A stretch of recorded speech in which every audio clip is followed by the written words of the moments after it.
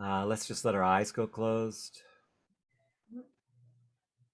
and feel our feet on the floor. And let's just take a few breaths together to arrive, letting go of whatever it took to get here, just letting that go.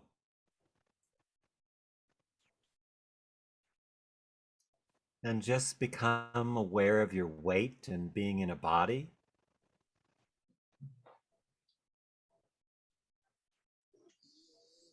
And noticing our breath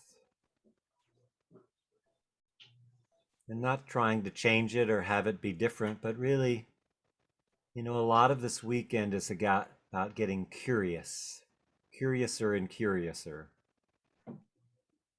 So we're just beginning to notice our breath, kind of taking a benchmark here. What's the sense of my body? Does it feel tight, tired, spacious, cramped, flowing? And just notice what's alive in your body right now. Maybe you feel the movement in your hands or your feet or your chest area, heart.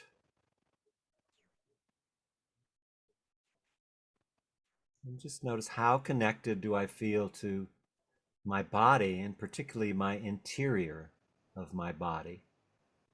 What's my felt sense of being in this body right now?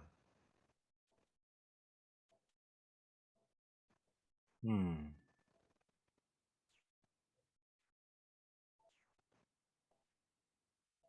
And notice if I have any pain or tension or numbness. I'm just going to scan through the body. Hmm.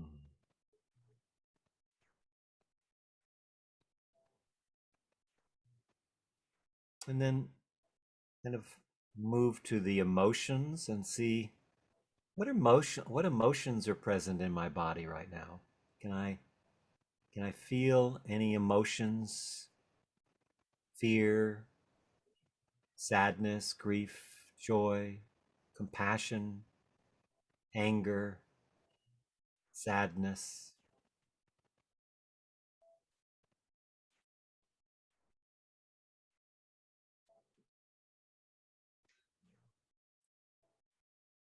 And if I bring my awareness to, maybe I don't feel any emotions, and that's perfect, exactly how it should be, because it's how it is.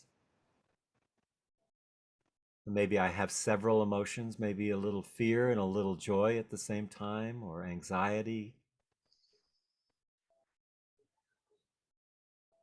Just noticing whatever emotions are there.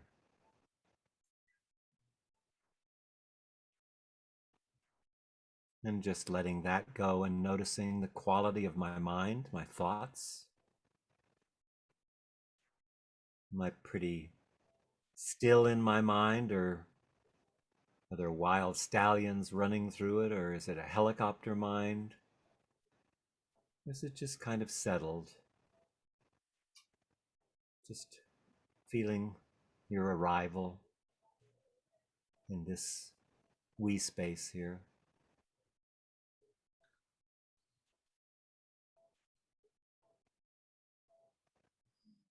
Yeah.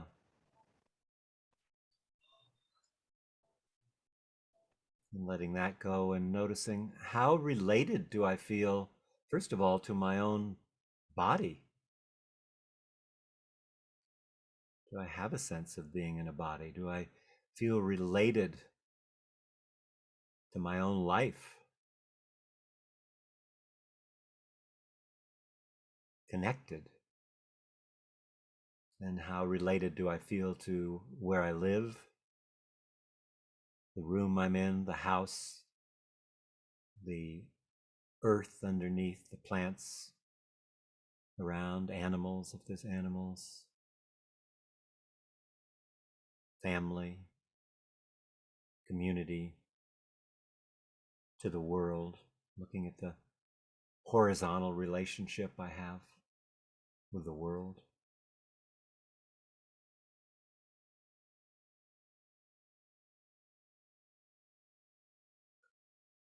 And just kind of take a baseline of, okay, we're starting this program here. We're going to be doing a lot of work in the next couple days. And just allowing ourselves to breathe into, I'm here. Oh, I've arrived. I'm here. And then let's take a moment to just open our eyes softly. Maybe turn your video on. And take a moment to just be with the people that are here. One of the practices that we do in the advanced course and in the way of the mystic is really just taking the opportunity to check in with my nervous system and feel how does it feel. First of all, can I stay in my body and be aware and be with you? And can I feel you seeing me in your nervous system over here? So we have this sense that, you know, Suzanne's in Germany, Leo's in Palm Springs, Maureen's in Ireland. You know, we're all in different places. And it's like, oh, you know, there's this distance. And that's one way of perceiving the world. But actually, a more interconnected and in a real sense way is, oh, Maureen's here in my nervous system. If I'm attuning to my body and Maureen at the same time, I actually can stay in my body and feel Maureen. And I can see her seeing me, seeing her too. That's a very different sense of our connection with the world. I don't know about you, but oftentimes when we meet someone else, we leave our body.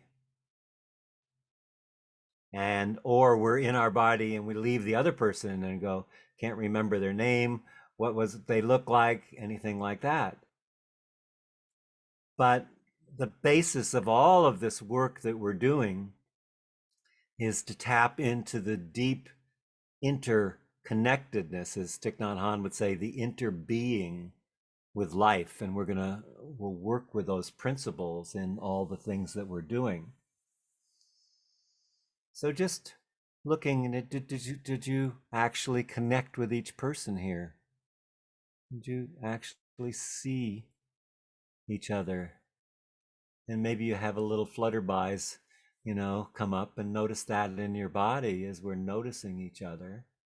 We're going to be working together here for the next 2 days. How does that feel? Yeah.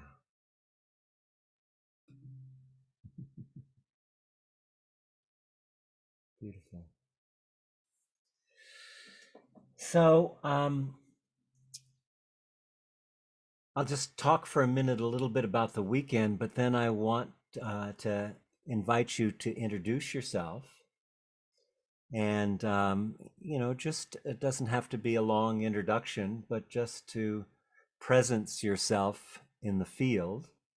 So I'm presencing myself by speaking my name, perhaps where I'm from, and what was it that called me to this particular configuration, this work with these beautiful people and Michael and coming together and spending a weekend, which is a lot. I don't take it lightly that you would spend a weekend um, with us. Um, you know, there's probably a few other things you could be doing, right? So, so let's really make this time valuable, critical, and make it worth our time being here this weekend. So,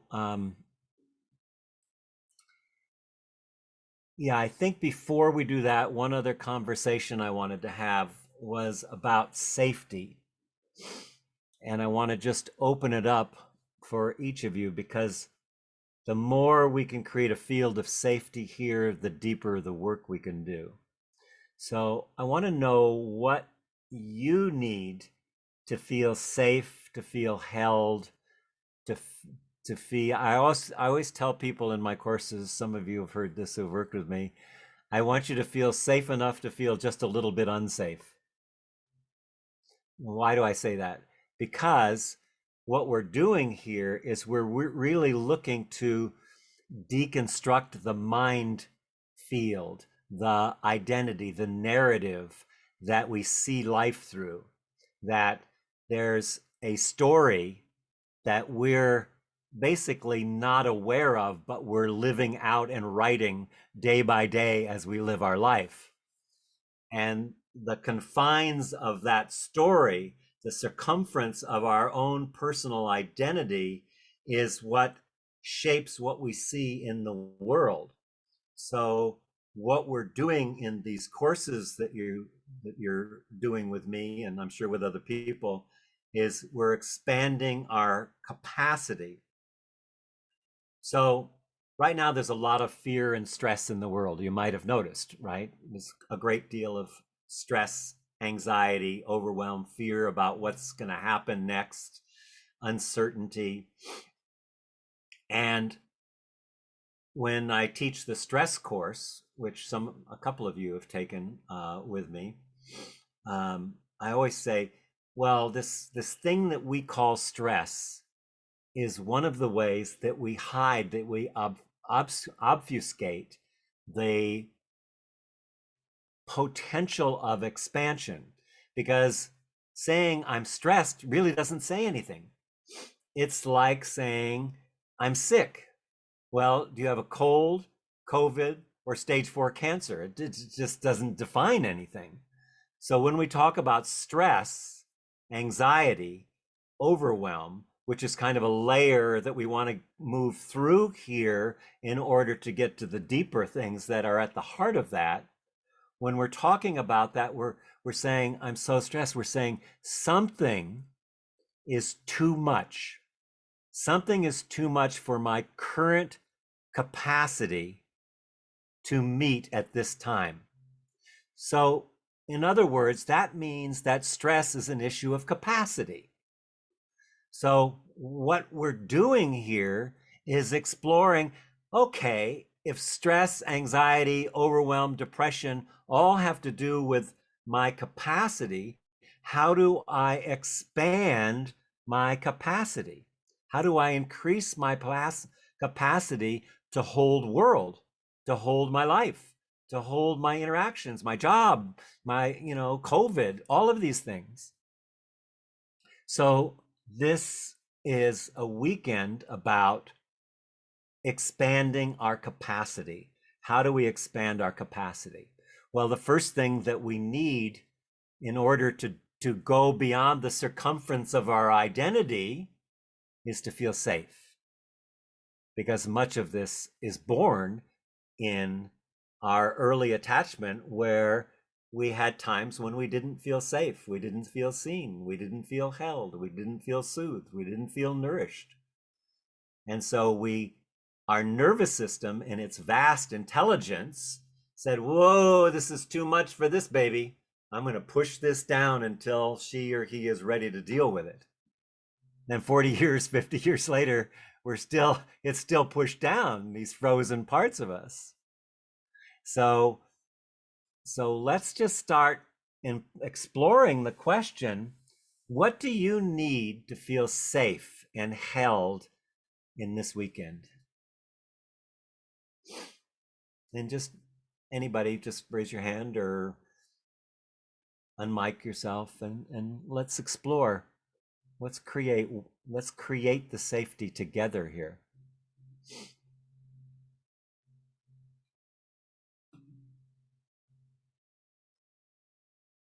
I'm going to look at one thing here. Jiren? Sorry, you can go ahead and speak if you want. Yeah, thank you. Thanks, Dana. So for me to feel safe, I first have to get a sense of the others. Yes, I have to know who's in the room first, and then I know that I can open up. beautiful. Absolutely. So that's exactly what we're going to do. So Thank perfect. you. I need to know who's here. Can I trust the space? Yeah, totally. What else do we need to create safety? Yeah, Taisha. Um, First, I want to say thank you. I'm going to have a hard time pronouncing your name. Hire. The woman who just went, I'm sorry, I can't say your name, but thank you for opening up with that because I typically don't want to share. So that inspired me to share. So what I need to feel safe is to know that it's okay to cry and feel quote unquote bad in front of everybody. And And that's it's it. Jeren, right? Jiren. Yes, Is that that's right. Thank okay? you. Jiren. Thank you. Jiren. It's good Thanks. to have your names pronounced right. Thank you. Thanks, Taisha. Yeah, perfect. Thank you for opening, stepping in there too. What else? John, please. Yeah, this one's pretty mundane, but I need to, I think like Jiren said, get a sense of people and be pretty confident that I'm not going to end up on the internet somewhere by being secretly recorded and uploaded without knowing about it. Yeah. So thank you for bringing that up. You are being recorded. No one will ever be put on the internet or YouTube or anything without their express permission. And there may be some clips of me talking without you being there. And, so we use some of the things from that and take clips out of that and play that. But this is for the people who are here only. You will get a copy of this or have access to it. Yeah, perfect. Yes, absolutely, John. That's a big one. Leo, yes. I think just to follow up with the HR said, um, the essence of the being accepted. So to be held and to be heard,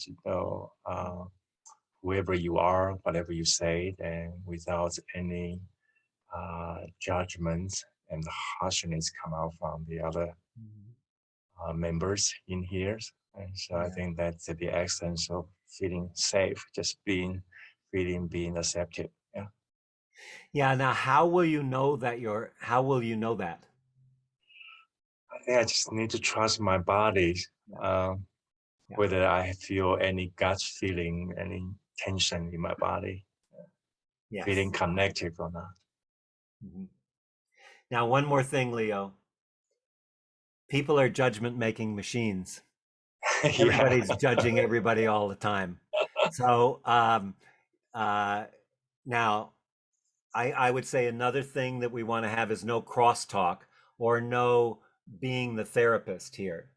Okay, let people have their experience as their experience and don't try to fix anyone. That's what shows up like judgment a lot of times. So um and if you want to talk about something with somebody, um ask permission. If somebody says something, really tender and vulnerable, they may very well not want to have any more conversation. They put it out there in the field and allow it to be digested. We're actually here to digest the frozen past, which I'll talk about more later. So, yeah, but in life, we're judged all the time and we're judging everybody all the time. Very valuable to notice our own judgments that we're having, because that's part of the confines of the circumference of our identity. So that's really useful. You know, I, some of you have heard me say this before. I always say, if you have good advice for someone, you should take it. Yeah.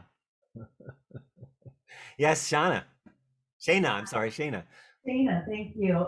Yeah, what came to mind for me is confidence in the leader. For me, I've been listening to you for a while, and just the way you embrace this topic, and the fact that we're going to, it's not really a talking therapy, but a somatic. So I really resonated. The things that you've said are true. So I have confidence after some history that you are wise and will be safe. This is treacherous territory, at least for me. So it's good to have somebody that's got some serious experience. So I don't fall off the rails or or we Oh, don't fall off the rails. that's beautiful. Thanks, Shane. Yeah. How many people have a little bit of terror, anxiety, like what am I doing here? Oh my God, am I going to get exposed? Am I going to get hurt? Am I going to bring up old traumas? You know. Yeah, we're in good company. Great. Anything else for safety? Tina, please.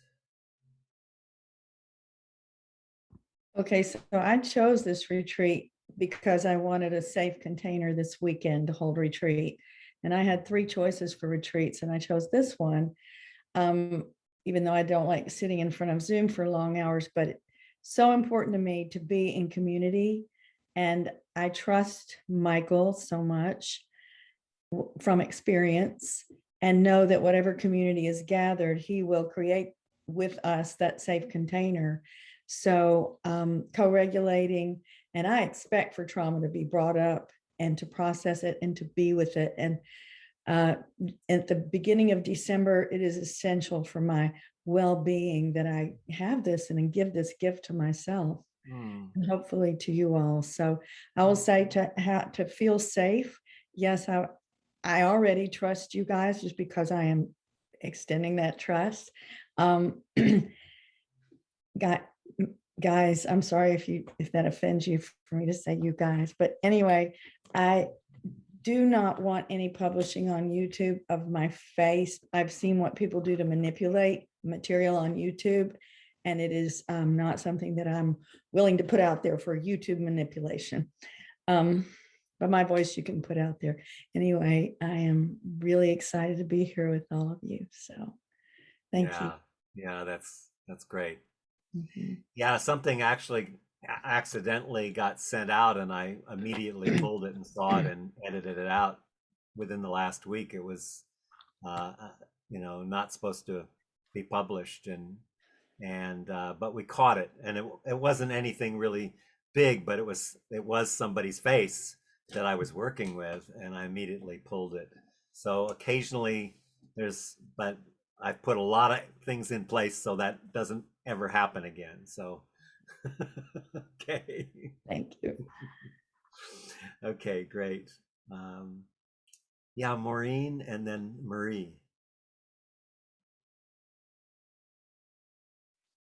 Well, I think safety for me means that I ground myself. I need to feel grounded and to remember that I still have choice, that I can say yes or no, and that my boundaries are still intact. I can open them up, I can relax them, I can make choices about that, but that I'm in charge of what goes on for me. Yeah, beautiful. As well as the other things. Yeah. Thank you, Maureen. Yeah, it's really a good point. Being responsible for your own experience, speaking up when you need to speak up, and if you get triggered with something, managing that, communicating that, so that we can deal with it. This is going to be constantly bringing ourselves back to ourselves through the weekend as we do this work. So, and I'd just like the community to know that I was a last minute decision. Procrastination rules, right? So I may be in and out a little bit. I'll be here today. I don't know that I can come tomorrow. So just to let you know, that's because of what's going on with me and what's going on in my life and commitments that I need to honor. But I really needed to be here to have a community to ground in and to calm down my nervous system. Yeah. Because it's a little bit overactive right now. Yeah, there's Thank two you. people here, Marius and Maureen, that who are in the advanced group who I invited, and they may only be able to be here today. So just be here as much as you can. It does make a difference when you come and go. I really, would like you all, even though it may be uncomfortable at times. I mean, obviously, if you have to go to the bathroom, you can turn your, to the washroom. You can turn your video off. But for the most part, let's try to keep the videos on, unless it's a bio break or something like that you need. Okay, and we will take a couple short breaks during the day and a lunch break for about 45 minutes, depending on how much we need and how far we get through the day. Yeah. Well, thank you for the flexibility, and I wanted the group to know that it has nothing to do with you.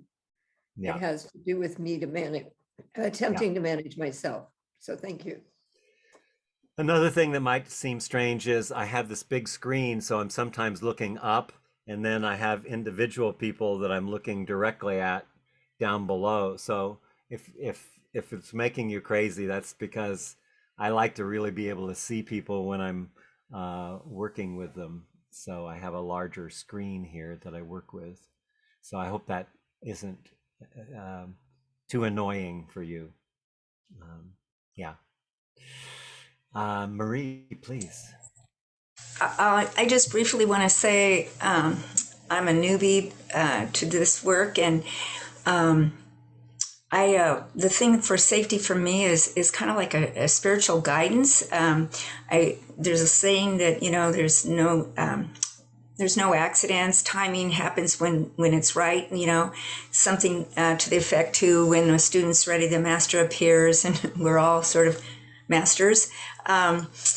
So along those lines, this is a scary venture for me, but I'm pushing forth under the trust of spirits making this happen. Yeah, beautiful, Marie. Thank you. Yeah, thanks for jumping in. Yes, Maxine. You're still muted, dear.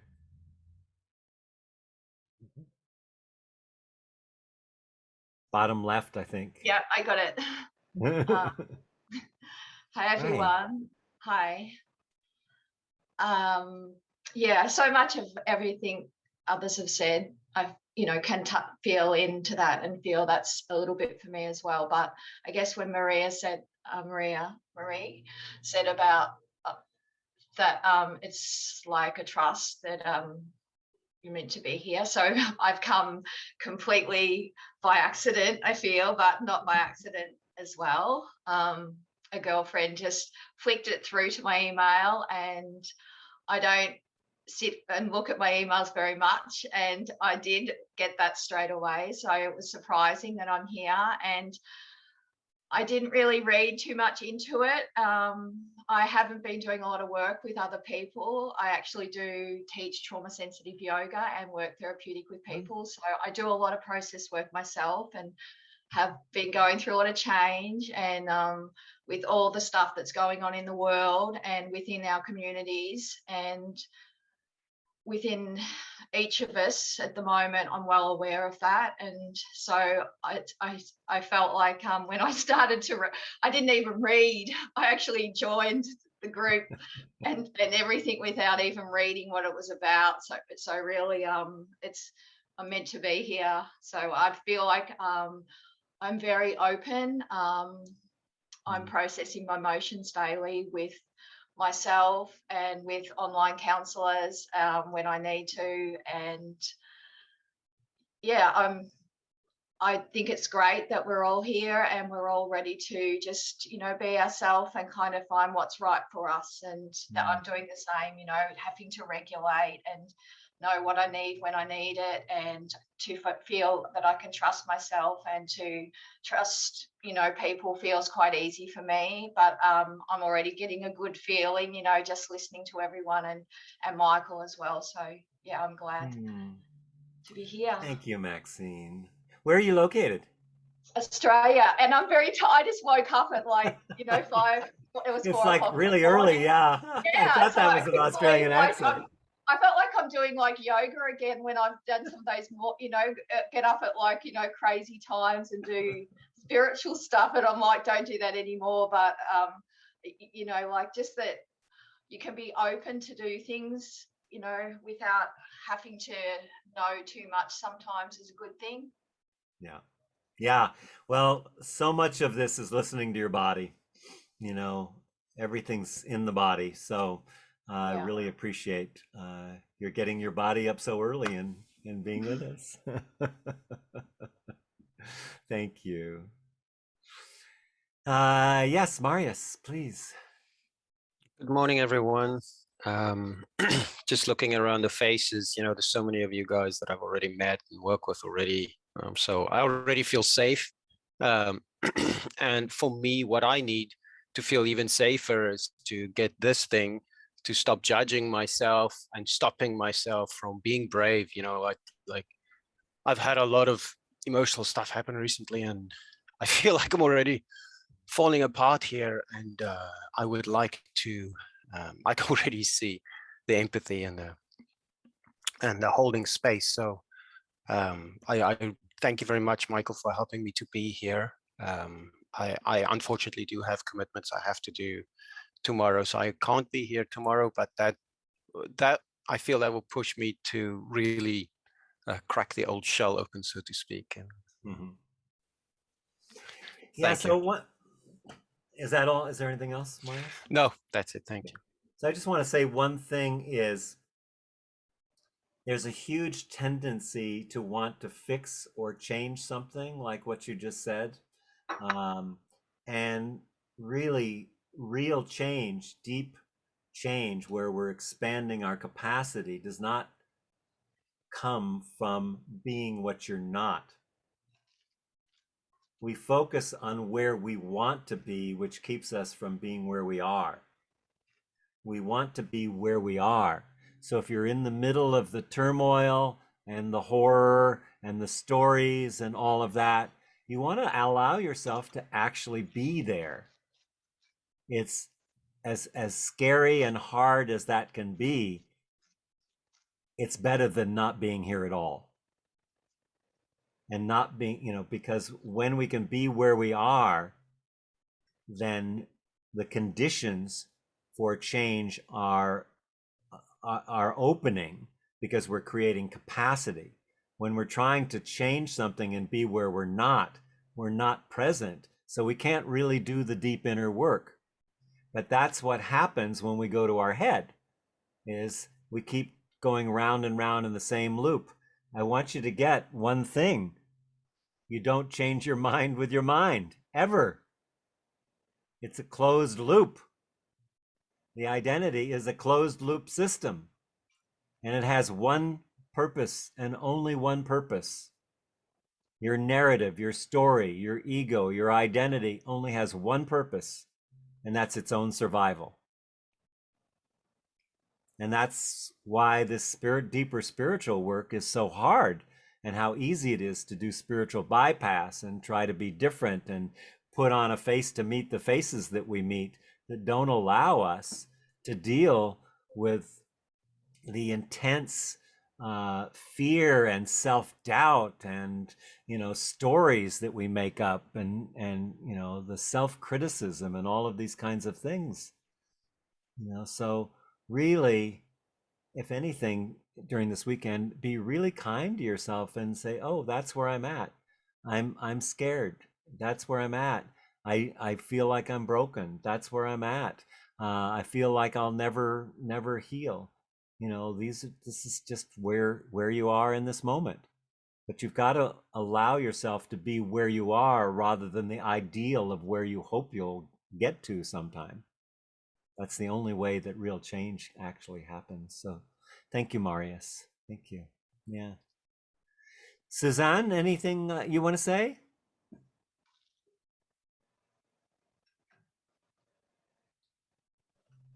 Okay, am I unmuted now? Yes, you are.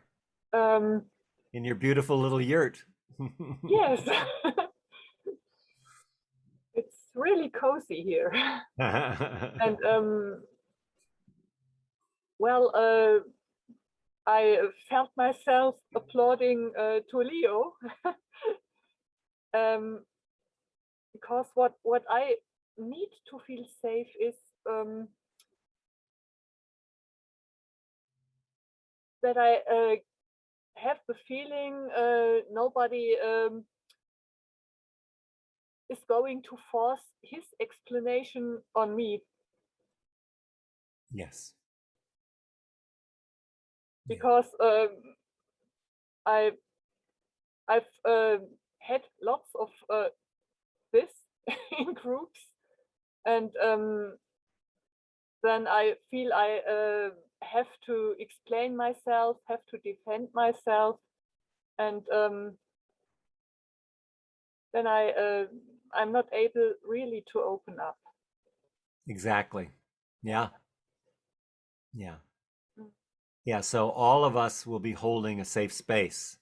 We aren't going to be fixing you or anybody else. We're going to be holding a space for exactly what's arising. Yeah. Thanks, Suzanne. That's beautiful. Yeah. Anything else? Okay. Good. Dana? Yes. I guess I'll be helping Michael this weekend. And so I guess if you have any tech issues or any other questions, I'll try and catch you things that Michael doesn't, but I want you to feel like you can just reach out to me personally. So you don't need to tell the whole group, but just let me know what you want. Yeah. And you're going to keep an eye on the chat too, if anything comes up. Exactly. Yeah. Yeah. Yeah. Okay, great. Yeah, so those questions that you don't want to raise your hand or just want to type them out, you can type them out and then I can read them aloud. I'll keep an eye on those things. So, yeah, beautiful. Yeah, so this is us. This is the group. Two of you won't be here tomorrow, but we'll go deep today. There's still 4 people that didn't make it. I'm not sure what happened. I hope it wasn't because of not getting the information. We had some breakdowns in the office here. So yeah, so I'm just holding those people, and I'm aware that there's 4 people that didn't make it. So just I'm going to include them in the field that the work that we do. And actually, I'd like to just do a short invocation here. If we can just take a moment to go in and just presence in ourselves this we space. And also the people that are in the advanced course, I know are holding us through the weekend. Many people would have liked to have been here, but had other plans and holidays and all that kind of thing. But we're actually held by a much bigger force. And we'll deepen that very soon too. So I just want to honor Mother Earth, which I'm going to do a grounding exercise and honoring her, the elements, the light of the sun and the light in us, the water and the air that we breathe, that they are our allies, and the moon, Mother Moon, Grandmother Moon, all of our spirit guides, and just honoring your own soul's blueprint that knows exactly when we get still enough and quiet enough and open enough, our blueprint, the vertical relationship that we have with spirit, source, God, mother, father, whatever, larger picture, the Tao that you hold, that we are being held in this weekend. And like I said, I'll do a meditation on that in a while.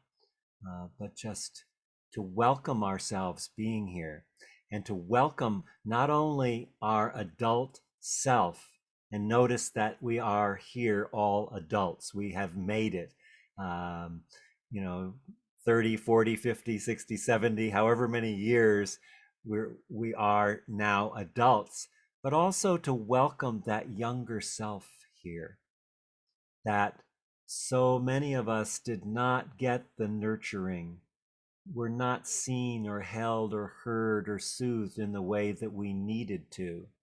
And so we're creating a relationship here where we're bringing both our adult self and the scared, frightened, child that needs to be held and hasn't. So I think that's important to include both those aspects as well as the soul's blueprint as we begin to deepen and go into this work that we're going to do together here today. So as we do that, we are officially starting. And just welcome to everyone. Thank you so much for being here. I want to talk a little bit about the journey here and do some distinctions, just very, very short overview of some of the things that we need to know. Thank you, Dana. Beautiful. So Dana put up the safety needs. Very good. Excellent. So this is going to be a mixture of meditation, presencing, embodying, and then doing reparenting work. And, this is an embodied practice. So I will bring in some physical, as we go into this, some movement practices also, some just basic ways to ground and move. What's really important is your intention. So I do want to let that kind of percolate a little bit. And, we've all had our voice seen now, but we'll do another round with just saying our name, where we're from, and the intention that we're bringing here. Why are we here this weekend? So we get clear in the group what to hold in each other. Again, so much of this is about creating a spacious interiority to allow ourselves to create literally a physical expansion. One of the things about doing meditation that's very hard for people is that things come up that you feel are blocking you, are breaking up your meditation, that you're not doing it right, that all these wild stallions in the head and bugs in the pants and body, and itches and all these things come up in meditation, and it's like, that's good. That's part of your meditation. That's not a bad meditation. You say, oh, these things are in the way of my meditation. They are not in the way. They are the way. Whatever comes up is the way. There are no bad meditations. Another pitfall in meditation is, I was doing so well.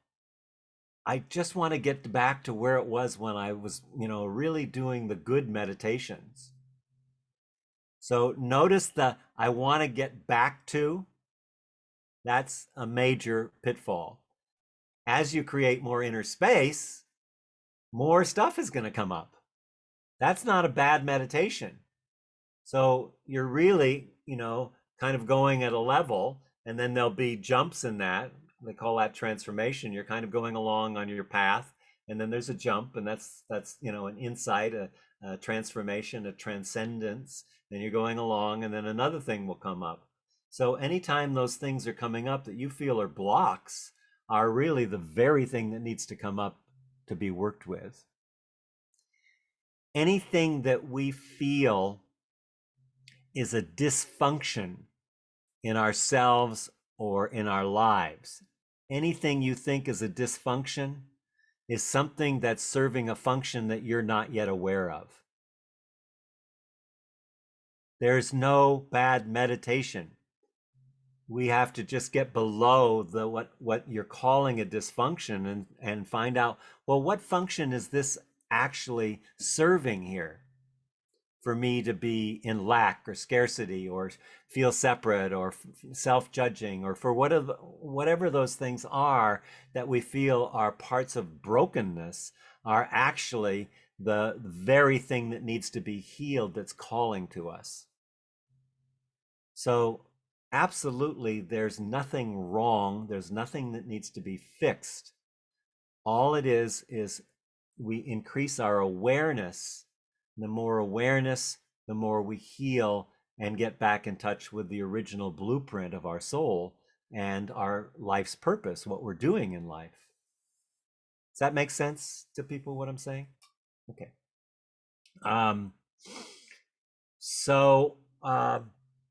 One more thing that I want to add for safety, at least one thing. Obviously, we didn't name it, but confidentiality, but what Tina was saying and other people, I thought that actually covered it. But the right to say no. If I ask you a question and it's too much and you don't want to go there, please feel free to say no. That's okay. You don't have to suffer on the cross with the thorns on your head here, really. You want to, there's a thing in psychology, many of you have heard the term to titrate. You put a little bit in and see if it blows up, and if it doesn't, you put a little more in.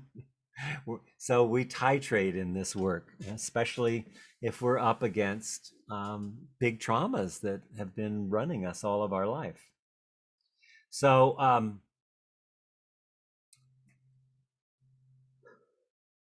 so let's just do some distinctions, and then we'll do a grounding exercise.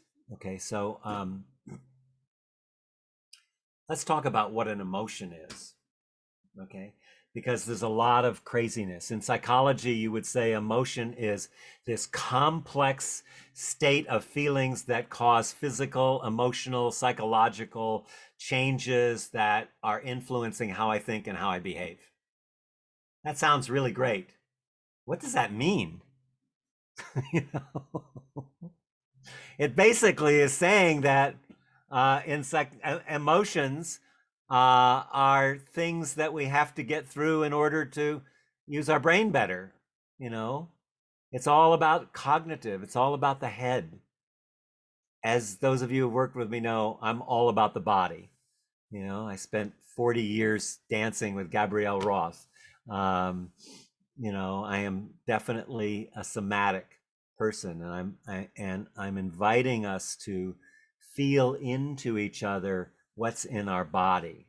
So in somatic work, we're saying that our bodily responses, rather than our cognitive interpretations, are what's essential to identifying our emotions and doing the deeper work of healing those. By the way, there's no bad emotions either. Every emotion, those of you who have taken the stress, when I go through all the emotions, everyone is a gift and everyone has a question. So there's no emotions that we want to get rid of. They're like paints on my palette. How can I finish my painting if I don't have grief, which a lot of us don't want to have, or fear of death, or if I have anger, spiritual anger is awesome. It's a force to be reckoned with. And fear, fear teaches us to make boundaries and to pay attention. So all of the emotions are, important. I make a distinction which is not something that everybody else makes, but just for the purpose of this course, I distinguish feelings. Now, not felt sense, because I talk about felt sense as feeling in the body, but feelings as we normally use them, we collapse that with emotion. But I call feelings of the mind emotions of the body. Now, a feeling of the mind of anger secretes the exact same cortisol and all the different chemicals, inner chemicals, that it does of the body, but you have no access to it. from the mind. So we want to go to the body to feel what's happening. So if we're having fear, I'm going to say, where in your body are you feeling that fear? You know, I want to find it. I want to re-embody us in this weekend as much as possible. You know, many of you know I come from the corporate world, so I always used to say I work with heads on sticks. You know, the only reason that people had bodies in the organizations I worked in was to get their head to the next meeting, you know. So particularly when I was dancing and I was going, what does the matter with these people? They're like zombies, you know, it looked very weird. And I'd see things in people's bodies because I watched dancers, you know, and I go, what the hell, you know, it's like inner termites or something. Anyway, yeah, so that's the distinction I use, and try to always bring it back to the body. So a lot of you have heard me talk about trauma. It's my favorite, after the body, my favorite thing to talk about, because I feel it's the linchpin. It's the one issue of all the potential issues in the world that if we handled trauma, we would handle separation, we would handle climate change, we would handle political unrest, economic, everything, because we swim in a sea of trauma and we're blinded by it. And everyone lives in that trauma, this psychic wound that hardens us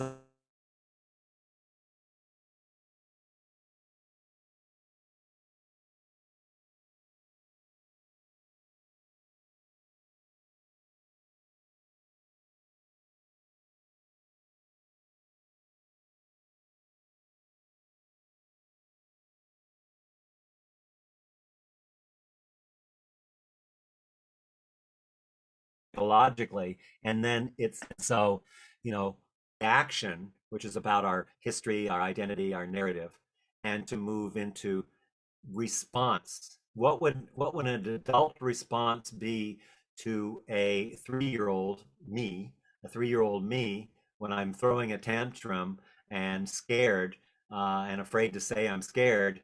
Um, what would the adult response to that be? So trauma isn't the thing that happened to you. You just lost somebody. What did we lose? You just dropped off.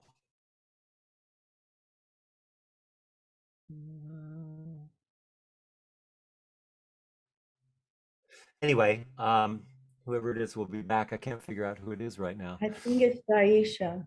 Daisha, yeah, might be her internet problem. Okay. Yeah, thank you. That's exactly what it is. So, I was saying that trauma is not the thing that happened to you. You know, it doesn't matter if somebody yelled at you or somebody beat you up or somebody molested you or raped you, all of those things. It isn't the trauma. If it was the trauma that was the problem, there would be no way to get relief from it. So it's the good news that it's not the trauma. But what it is the story that you made up about what happened. That is part of this story, this identity. So we're trying to get to the response to the trauma, because the nervous system, in its millions of years of evolution and intelligence, you know, and you get overwhelmed or frightened and it's too much and you're, you know, a year old or something like that, and the nervous system says, whoosh, I'm going to push that down. That's too much for this kid right now. I'm going to take care of you. So the nervous system is protecting you.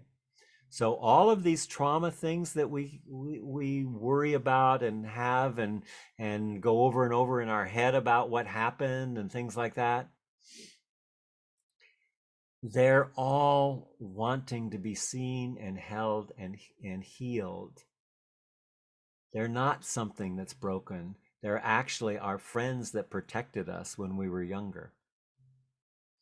And so that's the work that we're doing here, is these areas of frozen past that our nervous system suppressed, shut down, dissociated when these overwhelming experiences or emotions or situations happen. So, we, our reactions are like, I'm exhausted, I'm confused, I'm lost, I'm sad, I'm anxious, I'm numb, I'm aroused, I'm blunted, I'm whatever. All of these things are the things that we want to pay attention to and meet so that we can bring healing to them. Okay. Let's see. So I guess that's, when you think about these things that happen early on in childhood, where they have these complex trauma issues happen, you as an adult, then after childhood, have more difficulty identifying, expressing, and managing emotions. And so, if you have limited ability to recognize, like this is something I've worked with years, I have trouble identifying sometimes the emotions in my body. Now I've worked a long time. I can feel your emotions better than I can feel my own sometimes. People who worked with me know, I have that ability, but sometimes I can't feel my own from all the trauma I went through as a child.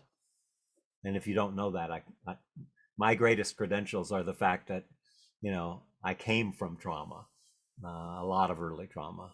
So,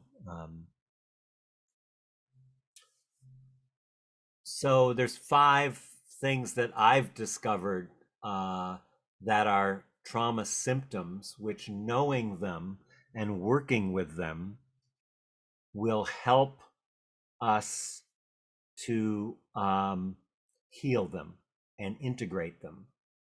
And the first and main one that's impacting, oh, you made it back. Hi, Daisha. Sorry, my Wi-Fi disconnected. Yeah. So there's 5 different things that I've identified in my work and in my own personal work. The first one is separation. And that's the biggest one. And that's at the heart of pretty much all suffering in the world, is this belief that you're over there and I'm over here and that we're somehow separate. And that escalates into all kinds of identity issues, but at the heart of it, it's separate. So for me, this work is about reconnecting.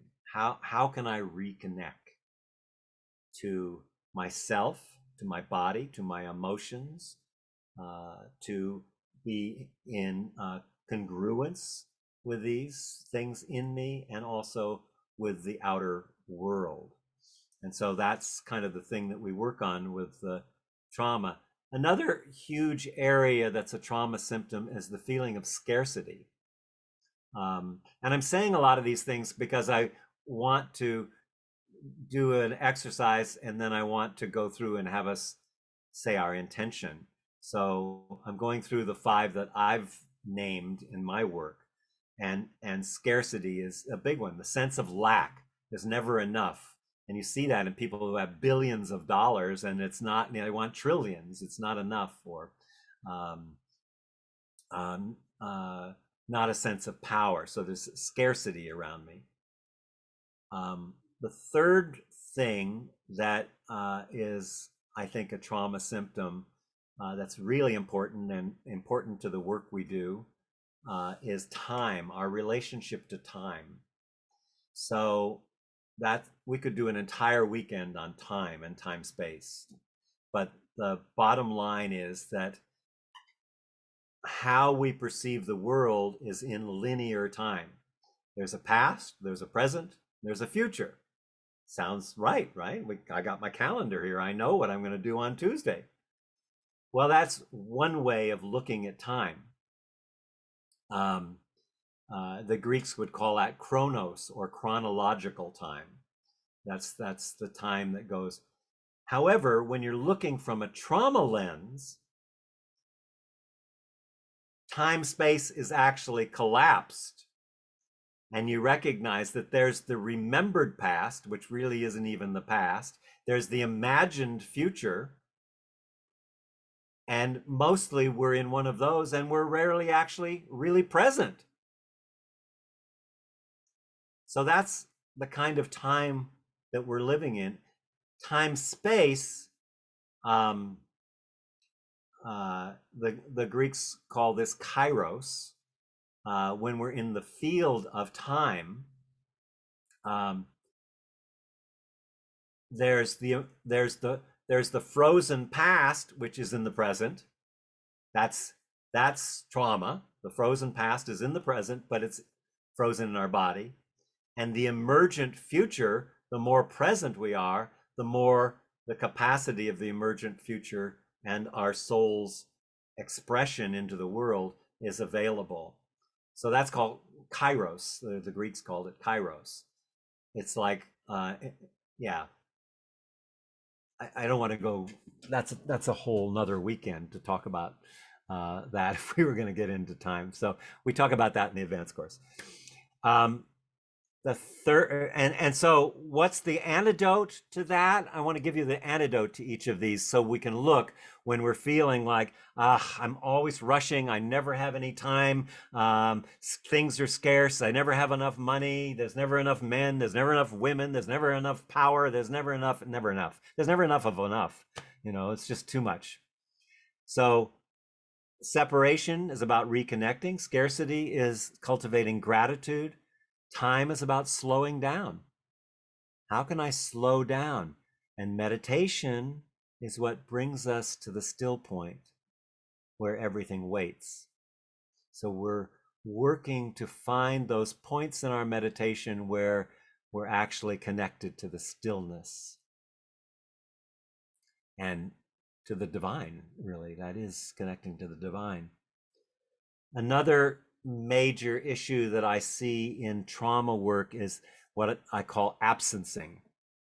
So absencing is basically continually being somewhere else other than where you are, which is the human condition. We're always reminiscing about the remembered past or imagining about the imagined future and what would happen if I did that and got that and stuff like that. So absencing, the antidote is presencing. So we're working here to presence. Presencing is what we do in meditation. We combine the presence and perception, and we zoom in. Particularly the work we're doing is zooming into the interiority to see how much space is available. And the seeing, the awareness, is what allows the expansion of that space. And then the last one, that's a major one, probably should have been the second one. I just happened to come up with these in a meditation not long ago and go, these are the ones I see, is being in control. Oh my God, I got to be in control. I got to know what the outcome is. I've got to, I have to have everything planned out, everything figured out. And of course, the antidote to that is embracing uncertainty, which meditation allows us to do, to step into that place of uncertainty and not knowing. And a huge part of the healing of trauma is the ability to not know, to literally create not knowing, not naming, not knowing. What if we, in our relationships, for instance, woke up in the morning with whoever we're in relationship with, maybe it's our dog like me, and say, who is this person? Who is this dog? Like, come from a place, create a place of not knowing. Think about what would your relationship be back like if you just had amnesia, created amnesia, that you didn't know all the little faults and all the things about your partner or your dog, or whatever, that I forgot how much my dog farts, and drives me crazy, those kinds of things. Or my husband didn't brush his teeth, and I have to wake up, oh, I can't kiss you now, if you actually entered this kind of like, I don't know. For me, that's surrendering to God. That is what we need to do to have a spiritual life. If you want a spiritual life, give it all up to that higher power, that place that, you know, God, source, Tao, whatever. I'm clueless. I don't know. We'll talk later on a little bit about the three tools and deepen those tools of meditation, contemplation, and prayer.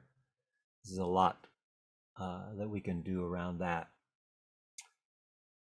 Okay, one more thing of data, and then we'll do a meditation.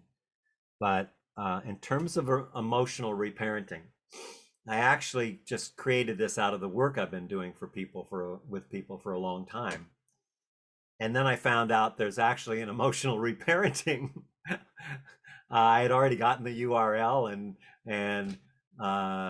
and just happened to find that there's a part of psychology that's emotional reparenting. I'm not doing that. If you're wanting to know, that is not what I do. So emotional reparenting, by whoever else is doing that and using that name, is that the therapist goes back and does the healing of the child. That is not what I do. I journey with you, but the work of reparenting from my perspective is to create the space for you to empower your adult self to do the work with your child that needs to be done.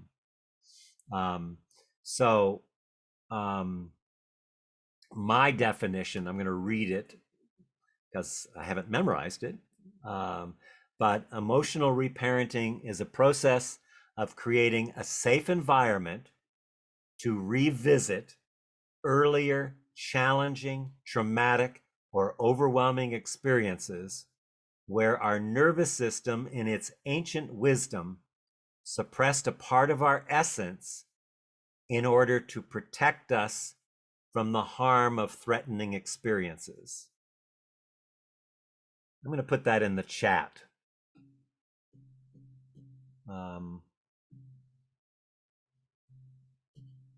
Where's the chat? There it is.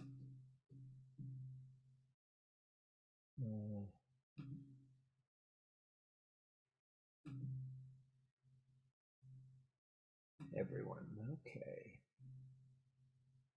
So, in case you're wondering what we're doing, this is what we're doing. Did that come through, Dana? Is that showing? No? There we go.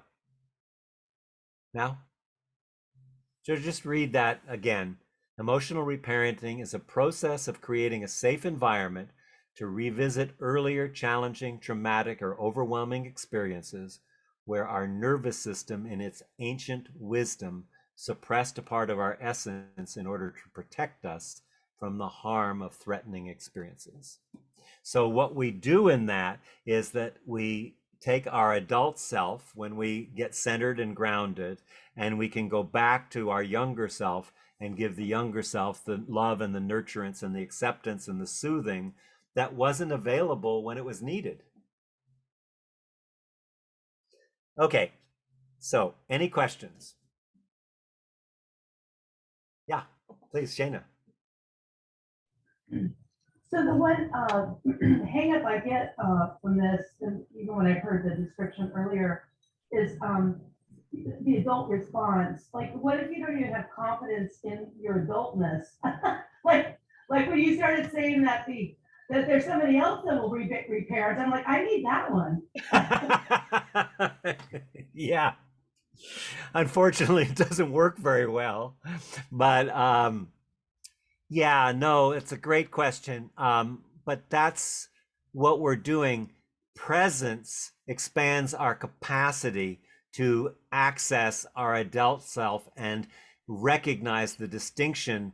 When we get triggered, it's almost always a child self. So if we're having the same argument over and over again with our partner, for instance, then that's a clue to get curious.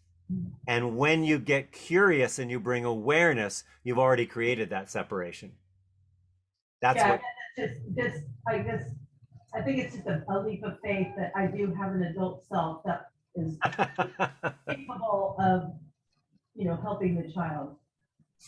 Yeah, well, we all made it this far, So, I'm 76 and I still have both. I did a long journey in the middle of the night last night with my child, that needed some attention, just, yeah. Is that complete, Shana? Okay, great. Thanks, Marie. Okay, I'm wondering, there's that concept of the layers of the onion, and so you just keep on, going and delving deeper and deeper. This might be just my hopeful naivete, but does every single issue that the nervous system has protected one from, does it all have to be gone back to, and that emotional, the frozen emotion be digested or integrated? Or is there where you reach a state of doing a lot and then it's like the domino effect, or do you get where I'm trying to, what my wishful thinking is going towards? Well, first of all, there's billions of people on the planet who have no clue of what we're even talking about. This would sound like a foreign language. So you're on a journey. Secondly, you notice the tendency immediately to want to be somewhere else than where we are. But the healing is where we are. It's not where we're not. I can't say that in any better ways. It really has to be experienced. So it's again that linear sense of time that, oh, when am I going to be awake? When am I going to be enlightened? When am I going to not struggle? When am I going to not suffer? See, all of that takes us out of the very thing that is wanting to be seen and held and loved. Can I love my struggle? Can I love my wanting to be somewhere else? Can I love my anxiety? What does love mean? It means bringing intense presencing, perception, exploration, curiosity, wonder to the very thing that we're wanting to change, to get underneath so we can provide the child with the healing that is needed. So, but it's really good, Marie, what you're saying, because it shows us how much the tendency is to want to be somewhere other than where we are. And that's what keeps things in place. So to be able to say, I'm confused, and I love that. Can you feel when you say, take any one of your neuroses that you feel you have, any one of your, issues that you have, right? And just get it in your mind right now and say, I love that, whatever. I love that I'm afraid of people. I love that I don't know how to relate. I love that I get really scared. If you can hold that resonance in your body, the vibration of that will take you into the deeper part where the child is. Because it's a resonance, it's a vibration that you're carrying. And you need to attune to it, be the resonance body for its existence, and allow yourself to be coherent in your thinking and your feeling and your body, so that, Gabrielle used to say, we're all trizophrenic, not schizophrenic, trizophrenic. Our mind is doing one thing, our emotions are doing another thing, our body's doing another thing.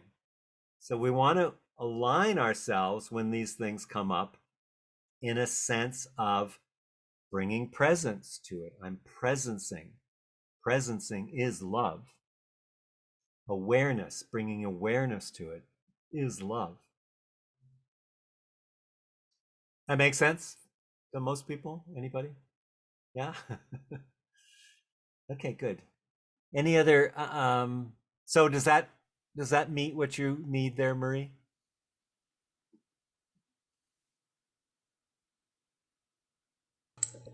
Yes, I'm learning by the minute, and thank you. Yeah, thank you. It's a really important question. It's something that we all deal with all the time.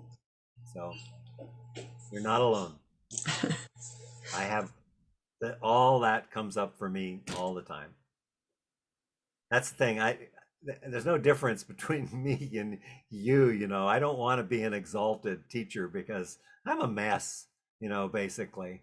You know, I'm dealing with this stuff all the time. I was up in the middle of the night doing my work, you know, and this morning. So this is our journey that we're doing together. You know, we're discovering together. Okay. And the beauty of being in a field, being in a group like this, is that we create a container for co-regulation, so that one person is really oh like that, and then another person can kind of be steady and you can be seen in that and felt and heard, and that brings it up. That's why I love doing groups so much. You know, it's so powerful. Um, you know, a couple people here are in the advanced group, which is now in its third 6 months, and you know, everybody keeps signing up for another 6 months. So that's why I'm starting another Tuesday group, because we have, you know, and that's great. I mean, I think that's wonderful, because we keep going deeper and doing the work and deeper, and I keep going deeper. I'm always doing my work. Um, you know, and yeah, I have a therapist on call for me, so you know, please don't put me on a pedestal, or that I know something. I'm going to say things, and I'm going to hope that they trigger awakening from the larger field of awareness, from the from the big field, from the morphogenic field, the one that we're always feeding with our actions and thoughts, and the ones we're always receiving from that. And so we have a little field here that we're doing the same thing, that we're co-regulating with each other. Okay, I think it's time to do a meditation. What do you think? Yeah, Tina. Actually, Jen has a question. Yeah, please. Thank you, Dana. So I resonated with something that I think I heard in Marie's question, and this is something that I'm struggling with as I do this work, and it's like, is there a way to, and I know there isn't, but this is the question that my body asks, is there a way to sort of control, or I'm trying to frame the question properly. I have a fear that too much is going to come up, because mentally I know I have a sense of what is stuffed, right? And it's so part of me wants to hold it back. I know it's maybe not a question, but that's what I sort of heard. Like, you know, do we let a bit of it out, or is it okay if a lot comes out? Anyways, yeah, well, it's such a good question, Jen. It's a really important and a really important question. And let me try to say it in another way. So first of all, you know, I've worked with thousands of people, and the thing I talked about, titration, is really important. That first you need a safe space to work in, and then you need to work in whatever is just a little more than not safe.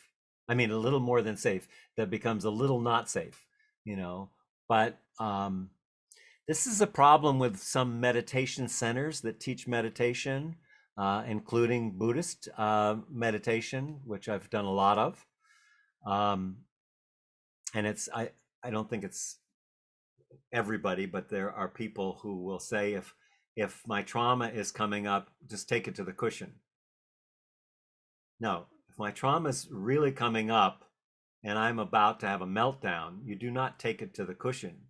You find somebody to co-regulate with. You get somebody who can hold you for what's arising. So that's really, really, really important. This work needs to be titrated. It needs to be, there's like this amazing force. Imagine that, there's like this hurricane like this. It's just going inside, or tornado. Tornado's a better. So there's this tornado that's going on. These things are like tornadoes in your body, by the way. They may be numb, but there's a it's like a black hole. Another way to look at it. It's just sucking energy all the time. It's like when you have something, a trauma. First of all, it takes a lot of energy to push it down, to dissociate, to have soul loss. That takes a lot of energy. But then it continues to take a lot of energy to keep it held down. So imagine you've got all these frozen parts in you that are taking a lot of energy. So as you do this work, you should have a lot, I'm 76, I'm, getting younger as I get older, because I keep finding areas and I'm going, okay, I'm going to go and find that area and I'm going to meet it. But you can't self-regulate until you can co-regulate. People think, oh, I'm going to learn to self-regulate, then I can co-regulate. No, it's just the opposite. Why is that? Because we're mammals. We're born in. We need to be held, nourished. First, you're completely dependent. This is where the problems happen. A baby is not an adult, and part of what happens is we're made to grow up too fast and not be able to be children and babies. That suddenly we have to handle, oh, my parents are fighting, I need to fix this divorce, I'm 3 years old, or I'm being abused, so I have to stand up for myself, and I'm 5 or 4. This is how trauma works. And so we have to find places where we can co-regulate with someone when the big stuff comes up. And millions of people, billions of people are walking around totally traumatized, doing things like running countries. Those of you in the States have a direct example of totally traumatized person running a country, supposedly, running it into the ground. But,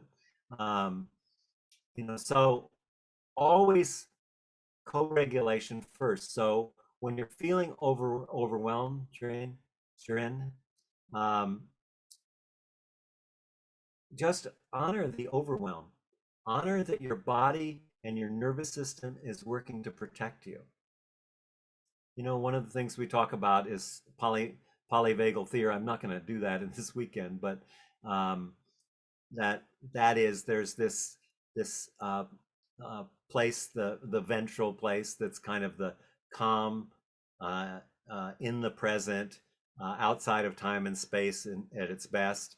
And then there's the part where we're frozen, and then there's the part that's hyperactive. So hypoactive, hyperactive, and then this kind of place of, meeting the stillness. And those levels are going on all the time. But many of us are stuck in either hyper or hypo-regulated states. And so that can only be healed by getting the nourishing. So there are things you can do yourself to reparent once you learn how to do it.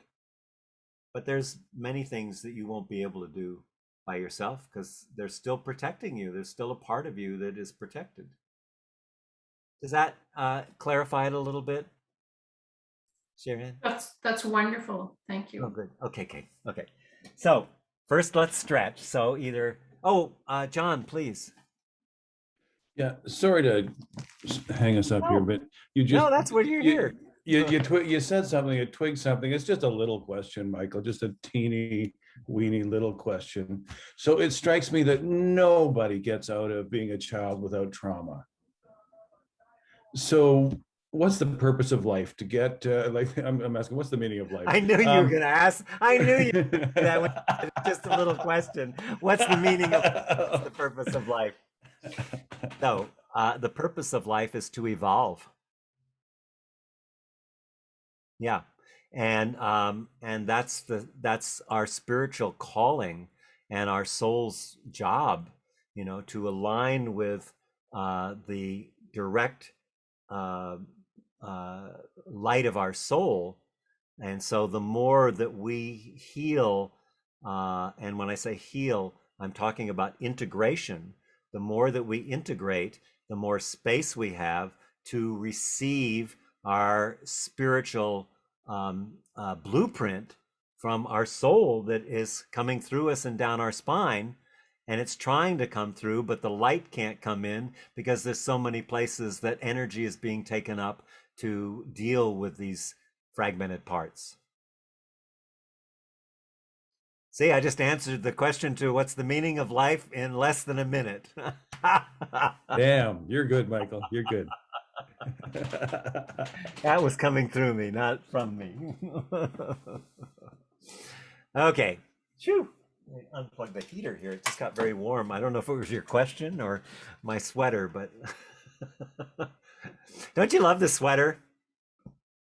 I was in Peru like 20 years ago, and I saw this hanging on the wall, and I went, oh my God, if that sweater fits me, it's mine. I don't care what it costs. And it didn't even cost that much. And I wore it and I wore it and I wore it. Pretty soon there was holes in it here and holes in it there. And I just took it to a woman who specializes, and she fixed it. So my favorite sweater is fixed. So I'm so excited to have it back. And I wore it just for you. But I may take it off if it keeps getting warm, if John keeps asking questions like that. Okay, let's stretch. Let's just move our body side to side, stretch our arms out. Maybe you want to get up. I'll show you, well, I don't know if I have room, but here's an exercise. Let's see. Can't move my camera to do it, but so I'll just describe it. So stand in a standing pose like this, just with your spine straight. And then I'm gonna want you're gonna bring your arms up in the air and you're gonna raise up on your toes, and then you're gonna drop on your heels. So like this. And do that half a dozen times or so. This is a really great grounding exercise and good to start the grounding. So when your heel hits like that, it will bring you down into your body. So yeah, and any stretching you want to do, but I'll give you little exercises through the day before we do things. And yeah, if you need to shake it out. Do people need a bio break before we do a meditation? Yes? Okay, let's take can we do 5 minutes bio break? Okay, perfect. I'll take one too. Okay. Let's see. We still got a couple people not back yet. Maureen, Jeren. We'll start that. While we're waiting for them to get back, any questions or comments or anything?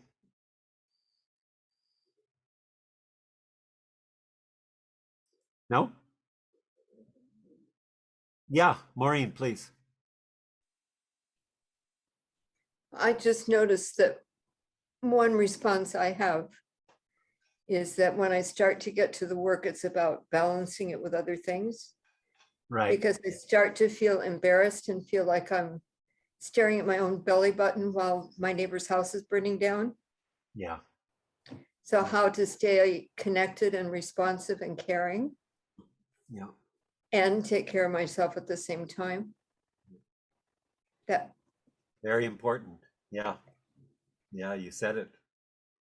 That's definitely a balance. Yes, please. Maxine also has a question. Oh yeah, I just wanted to say before, one thing I've really found so helpful, and I don't know in everyone else's country, but I know in my country, we have phone counselling services. they're really helpful for getting that attunement, and they're trauma informed here in Australia. So most of the counselling services are a very high standard.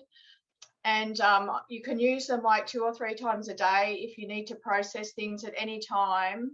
And it's just so useful to keep tracking your emotions and to keep processing everything. And it can seem like a lot of work, but it can actually feel good to be, to know that you're actually working through yourself and connecting to how you truly feel. So I just think that's for me like being because it breaks down, that feeling of shame and feeling that you need something and you can't have it, or that you need something and you can have it, but you have to actually be vulnerable and ask, make the first move, and it can just make you feel it can actually bring about that attunement, kind of what Michael's saying. And I think that's what I'm saying is you need to have, when you're going through those early childhood years, you need to recreate a situation where someone will attune with you and you learn how to be able to attune to other people. And when it's not helpful, you would, you would say it's not helpful, or you say, actually, I just want to, be on my own for a while.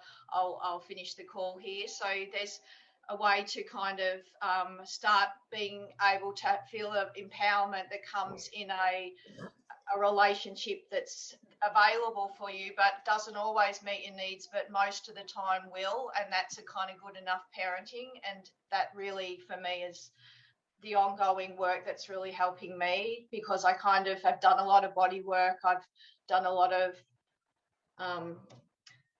that sort of work, but I think for me that's that you really do need to heal in relationship, and a safe relationship. And when they're trauma informed, they're the best you'll get, and they're excellent. They're just excellent. That's amazing. I wish I lived in Australia. That's not. Yeah, they're not great. We've a lot got of people.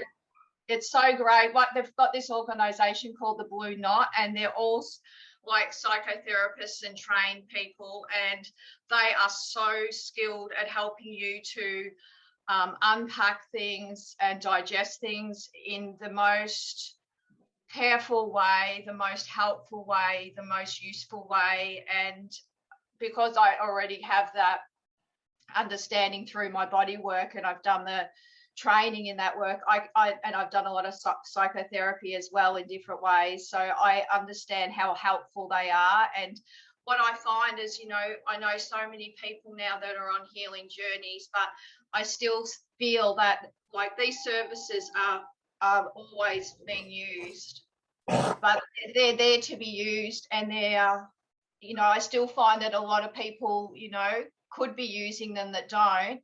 But if you have them, I would be using them, because you never know till you try. And over time, I've realised that most of the time, most of the counsellors, you can get them where you need them to be. You can make them the good enough person, because you start to know how to get your needs met with anyone.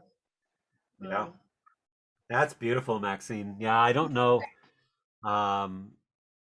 There are, like, many countries have suicide hotlines and things, but I haven't heard of anything like that. That's beautiful. Yeah, really a great resource. And one of the things we'll talk about is resourcing. Unfortunately, my bloody nose is not stopping, so it's going to be a little tricky here. It's interesting. I haven't had one in weeks. I've had this problem for a while now of having bloody noses. So just so excited to be with you. I guess I'm going to have to let a little blood out. All right, let's see if we can do this meditation. I hope I can connect with this because I'm going to take my sweater off so I don't bleed on it. There. Okay, so let's do the meditation. So the first meditation I want to do here with you is to just Let's get in our body, get a sense of being in a body, feeling our weight, feeling the feet on the earth, on the floor.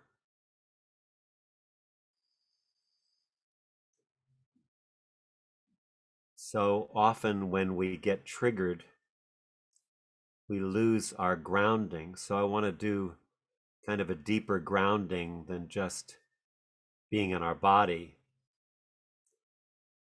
And I want to include in this journey our relationship with Gaia, with Mother Earth. So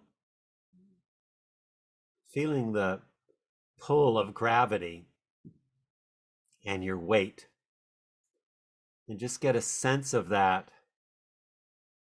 And imagine that you're just being pulled down onto and into the earth. And just imagine your body lying on the earth and all the nutriments, all the love, all the things that Mother gives us, the Mother Earth. And just feel that deep connection and that deep love that we get from the earth itself.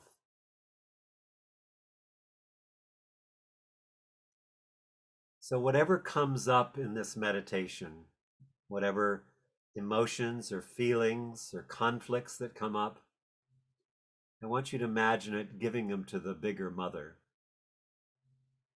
to this amazing being that is always holding us, that is always loving us, regardless of what we do, what we say, that always sees us and feels us, nourishes us, holds us, feeds us, and brings us beauty, nourishment, love. And just imagine yourself, just feel yourself really connecting with her. And whatever things that you're carrying, I want you to imagine them just being held by the Mother, just being absorbed by the earth. And you might want to bring in your own mother, and just those things that you didn't get from her, allow her to give those things to the earth. Notice how she's held, and your ancestors. We've all been held since the beginning of time on earth by the earth. Anytime that we're feeling ungrounded, scattered, that we're having inner conflict, this is where we bring the inner conflict, to allow the Mother to give us the things that we need, to be grateful for those things, to recognize the generosity,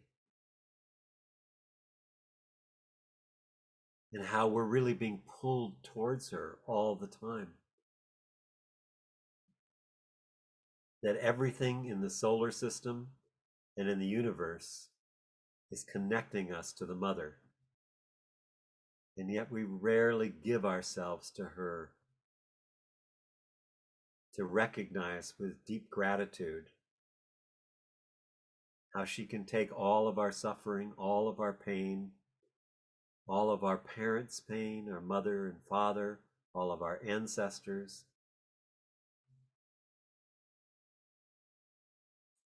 and just allow yourself to feel that lightening of the burden when you know that there's a larger Mother that's there, the earth, the ground,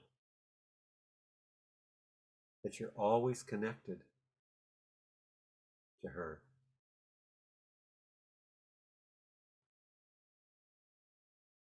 Unconditional love is the mother. Unconditional giving, generosity, forgiveness. And so just allow in your own way yourself to feel that pull towards the mother. And allow your whole body to just release into her arms, into her essence.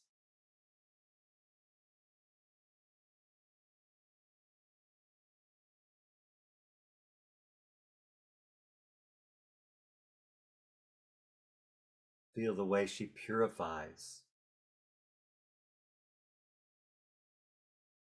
How her rivers and streams connect with our blood and release the toxins, cleanse, purify.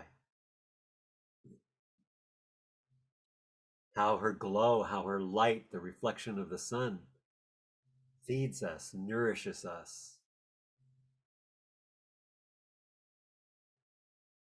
How the trees and the flowers and the beauty of the world nourish us aesthetically and create the air that we breathe.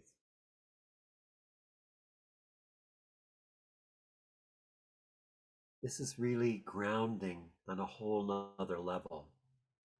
Not in my body, but in the larger body, in the womb of the mother, who sees all, forgives all, holds all.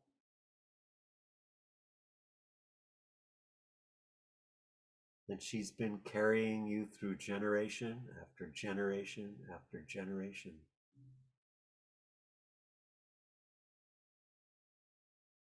So this kind of grounding, when you're feeling the anxiety, the fear, the overwhelm, all the issues that come up,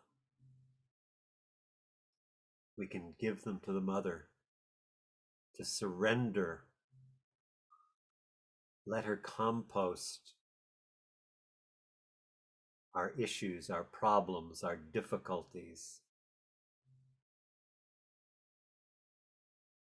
And know that absolutely you can rely on the mother, the earth, to hold you regardless of the storms that are going on around you, the politics, the health, the pandemics, just like she held all of our ancestors through all time. So taking a few breaths, whatever you can't hold, you can give to her and she'll turn into flowers, trees, beauty, compost, food.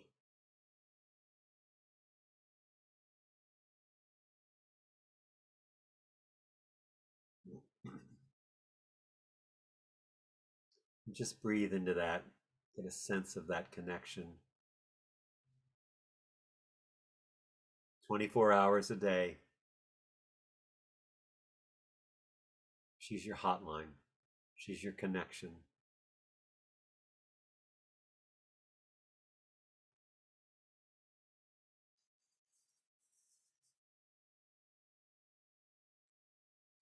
And just breathe into that.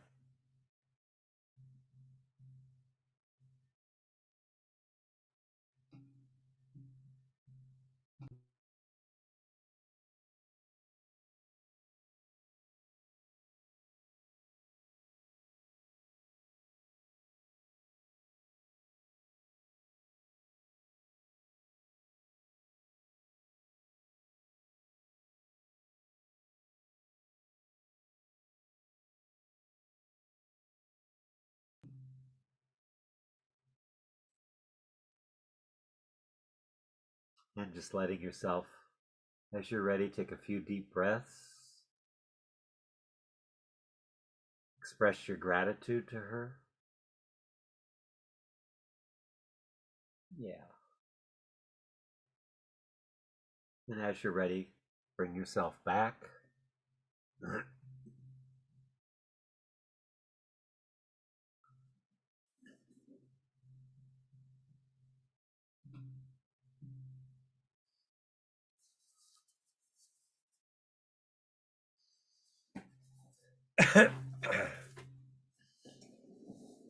Okay. Sorry about the bloody nose. Doesn't seem to want to stop, but we will prevail.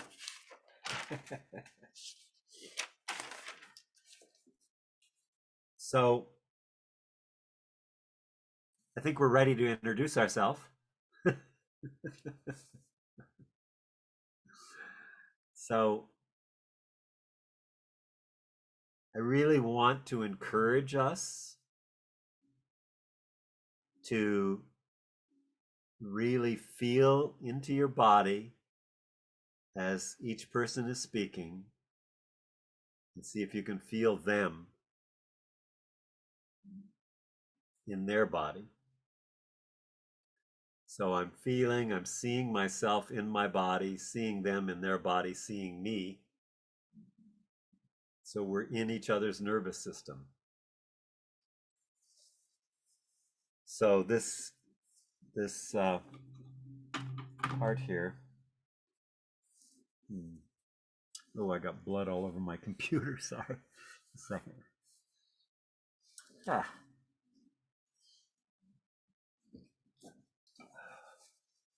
Okay, so what we're doing is we're saying our name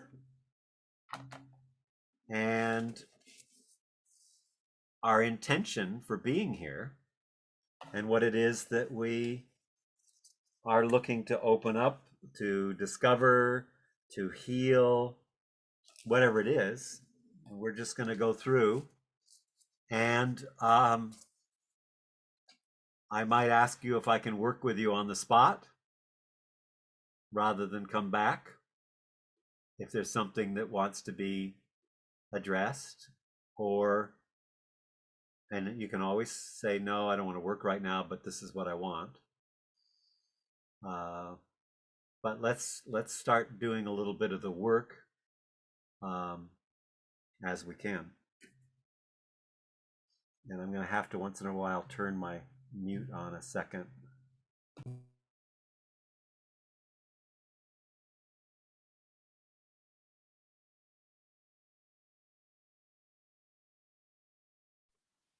I can go. So if that's all right. So yeah, I'm Dana. And I live in the interior of BC, but I'm currently at my family home in Calgary.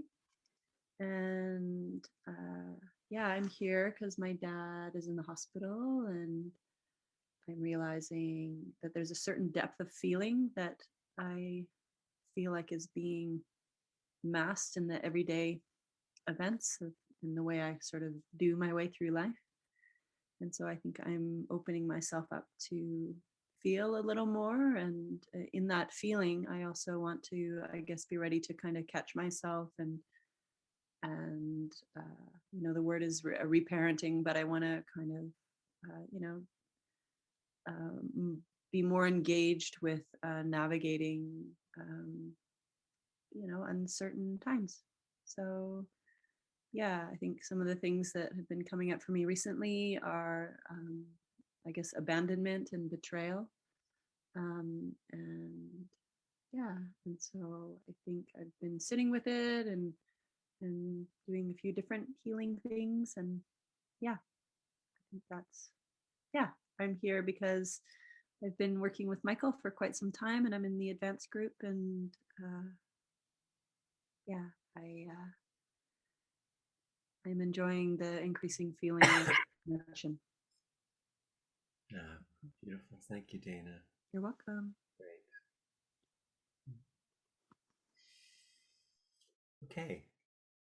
Let's just keep moving. If, like I said, if something comes up that wants to be worked with right now, I think that abandonment and betrayal are huge issues that we can all relate to at some level. So we'll give that, we'll park that for now.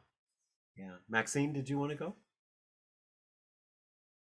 You're muted. You're still muted.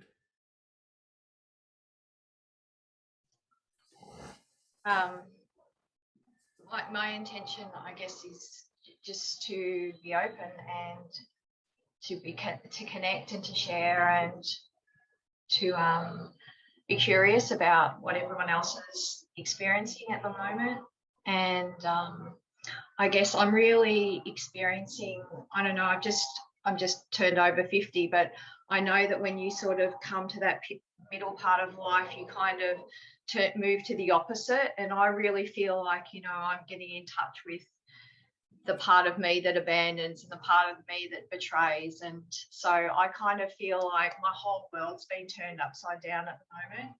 And it kind of feels really great, but also confusing and kind of triggering. So I guess I'm just wanting to be in the experience of myself with new people and seeing myself as I change and grow through the work that I do, and to kind of be inspired by other people being able to do the same, because I'm kind of excited seeing how the world is being part of the world more, being engaged with it. Like I've been so disengaged, so caught up in my own traumas and triggers and so lost to it. And now I'm like awakening to being engaged and you know, being interested in my community and my fellow men, you know, and women that, you know, are going through so much, and trying to understand, you know, other people's positions, but also trying to hold my own. So yeah, that's kind of, I'm just wanting to get stronger for myself, because I think, like Michael said, we're all here to, you know, we've got an innate sort of desire to meet our needs and to thrive and to empower ourselves and to have a life. And that's what's driving me, is just this primal need to have a better life for myself and to see other people have that as well. Yeah. Wow, thank you, Maxine. That's beautiful. I love your curiosity and openness and willingness to participate. It's wonderful. Thank you. Yes, please, Shana. I'll just piggyback on Maxine with this. I feel like there's this, you know, awakening happening. You know, I just am so stoked about like the presence of the world right now and the critical point that we're at in so many ways, and listening to a lot of different people. And then it's like, but my part, like I want to be a part of that. I want to get into those frozen parts. I've done some work over the years. I'm a ex-drug addict, and I've got new addictions, cigarettes and alcohol, pretty much. And I keep quitting, and then I start again, and I quit and I start. And I'm like, I've worked with some other people, and I'm trying to do psychologists and everything. I'm like, why do I keep, you know, just like what Paul says in the Bible, why do I do what I don't want to do, and I don't do the things that I want to do, you know? So it's like I'm in a constant battle with myself, and so I feel like I just want to get in. I've done another parenting workshop years ago in a group, and it was super helpful. And so I just want to get to like what you said earlier. It's like, okay, let's love the things that you know that you don't like about yourself. Oh, I love that I'm not afraid to be self-destructive. I love it. Really, it's really a playful. I really have this childish, adventurous. Yeah, let's take an LSD trip. That'll be fun. Like I haven't done that in a while, but I'm just saying that there's a playfulness there. It's not all self-harm, but I feel like with the cigarettes, I just keep going over and over and over it. So I'm like, I gotta address the source. And I do believe in community, and you know, that we created this space for I think magic happens, and I mean, it's just all intentionally, the whole setting feels good, so I'm hopeful. And I do heavily love, I haven't done a ton of meditation, but I love, I was afraid of meditating at one point because I thought, oh, I got so many demons, like who's gonna want to hang out there? But actually, I really am happy when I'm there. So I figure that combination, and I love the somatic, like I said before, like I love that you said, I've danced my heart open. For me, dance and just music is I just don't think I'd want to live without those things in life. And so I'm just hopeful this is a new approach, and I like these intensive. So thank you. Thanks, Shana. That's so beautiful. I want to say one thing about, addictions and trying to change addictions. You know, the the thing that heals always is awareness. And so when you have any kind of thing that you're trying to stop, and you keep trying to stop smoking, alcohol, drugs, whatever, is to really, before you take a puff of that cigarette, stop and ask yourself, what am I feeding? What in me is needing to be nourished that this cigarette is going to help? Don't try to stop it. Don't do anything with it other than bring awareness to it. Well, it's a powerful drug. It feels good. It hits your, what do you call it, endorphins. Yeah, well, that's all true.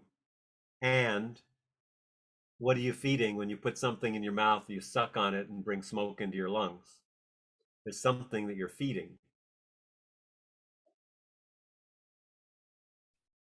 Yeah, well, that's the top. That's where I've Nourish. been. Like, there is guilt with every cigarette, so that's ridiculous. Like how fun is it to have a habit that you also are continually beating yourself up for? It's like, F it.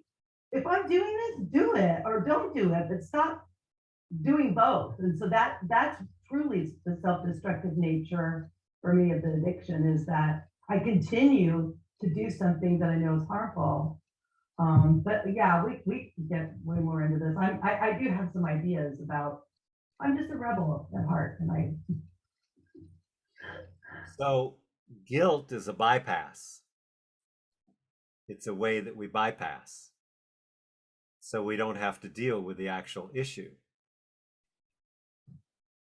So, if you can go deeper into the body, when you ask the question, what am I feeding here?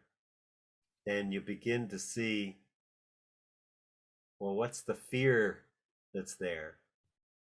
There's some fear, some sense of overwhelm, anxiety, fear. If you feel into your body, Shana, can you feel that right now?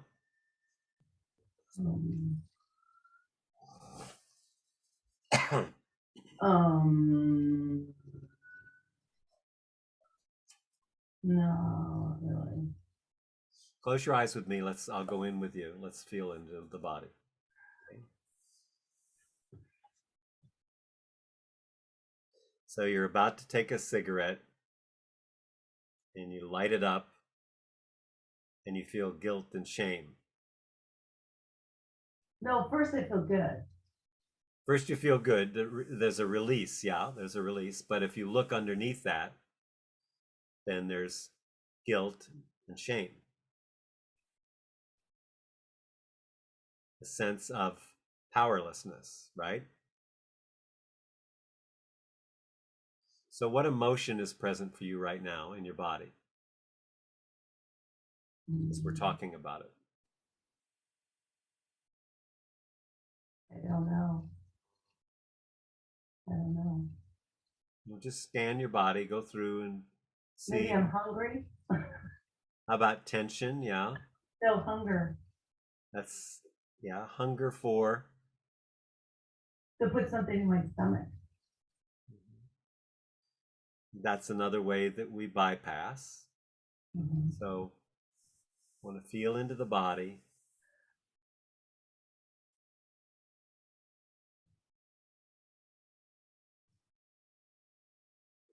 I want you to particularly pay attention to your lungs and your chest.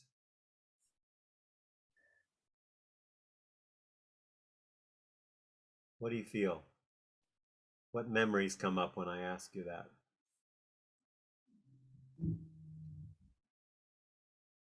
Oh, I guess. I mean, intellectually, I mean, I had bronchitis and pneumonia and all those things when I was a kid, asthma.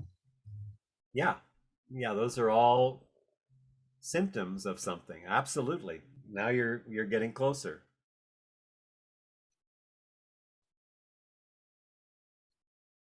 What are you not grieving, Shayna, that needs to be grieved? I don't know. If you did know, what would it be? Um, You're taking your awareness to your head. I want you to keep your awareness in your lungs, your chest, your heart area. What do you feel? Does it feel tense? Does it feel tight? Does it feel open and spacious? What does it feel when I tell you to pay attention to that area? I guess it feels thick. Thick. Good. Good. So it feels thick. Can you zoom Heavy, in a little? heavy, Pardon me? heavy. Thick and heavy. Right. Yeah. Thick and heavy. Okay. And does it have a shape? Maybe like square, like cement. Like Square like cement. Like a cinder block. Right. Beautiful. Really good. You're doing great. So just really feel that block in there, that cinder block. Heavy, thick. I want you to look and see. Go back as far as you can. What other times do you remember, especially earlier, of feeling that kind of heaviness, that stuckness, that block, that thickness in your chest?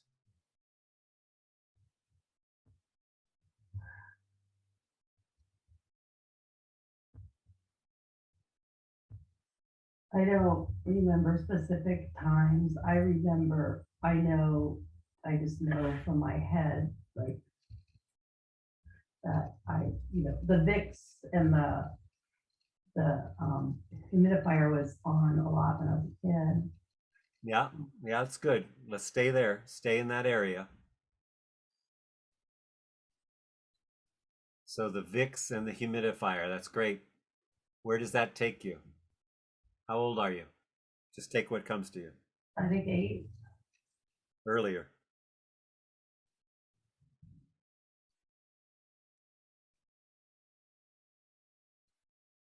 I don't know. The Vicks, the humidifier.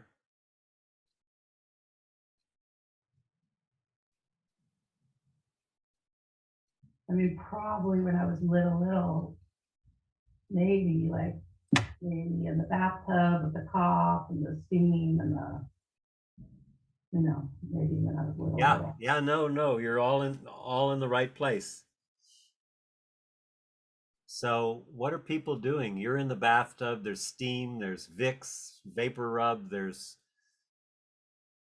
what's going on? What's happening?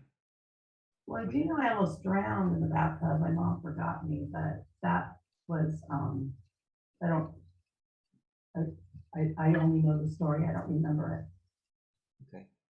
I know that my parents were young parents and they were, probably, they were not available.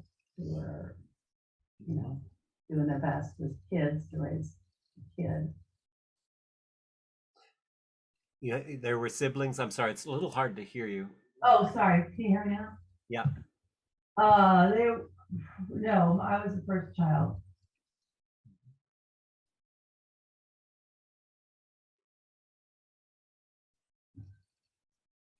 So how did you feel around your parents? They were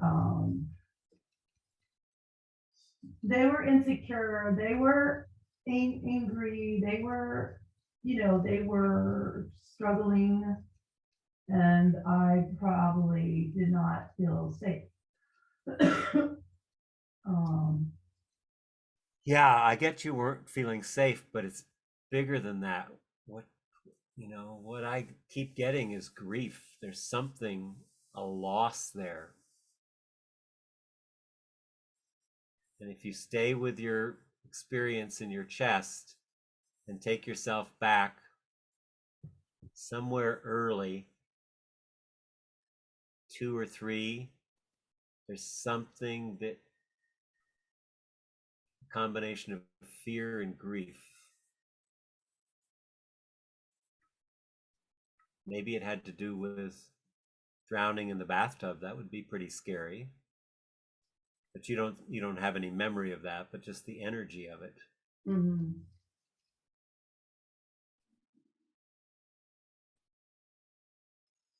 So we're all with you and holding you, feeling that heavy energy in the lungs and the chest and the heart area.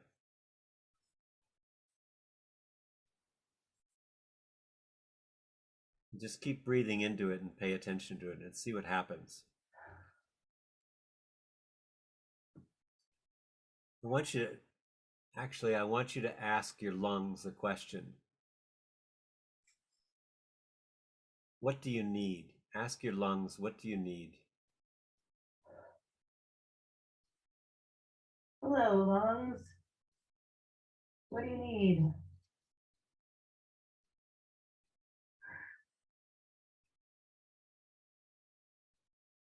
Just take whatever comes up, but stay in your lungs.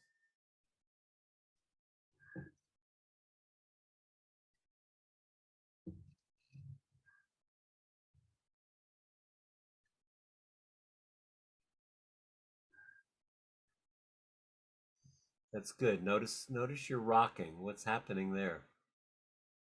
It just feels good.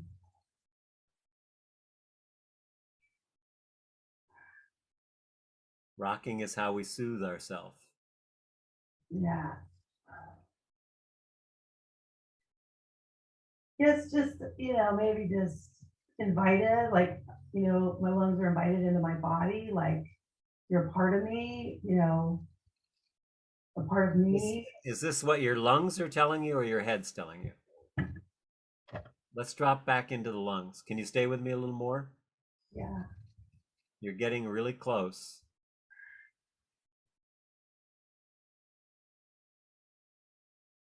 So there's something that your lungs want.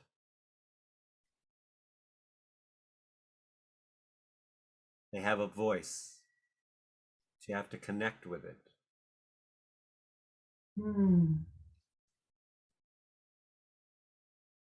It's scary. I understand. So allow yourself. I don't feel scared. I don't feel like I can do it right now. I feel like Okay. I feel like I'm going to make up an answer to make everyone happy. Yeah. I got it. That's a great recognition. So here's the thing. Through the weekend, Shana, we'll come back here. Mhm. And tonight, just here's my read is that your lungs in this area are very condensed and held like tension. There's a tension in there. You called it a brick or a cinder block or heavy, thick. So just bring your attention to that now and again. Come back here. And this is as far as we want to go now, which is fine. You did good. So if you've identified an area that is wanting attention, and it's not ready to release yet right now, and that's okay. And that's fine. That's not a failure at all. I've brought something up to the surface, and that's enough for right now. Yeah, and I think part of the point of this retreat is to get embodied. And so I think I still need to learn the language of my body. I don't know. I That's can't. right. No, that's totally right. So there's two ways to connecting with our body. There's the felt sense that takes us into the body. And then there's the seeing, the inner seeing. So both of those are relatively foreign to you. So that's exactly right. So that's exactly what you need to practice is coming into really getting into that area particularly. Mm-hmm. And you can ask this, you can inquire with this when you go to have a cigarette. Like I said, the addiction starts with saying, what am I feeding with this? Mm-hmm. Something that needs to be fed, needs to be held and seen and nourished. So you did, that's great. You've made some movement there. And for all of you, that's enough. Be where you are with it. And I love your authenticity and your recognition that I'm just going to start thinking about this so I can please somebody. That's also very good information to notice. Oh, what I do is I want to please people, so I'll think of things that will appease them and make them happy. So then they'll love me and they won't leave me, right?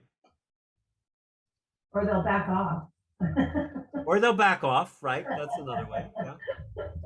Yeah. And I think for me, it's also about a processing time. So on the spot, it wasn't coming. So I'd rather just sit with that good question now. Well, wait a minute. You want to acknowledge you did make progress. You've done some work there. Acknowledge the territory that you already took. You see how we come back to not enoughness? Oh, it's not enough that I just actually felt something in my chest and I usually don't even feel my inner body. Yeah, because I'm pretty skeptical. So I feel like, again, sitting, resonating, is that true? Is it true? I guess it's more of a lack of trust in anybody else. So I have to make sure it's congruent to me. Like is that true? Is it my lungs? It makes sense in my head. It feels, could be, makes sense. Let's see. I mean, seems like and the journey for you in this is going to be trusting your body this weekend. Yeah. That's really the journey, and you've made a step in that. And it's important when you make even a little step to acknowledge I made a step in that. Okay? Thank you. Thank you for working with me. It's perfect. Okay. Introductions and intentions. Like I said, I may or may not jump in and work with you. It just felt like time to do that, to open that up as a beginning. So who else? Who's next? John, you want to jump in? Yeah, sure. Yeah. I'm John, and I am in Langley, just outside of Vancouver, British Columbia. And my intention here is over the last 2 or 3 years, I've done a lot of emotional work with overtones of spirituality to it. And this weekend is about me doing much more spiritual work with overtones of emotional work attached to it, kind of. So I'm kind of looking to find a different experience, a different approach into similar territory. I'm currently wrestling with a couple of things. I've got conflict with a couple of friends going on right now, both women, and I'm working at settling into being okay with making mistakes and still valuing, loving, and staying in my in myself, being okay with being flawed, being okay with being human, and sort of, head in the clouds, mud, feet in the clay kind of thing, and being okay with that. I've got a history of, I had an insight a couple of years ago that I made a contract with my mother to be perfect for some particular reasons. And I spoke to her in an activity, and she's passed, she's dead, and but spoke directly to her and said, I can't do this anymore. I can't be perfect for you. I can't be perfect, and I'm not perfect. And Great. so that was very powerful. And so now it's embodying that. This is year and a half later, and I'm still working at embodying. I can make mistakes, but when I actually fuck up, there are times I go, oh God, okay, now I feel like hell. I was dragging around for 2 weeks, and then I see a counselor as well, and we had a session. It worked out, and it really helped me just to talk into it and essentially tell those two people to bugger off in an emotional way. And I was lighter for the rest of the week, and it was really cool. So I'm here to, I'm not sure, I don't to settle more deeply into my body, I think, to get that felt sense, to really find my way to source through my body and through my center. And I don't know quite what that looks like necessarily in this weekend. Well, that's what the weekend's about. So that's a pretty good thing to have. Yeah. This perfectionism can be, for some people, I have someone in my life that just can't make a mistake, that just cannot let go. And yeah, I think it's great that you see that there's the pleasing and getting my mother's love. The thing to always recognize in that cycle, the perfection, in order to, like I have that with my dad, who I hardly ever saw, but there was always wanting to get his attention, to please, to be loved. It's just it's an appetite that can never be filled.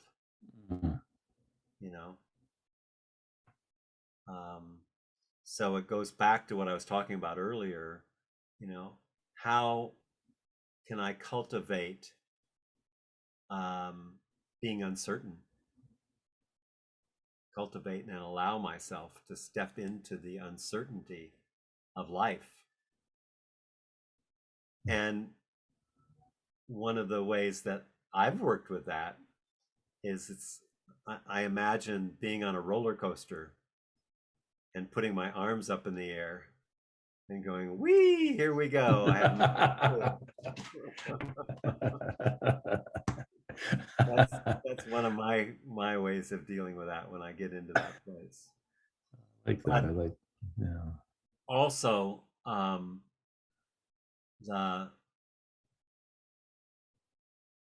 was going to talk about forgiveness. Actually, what I'm hearing is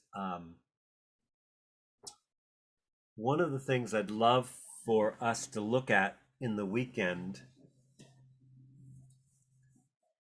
is the resentments that we carry. And that comes up in just my energetic connection with you, John, right now, is that these resentments lead us to things like a lot of covering up, a lot of inauthenticity. One of the things I don't think I've said in today's session, but some of you have heard me say this before. So most of you have a sense of the impact of early attachment. As mammals, we need that soothing, that attachment.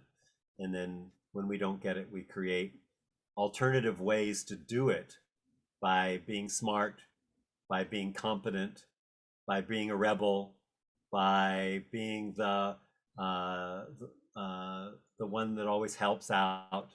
There's so many formations that come out of that. But the resentment, when we haven't dealt with that and allowed ourselves to deconstruct it enough to find out, when we hold resentments, it's kind of like throwing hot burning coals at someone hoping to hit them. You might hit them and you might not, but you're going to for sure burn your hand. And when you carry resentment, and don't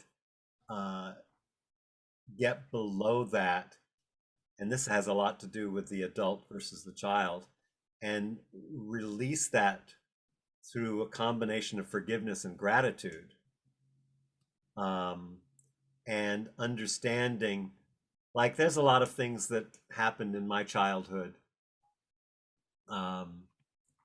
that for some time I felt was unforgivable. But when I worked with my adult self and tried to understand the other person, I was able to see, oh, that's how their mother was, and their mother, or their father and their father before them.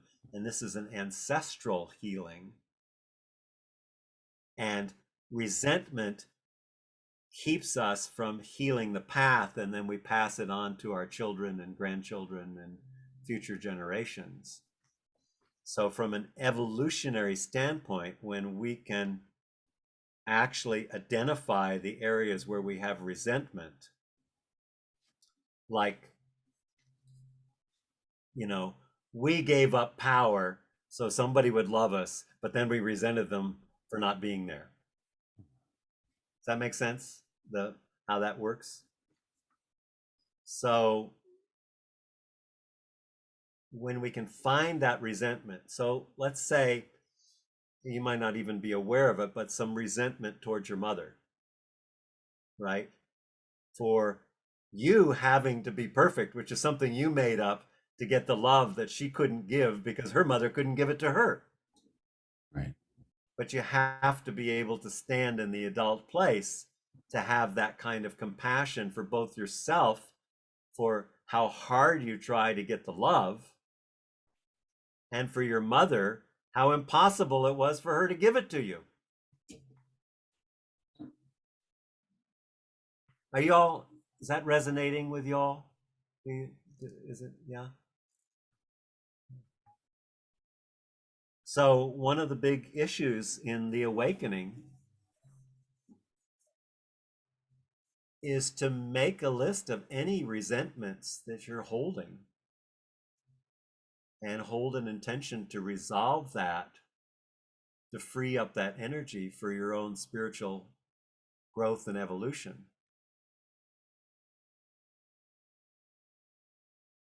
And it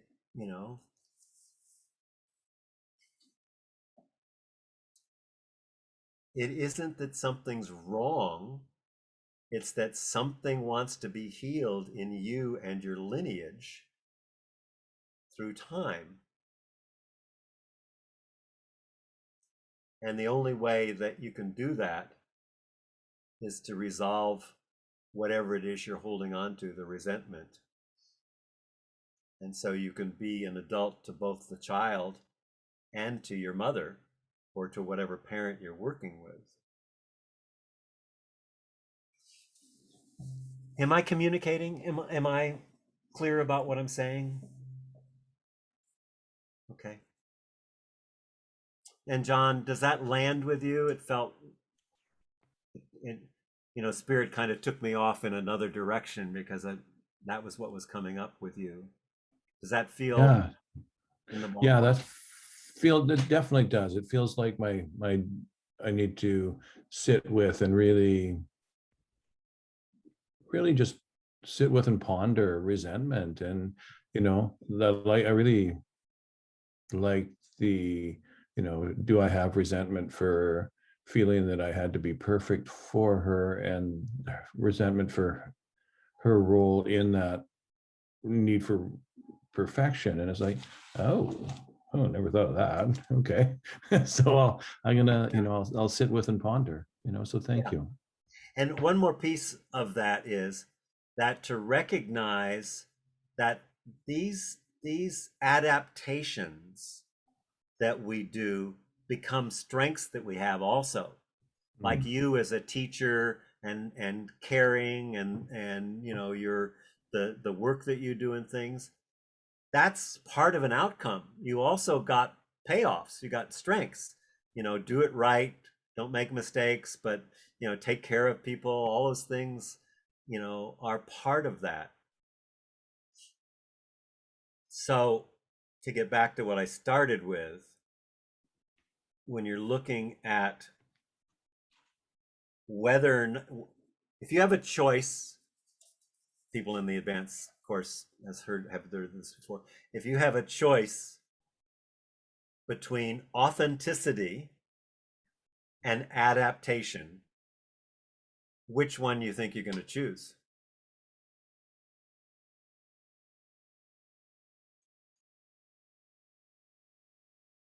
What do you think? Anybody know? I'll be adapting. Thank you. Yeah. Adapting every time you'll choose adaptation, and until you resolve the conflict there.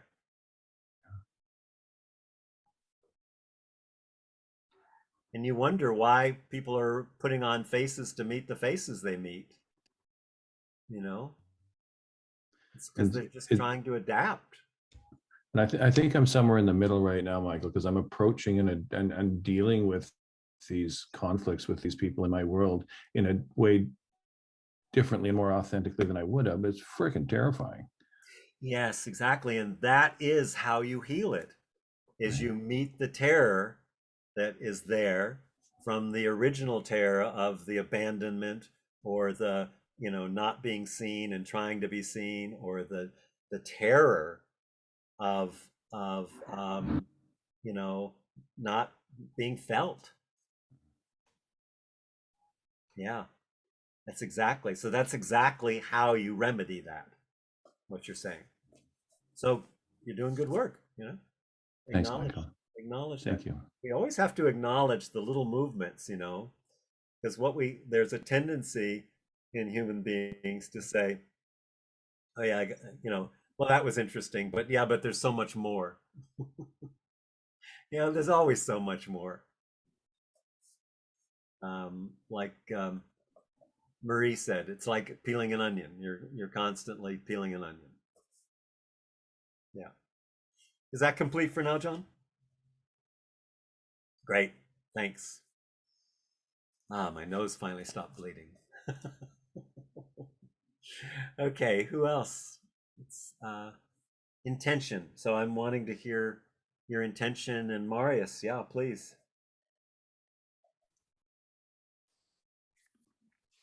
Hello, I'm Marius. I live in Richmond, just south of Vancouver. My intention is to just keep going on this roller coaster. What roller coaster, you might ask? So for me, I'd say it sort of started 2 weeks ago, just over 2 weeks ago, when we really started exploring our edges, trying to figure out what is that thing that is the anchor stuck in the ground that's just stopping me from doing anything. And again, and really working for myself to get to that place of figuring out what it is, what is going on here. And I have, so what's happened in the last 2 weeks for me is my work has gotten so busy that I've had no time to think. And even when I'm meditating, my brain is just too tired and my brain wants to jump in. So I started doing a lot of movement for meditation. And I find that this has helped me to get out of the way. And a lot of things have come up for me recently about self-worth. I feel that everything that I do, I mess up. And it's also gotten to a point where I had a meditation last night, and my realization was that I truly believe, no, I wouldn't go from a belief point of view. I would go from a knowing point of view. For me, the difference between knowing and believing, one is a factual truth, is that I deserve to suffer. I deserve to not get any of my needs met. And I deserve not to have love, experience love, and to show love to others. And, you know,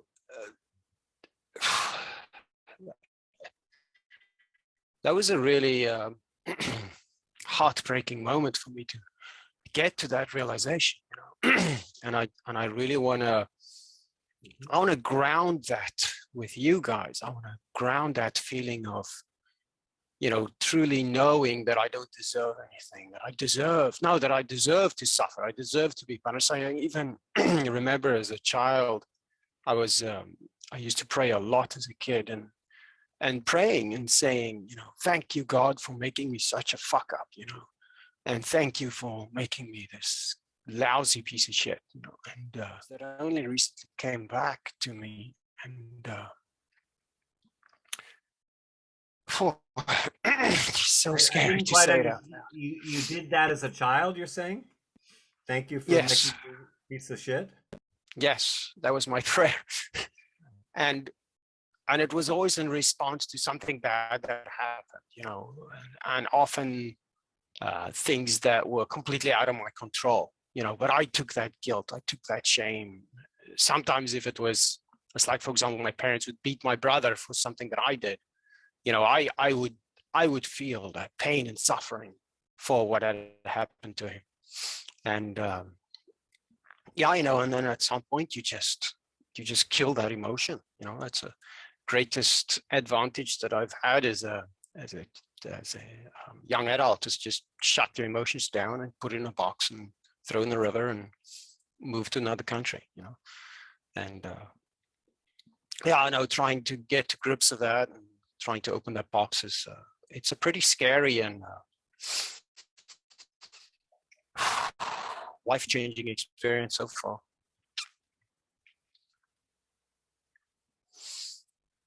Was I clear? Yeah, you're clear. I'm thinking of a poem by Basho. Basho is a Japanese poet. I forgot what era, but he says, "Why are you unhappy? Why are you unhappy?" Poets always repeat themselves. Gets habitual. Why are you unhappy? Because 99.9% of everything you do and say is about yourself, and there isn't one. 99.9% of everything you do and say is about yourself, and there isn't one. But you keep working on yourself, and there isn't one.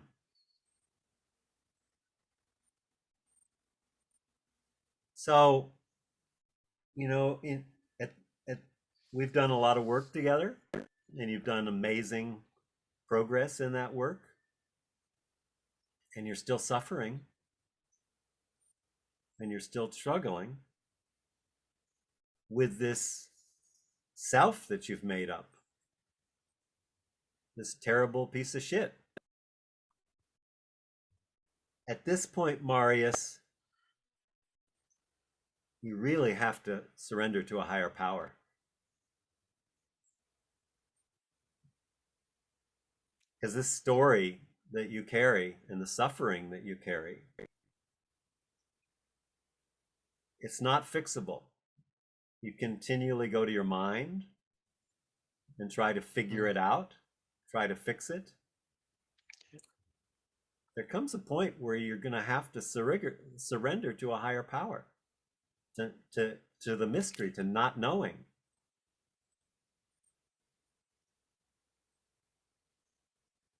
And I don't know what that's going to take to release you from the suffering. But it isn't anything that you can come up with in your head. You know, you are someone who's greatly loved by all the people in the advanced course. Yeah, and for me, that was the greatest irony of these last two.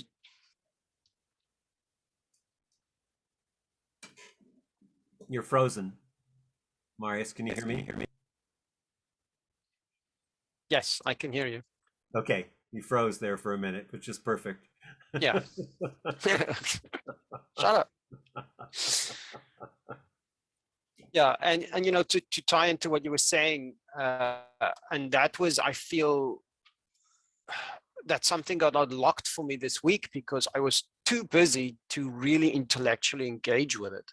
But it's almost like it's like a watched pot, right? Or watched kettle, right? You just have to leave it. And in a way, by getting my brain distracted and out of the way, that's actually when the work has started really, really getting there. And yeah, I have as you said, I have an over tendency to just analyze everything. You know, what you said to me, you've never said that to me in the work that we've done together about, you know, thanking God for being a worthless piece of shit. Well, think of what that does to your relationship to the higher power. You've made higher power your adversary. I know. You're, you know, you got yourself in a bear trap, basically. No, not adversary. No, Adversary. how I see it, I feel that I have made the higher power my torturer. Yeah, that's what I'm saying. Does that make sense? Yeah. No, but like I see an adversary as somebody that you fight against. I feel like I'm just being punished all the time. I am being tortured by choice. And yeah, that the I you're talking about, yeah, and I'm talking about that doesn't exist. Exactly. So in that sense, in the sense of your soul, you have made the higher power an adversary.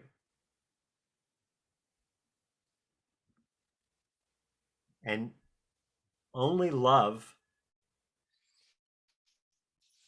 is going to heal that. And love is the absolute presence and opening to a higher power for you. That's the next step, you know. We've been working together for a while. And that's really, you know,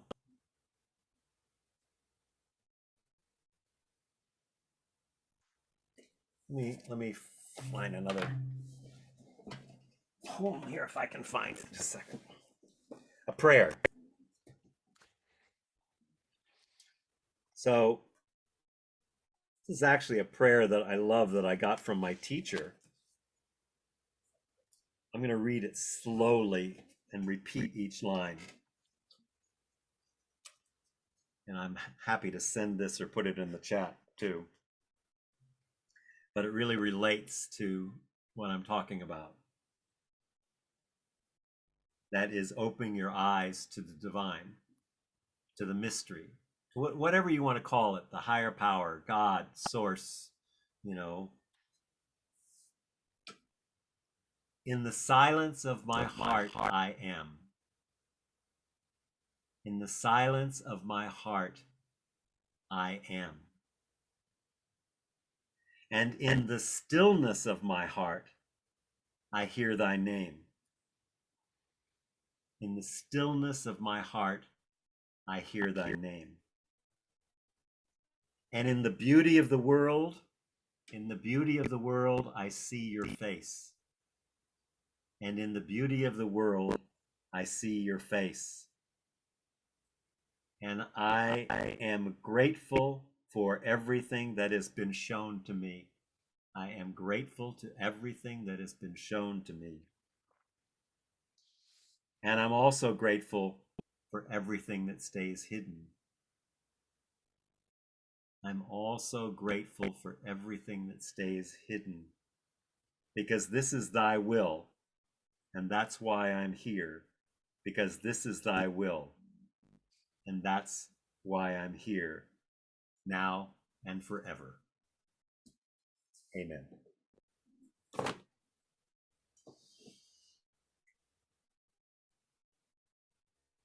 So what are you feeling in your body right now, Marius?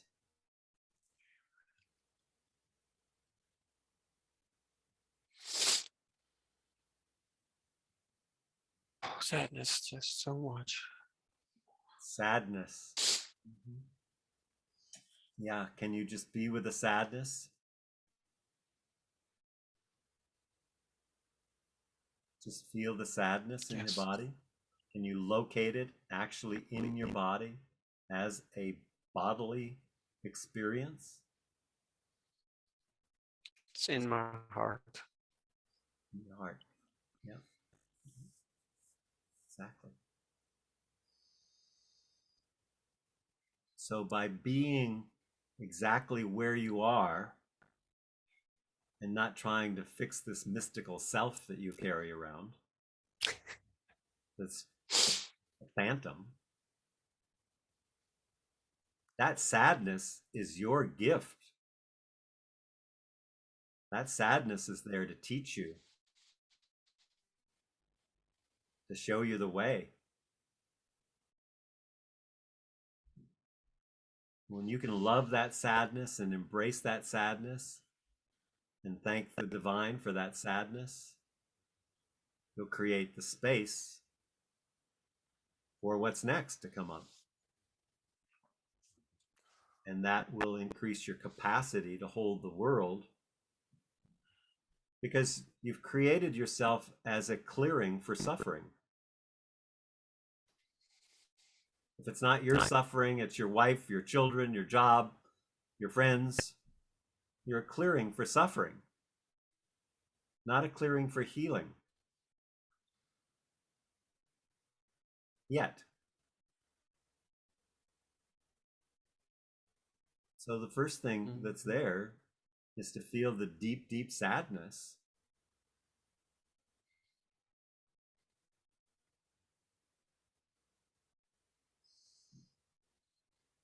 There's also some anger there that you need to feel. Yeah, and a lot of guilt.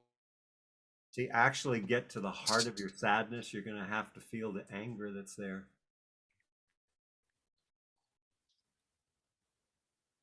Because the sadness runs like a river, but what I see is that on top of it, there's unexpressed and unfelt anger. Can you feel that? Can you relate to it, or is it too covered over?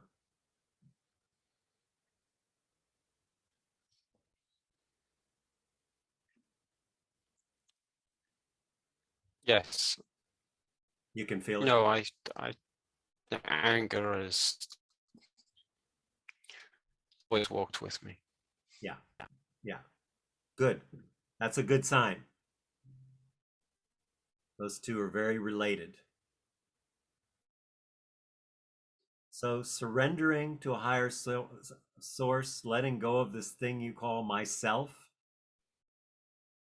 and noticing how attached you are to the struggle and the suffering,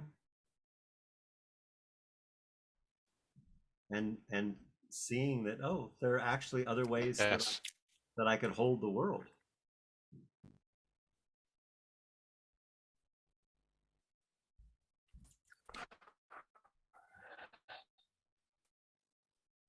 Thank you, Michael. I love you, brother. I always see myself in you. I don't know if I should be honored about that. Yeah, well, like I said, I'm a mess too. But I celebrate it. Yes. Yeah. I know that Thank you. the higher power comes through me so that I can be of service. And I know in your heart of hearts, Marius, My mouth didn't want to make Marius for some reason. I know in my heart of hearts that there's nothing more than you want to do than be of service to the world. But this is what's stopping you from doing that.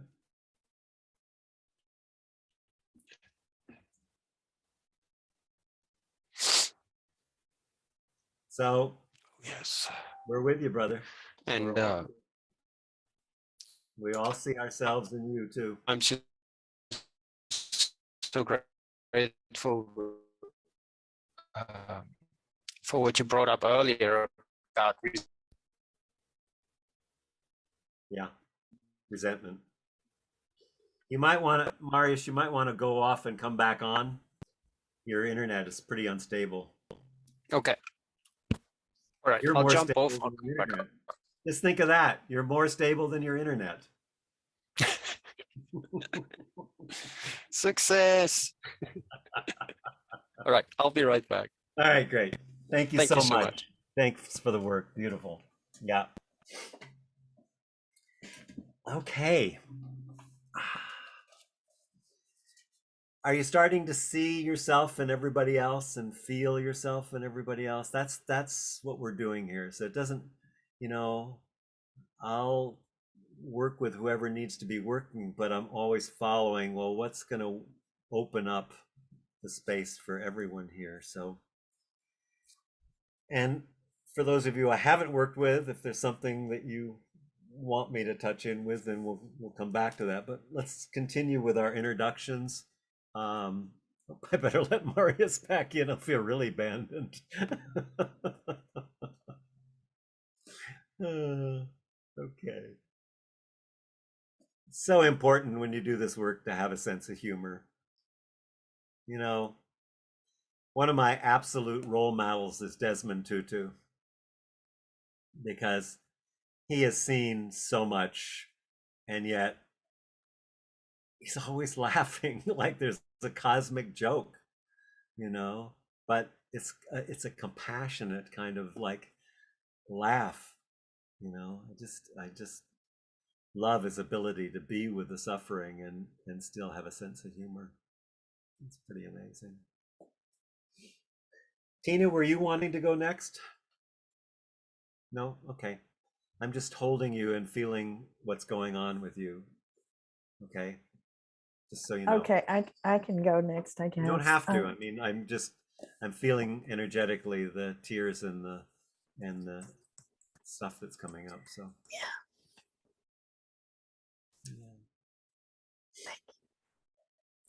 yeah, a lot of stuff has come up from the sharing. So thank you for everyone who has gone so far, because you're right. It's just right here.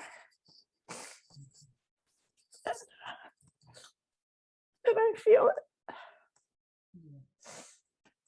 Yeah. And my intention for this workshop is to be present and to be with what comes up.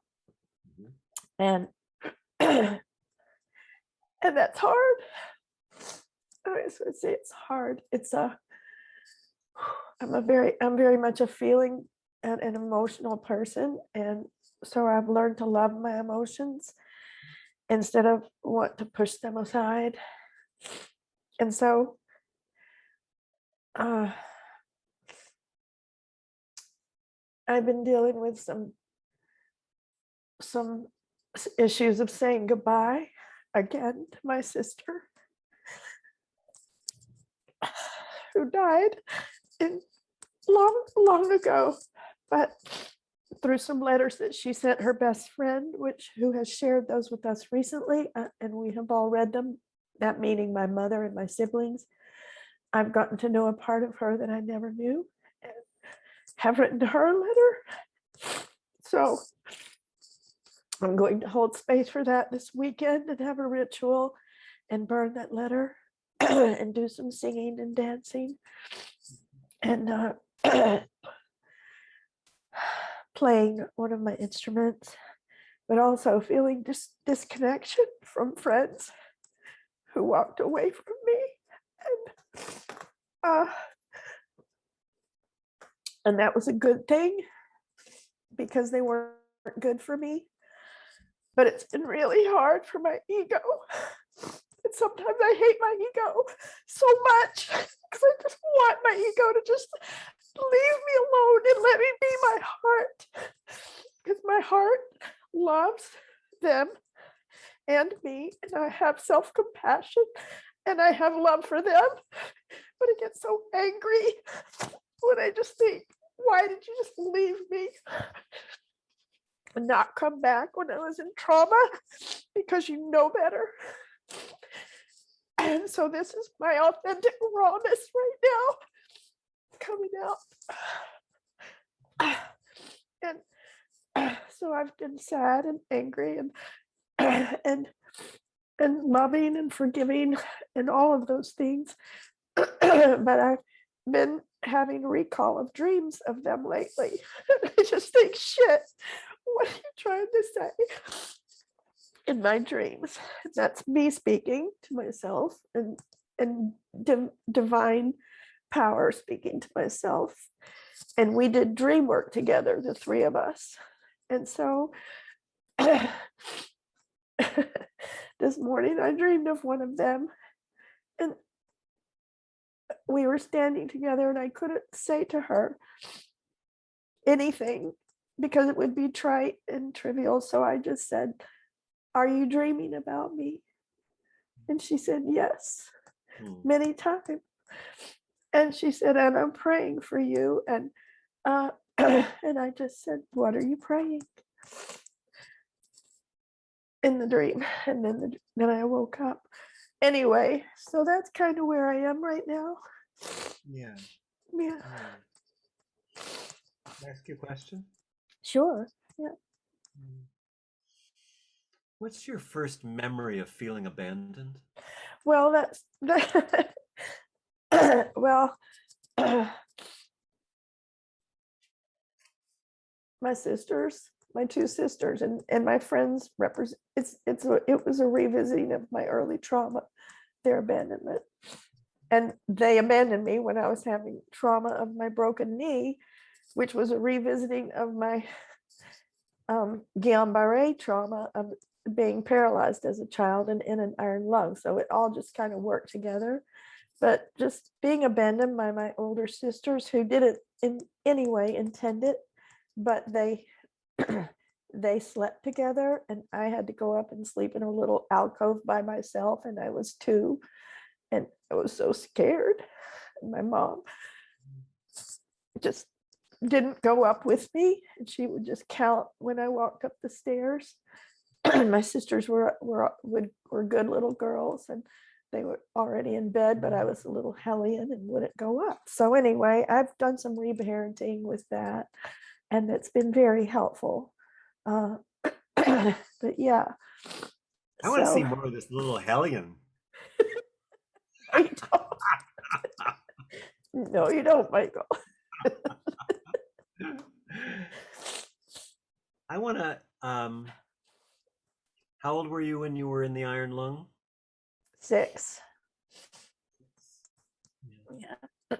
And was that before or after the sisters? So that happened at 2 when you were in the alcove. So yeah, it was after, and even one of those sisters carried me. When I couldn't walk, when the Guillain-Barré started manifesting, and my legs folded and I couldn't walk. My parents didn't believe me, but my sister believed me, and she carried me. And then my mom believed me. So, and that is the sister that died at age 19. So anyway, yeah. So, but yeah, so I've been really, really spending time being with myself and loving and having compassion for myself as best I can. That's been real challenging, but practicing that has been something that I've been working on for the last 6 months. So you would think it would take. Would you mind going back to the 2-year-old with us? No, turning I wouldn't mind. Okay. Because that would serve us all. All right. So it would be a contribution. Yeah. So let's close our eyes together. And I want you to recall that your sisters are in bed together. They're doing what they're doing, and you're alone in this alcove. And just see if you can picture yourself, what you're wearing, what's it look like when you look around you. It feels dark. Dark. Mhm. Very dark. It's scary. Yeah, yeah. And there's no one there. There's no one at all, and you're very scared. Feel that in your body. Where is that in your body? It's my chest. Oh, yeah. Just keep your attention there. Keep your attention there for just a second, a couple seconds. Just feel that intensity in your chest. In And my heart. are you able to cry out, or are you holding it in? You're holding it in, aren't you? Yeah. That's right. That's right. Yeah. Ah, Really hurts. yeah. Just feel the tension of holding it in. Feel how tight that is and how constricted. It's almost like you can't breathe, right? Yeah. Yeah. Okay. So now I want you to just don't do anything, but just feel a sense of relaxation in your throat and your chest. And then allow yourself to breathe. Now I want you to stay connected with little Tina, 2 years old, in the dark, terrified, can't scream, can't call for help. And I want to hold that part, and then I want you to come back to your adult self right now and imagine coming into the dark and picking up that little 2-year-old and holding her next to your heart. Can you feel that? Can you hold her next to your heart? I'm holding her next to my heart. Yeah. Can you feel her little heartbeat? I can feel it beating so fast. Yeah, yeah, exactly. Exactly. But feel your heartbeat now, your adult heartbeat. Yeah. Can you see the difference? One's beating really fast and the other a little slower. Just regulating your adult heartbeat, feeling the child heartbeat. Now, Yeah. yeah, go ahead. We're co-regulating. Exactly. That's what we're doing. Exactly what we're doing. That's right. Yeah. Now, to really make it real, though, I want you to mother and give this little Tina what she needed then. I want you to let her know you feel the fear, and you can still feel fear, and it's okay to feel fear, and that you love her, and that you're here, and that you made it. You've gone through all these years and you made it, and you've been carrying this. And so you tell her, what would you say to this frightened, in the dark 2-year-old who's terrified? I would say it's okay to be afraid, and I'm here with you, and I feel your fear, and I'm holding you in your fear, and I love you, and you made it through. You made it. You didn't die. It's okay. Yeah. And then breathe into that with her together. Just breathe together, the two of you. Yeah.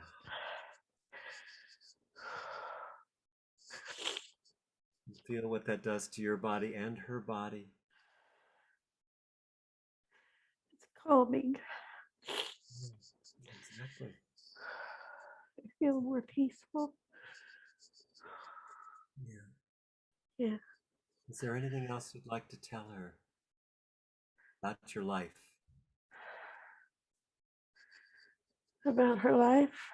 About your life. About my life. That I'm worth loving.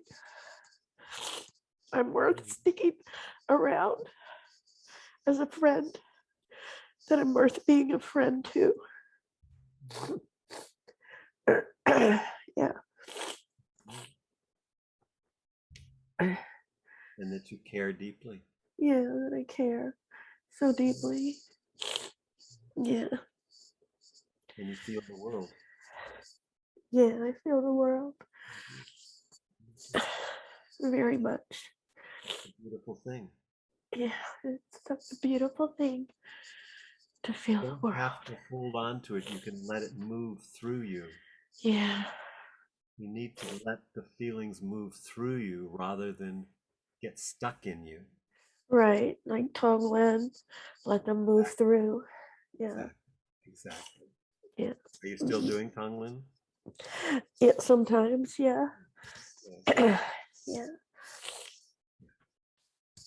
Beautiful. thank you. Take a few breaths, yeah. Come back. Thank you. Thank you, Michael. Oh, thank you, Tina. I love you. Open my heart and butterflies fly out.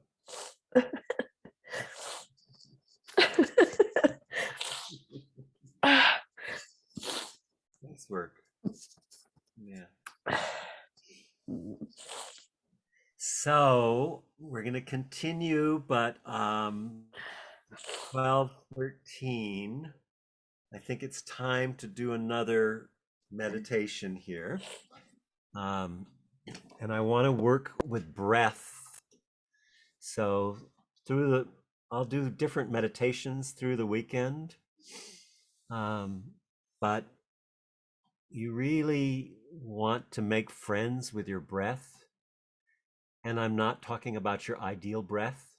I'm talking about the one that you have, your actual breath, because your breath is a rhythm that you can trust.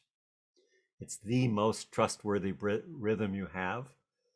There's a reason it's been used for millennium to meditate, to calm, to expand, to grow. But it's, we really want to honor not the ideal breath, you know. Some of us who have breath like me from trauma, that my breath sometimes goes like this at the end, because I can't get a full breath. I was 2 in an iron lung also, and a lot of early abuse. So that's the breath that you have, and it's been with you. It's been with me 76 years, and that's the one you want to honor. So I want to do a breath meditation now, and then afterwards take a little lunch break. And if you can, if possible, I invite you to do the lunch break in silence.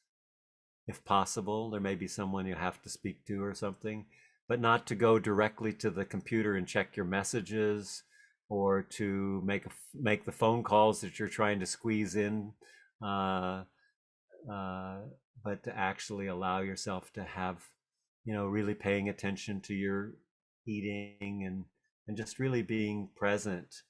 Um, so let's do a meditation together. I think it's definitely time. Feel your feet on the floor.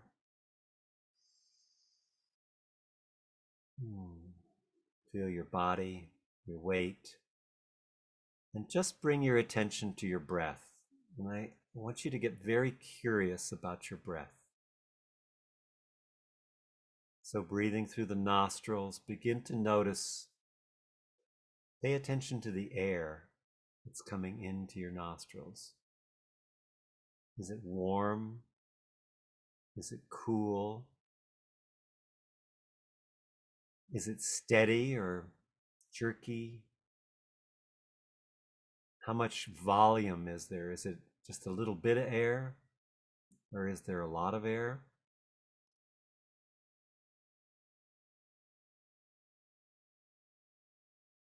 And notice how it comes into the body. See if you can track the air. So the in-breath comes in.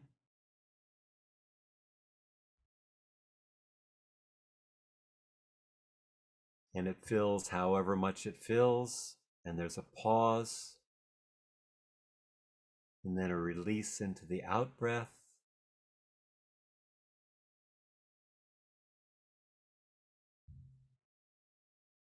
and a pause, and then an in-breath.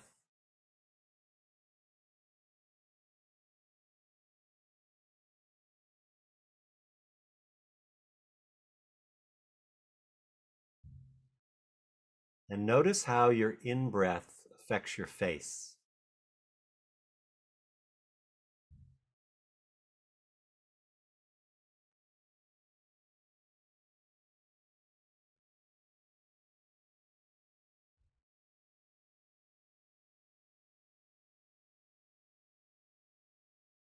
And again, you're not changing it, you're just watching your breath and seeing, well, curious, how does my breath affect my face?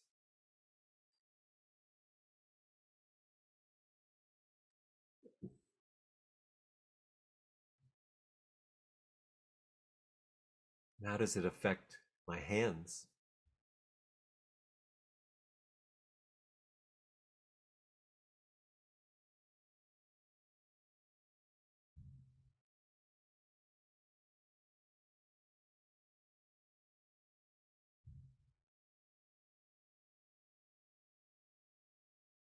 And how does my breath affect my feet?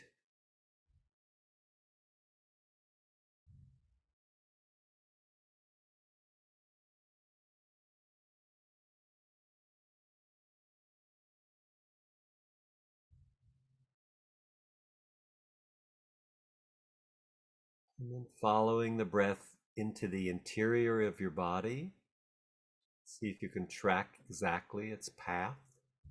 Breathing in,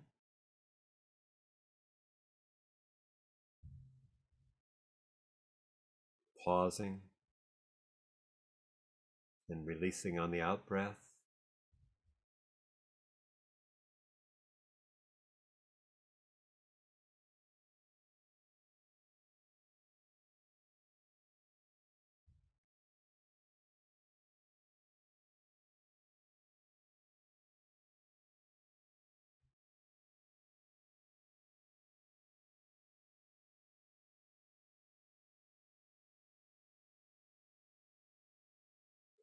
Notice how your breath affects your interior.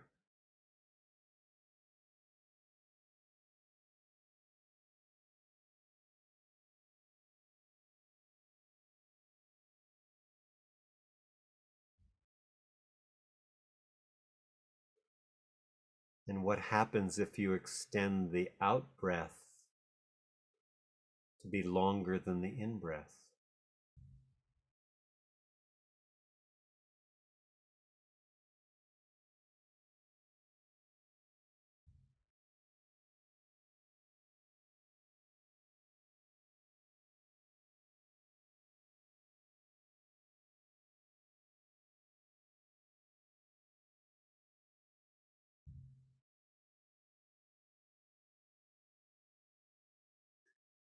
And notice the in breath.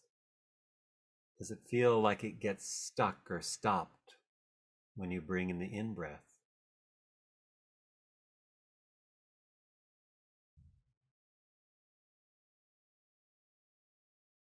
Or is it smooth, flowing, natural?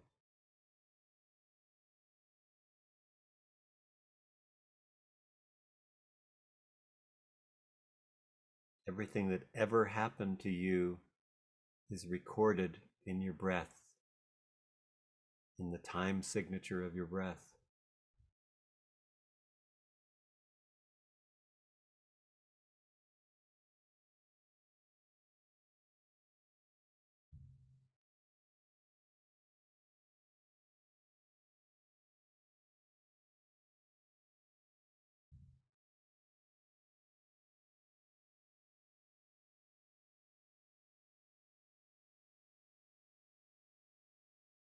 How does your breath affect the space around you?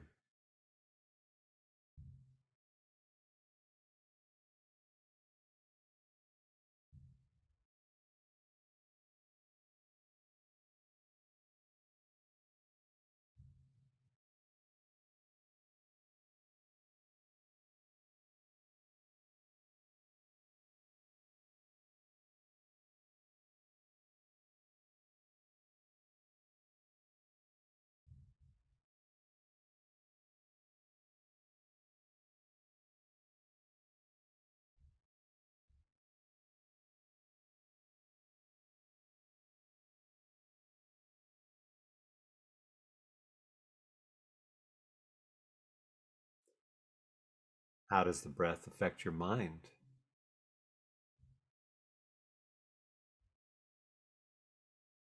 When you attend to it, your breath.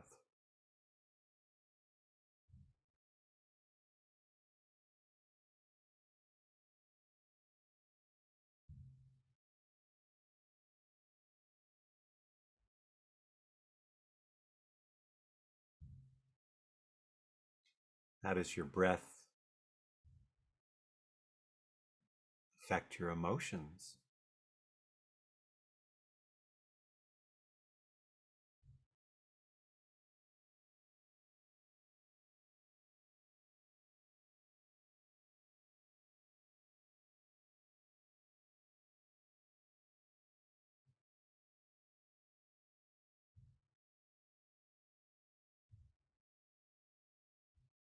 And then just scan through your body as you breathe.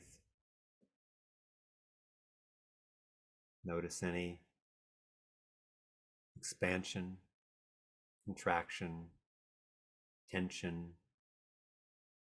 And just bring your breath to whatever you notice. And notice that you can actually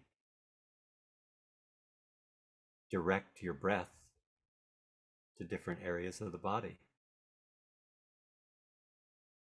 I can breathe through my feet, bring my awareness there. I can breathe through my elbows and shift my attention to there. I can breathe through any area where there's tension.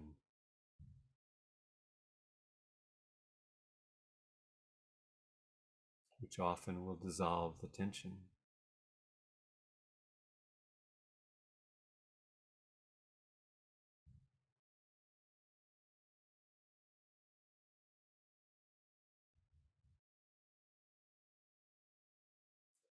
And I invite you to thank your breath for being your primary companion in life.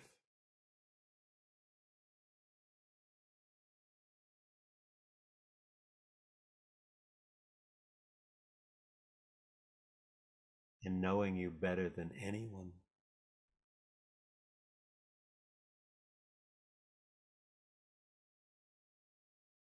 And always there to support you.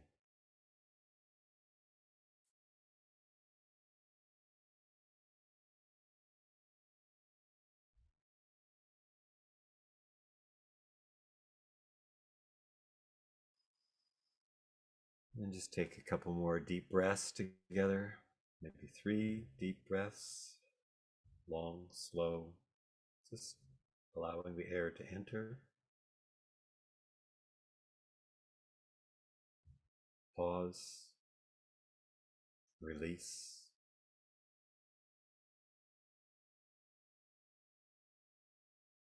Pause. Again, breathing in.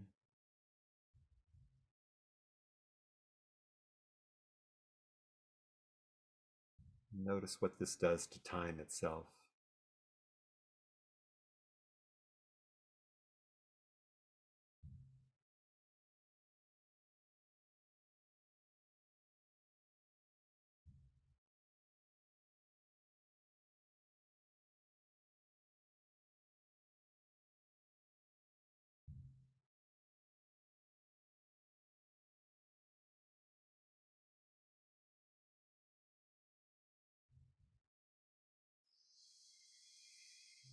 And then let's slowly bring ourselves back. And just attune to everyone again. Feel yourself feeling them.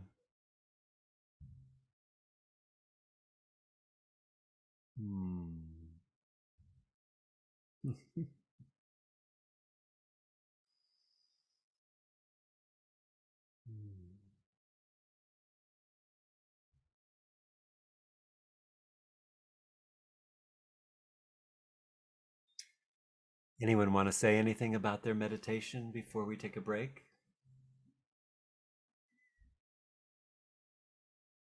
John?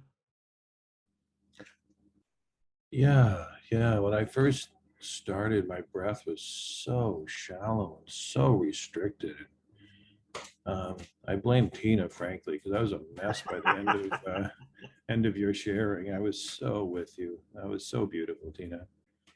And so my breathing was really, really restricted. And by the end, it was flowing so much better as I breathed into areas of my body and just didn't force my breath. I took what you said and I was like, oh, well, this is my breath. Okay, quit trying to make it something it's not. This isn't a perfect yogi breath, like just Right. be where you are, buddy. And it was really lovely. Yeah. Lovely. That's the right word. Thank you, John. I love that. Anyone else have a comment before we break? Yes, please, Maxine. I was just thinking, it brought up some memories of feeling triggered. So when I feel safe, memories come up, Yes. and just things that are painful or difficult for me, conflicting. Yeah. Yeah, beautiful. Do you want to do some work after the break? Yeah, I'd love to, because I've been sitting, I'm feeling like it's such great, interesting. I haven't really done a lot of group work like this, and I really get so much going into the work with other people, and it really helps me to navigate my own inner world in such a profoundly deep way. But yeah, I was wondering, because I feel so I didn't know why I'm here, and but there has been things that I have been conflicts that I still feel really triggering, and I guess I'm touching them, and I have been touching them over the last week, and I guess I would like to work on those. Yeah, definitely. We will do that when Okay. we come back from the break. Good. Anything else for just this segment to be complete? Shayna, anything you wanted to say? Yeah, I guess, I mean, I don't know, breathing, breath work is lovely to me. So maybe ironically, I love it. I love it. I was doing some like Wim Hof breath practices before, and they're just so awesome. Like swimming under the pool and holding my breath feels really freeing. So the tension, I know I'm supposed to be asking my lungs what's going on, but I mean, for me, the tension's all in my lower back and hips. So when you were saying, where do you want to breathe into? For me, it's really in my core and my hips is where the tension is, what I want to really clear out. So that was my experience breathing. Yeah, that's beautiful. And instead of clearing out, maybe making friends with? Yeah, I mean, I just feel locked up. So Just to make friends with them, and instead of trying to change it, first we have to touch it. So if that's where the energy's going, it's really valuable. I wanted to tell you a story about dancing, since you're a dancer. I used to dance, of course, with Gabrielle for many, many years, Gabrielle Roth. And when I was in New York, we'd always dance at the New York Ballet, at one of the rooms there with the New York Ballet. And on the breaks, we would all go outside, and everybody was smoking. yeah, it's fun. It was crazy. It's It so was fun. crazy. And so there's something about breathing, dancing, moving, Yeah. and something that we do with our lungs. Now, I personally, quit smoking many, many years ago, but I was one of those people out there smoking, puffing away. And, it's been a mystery for me for a long time that most of us that have um, early trauma and get into movement often have that desire. And that's changed over the years. I'm going back into the 70s, in that era when I first started dancing. But it's really an interesting phenomena. And I personally started asking myself, you know, what are you feeding? You know, many years ago, 20 years ago. Um, and and I got a lot of wonderful answers that came up for me. I'm not going to say what my answers were, but I really recommend that if because the breath and the lungs are such an important part of us, and yet, you know, we know that we're doing damage to our lungs when we're doing that, and yet there's something that's calling us to have that extra, you know, it's like we get more breath, but really we're not doing good things for our lungs. So just thought that came up when you were, you know, from what you were saying, that I thought I'd share that. So yeah.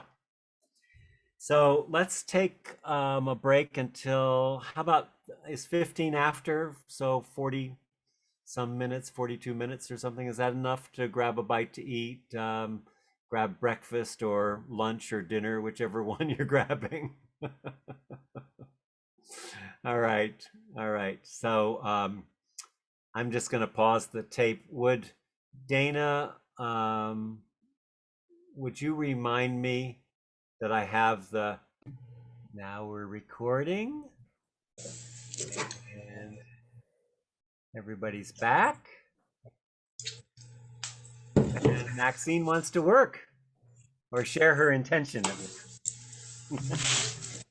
Right? You have to unmute, love. And just before we slide in, I'm Yes. going to quietly leave at about 10 to 2. Okay. So bye in advance. Yeah. Yeah. Beautiful. Thank you, John. Thank you for your work today, too. So, hi, Maxine. Hi, Michael. I Take a yeah, deep breath. Take a deep breath. I can feel your nerves. No, I just got a bit rushed because I managed to fit in a quick hot bath in that time. So I come right back wonderful. as I heard everyone talking. I thought, oh, I think my timing was out. So I had this feeling to when we all took the break, because obviously I was eating during the session. That was my breakfast, so I kind of knew I didn't need to eat, but I had that feeling like all of us have to distract ourselves with something, and I wanted to distract, and I thought on this occasion I wanted to stay with it, because considering we, like you said, we were going to do this work, so I thought, oh no, stay with it. So I kind of was kind of tracking my thoughts and everything, and by the time that I got to the bath and kind of softened in and I allowed myself to kind of touch in, I felt like really aware of feeling over responsible and overburdened and angry and like all that rage that I'm feeling at, you know, on and off at the moment in relation to what's going on outside in the world.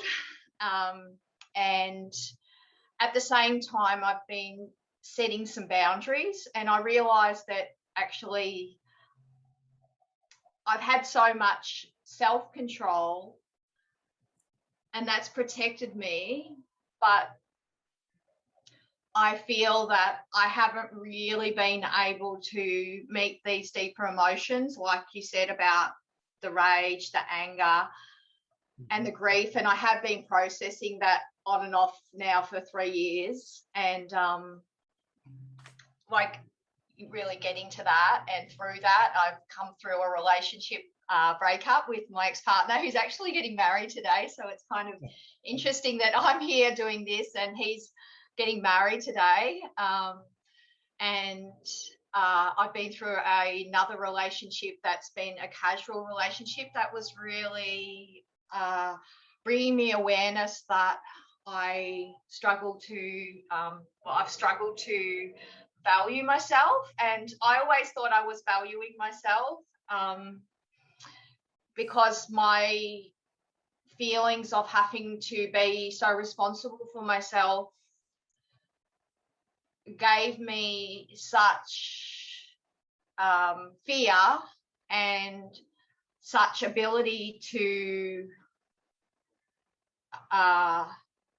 find ways to be in the world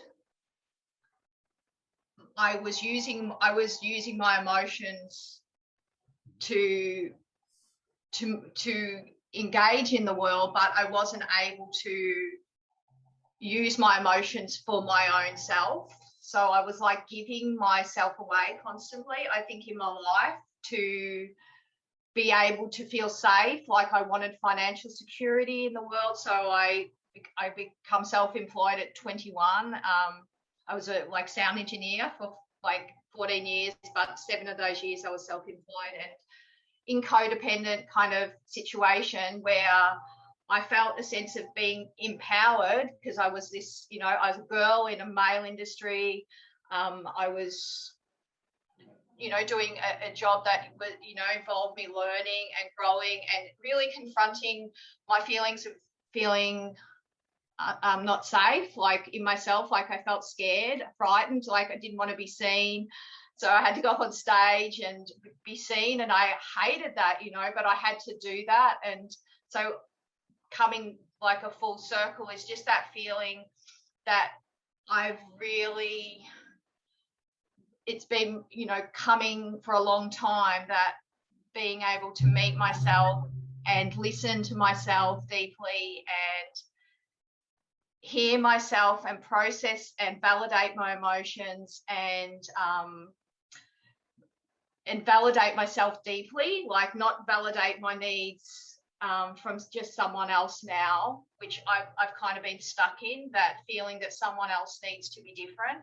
It's someone else that's got the problem, not me. And now I'm kind of coming to a place where I feel that I'm able to be in myself totally and completely and supported and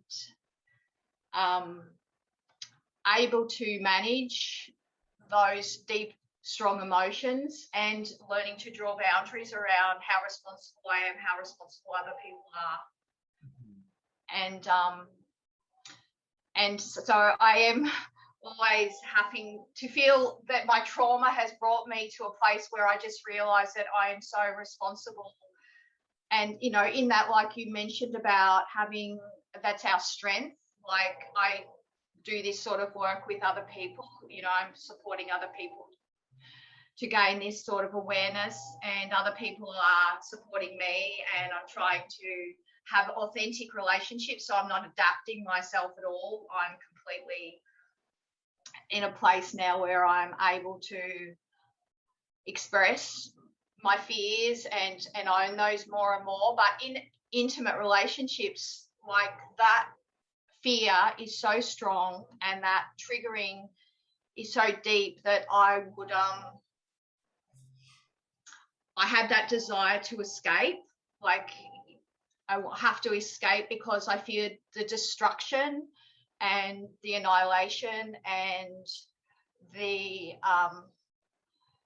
destroying of me. That someone wants to destroy me, that I felt it like that. Like it's me against them. It's me against my parents. It's me against the government. Like I signed a disclaimer to birth 2 children naturally without drugs, had to sign a disclaimer. I have to stand up for myself, to get anything. I have to, be so, I have to justify, explain, which I'm just over doing. I just haven't got time for that, but then it leaves me alone. And that's another deep fear that I have of being alone, which I've been processing. And I'm not alone because I'm so networked and so connected and so supported, and I'm able to reach out. But in an intimate relationship, I don't reach out because as a child in a family where there was mental illness, my dad had 4 breakdowns in my first 3.5 years, and then my mum left him because he was kind of so unstable, and my sister come along. But he had these breakdowns at every point, like when my mum was pregnant with me, and then when I was born, and then when she was pregnant with my sister, and then when she was born. And he had like shock treatment. He was like in hospitals having shock treatment, and he said that he was like out of life for like 18 months. And so he was what? I didn't catch that. He said what? He was out of life for like 18 out months. Of life. Okay. Out of life.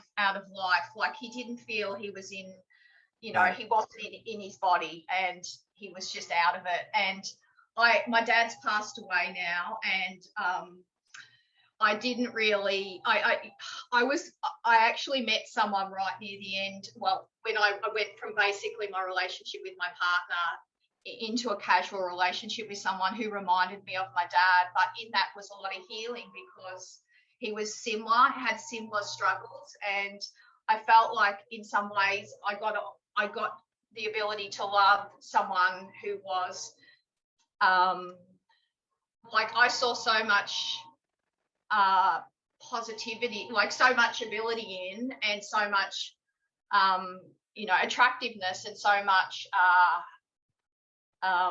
connection, and so because he had kept himself safe by separating him from society and keeping himself safe like that, which is what my dad did in the end. He just lived a very private life.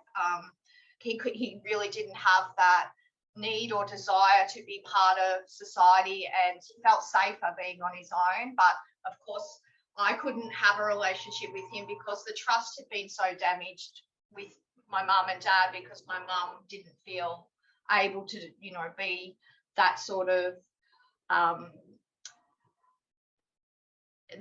of ability to be able to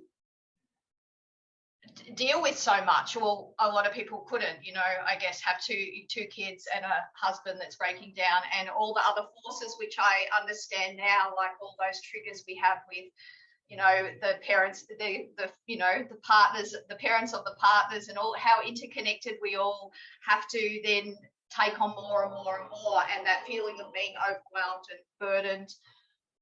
I'm kind of through all that now in a way that I can go, I'm not doing that. That's not for me, because it doesn't serve me on an inner, deeper level, or I'm not ready for that soul journey. I don't want it. I don't want that. And I think now it's just like how you deal with, ongoing overwhelm. Like, even though, like, I know about all grounding and that, because like I'm very able to do all that, but just like you're obviously older, and I think what I enjoy talking to counsellors is, like, a lot of them are older than me, especially the ones that are older than me, because I feel like what lay ahead when you have to do so much work. And obviously now I'm really not doing a lot of work. I'm trying to just like do absolute minimal work. Even work that I do with clients are just doing minimal work. And with my kids, I'm drawing more boundaries and stepping back more when I can and need to. And I'm embracing that more, that being alone. But at the same time, there's a fear too there. There's a little fear that comes out, and that maybe I'm not destined to have that. Like, I can appreciate the intimacy with my body because I've got a very good connection with my breath and my body and nature and animals and people. But that idea that a close relationship, like I have it with people, like everyone here, I'm talking, so I feel comfortable to share with everyone. But with someone is so triggering, because I think the whole inner journey from me, from being born, felt unsafe, and there's so much fear. And because I've learned to control myself so much with everything, like I've been doing yoga for 20 years, so and spiritual practices, I do that now, but not like controlled or anything, so it's very trauma informed. But that's defined me, that's created the structure I have. I've got a very controlled way of being, so when I'm in a relationship or coming close to one, that need to control is so strong. Yeah, I get it. Just so strong, and all the defense mechanisms to push and pull and destroy someone before they destroy you, that's there as well. Like, it's wild, it's wild, being like that. Yeah, no, I totally, I just want to acknowledge you, first of all, for all the work you've done, because you've done a lot of work, and you've come. But I love the work too. I love the work. Like, I loved all the practice over the years. I've loved my journey. I have no regrets. I've just had I've chosen everything. Like I said, I felt like I've done what I've wanted to do, but it's led me here and I just feel like there's only more work to do. But even though that seems okay, but not okay, I don't know. Well, you've said a lot, and revealed having done a lot of work, and I want to go someplace. Let me talk about development a little bit first. So, one of the biggest challenges and traumas for a child is to not be able to be a child. It's huge. How many of us have been 2 or 3 or 4 years old and felt that we had to take care of our parents? We had to be the parent, right? How many of us,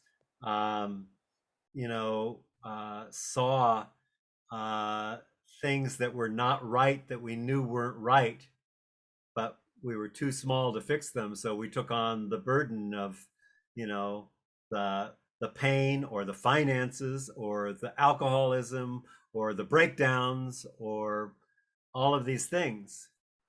So it's a natural tendency, and it fills in for the missing, not being touched, held, seen, felt, nourished, all of that. And in the one hand, like I said before, that becomes a strength.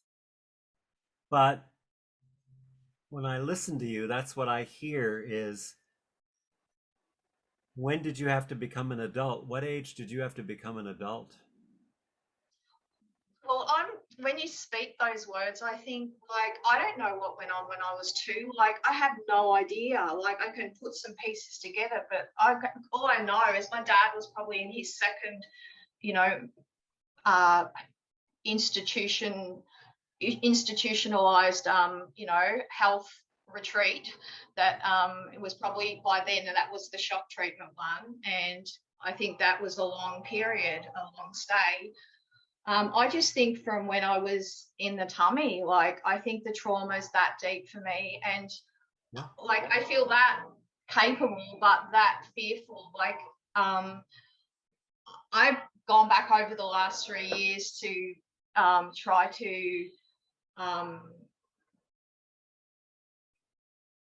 kind of explore more of what I want, that is, I guess, more coming from a place of creative exploration. And I guess dance has been a big part of my journey as well, but it always was just one of those things where I didn't need a voice. I just had this body that I could trust, so I really trust my body. I started skateboarding like 1.5 years ago. I'm like 51, so I'm like, it's awesome. Like, I'm at the skate park with, kids and everything. Oh, great. Yeah, and I started like writing music and, going and doing some performing, which was really hard because I have so much fear of being seen, and talking had been a real issue. Even to go through my like teacher training and with yoga was a really, big thing. So being seen, being heard, just huge fear. So I've done all that.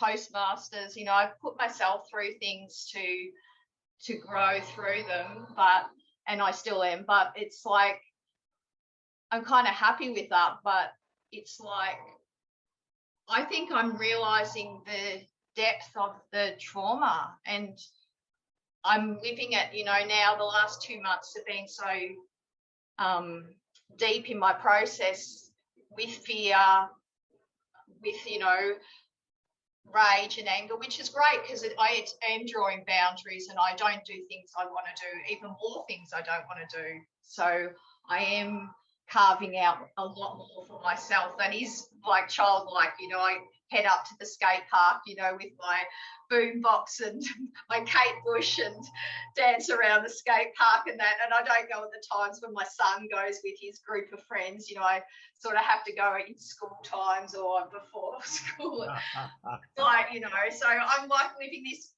life that's sort of kind of not like other people too. So one of the things that a child had to be an adult when they're a child, one of the symptoms of that is pushing yourself.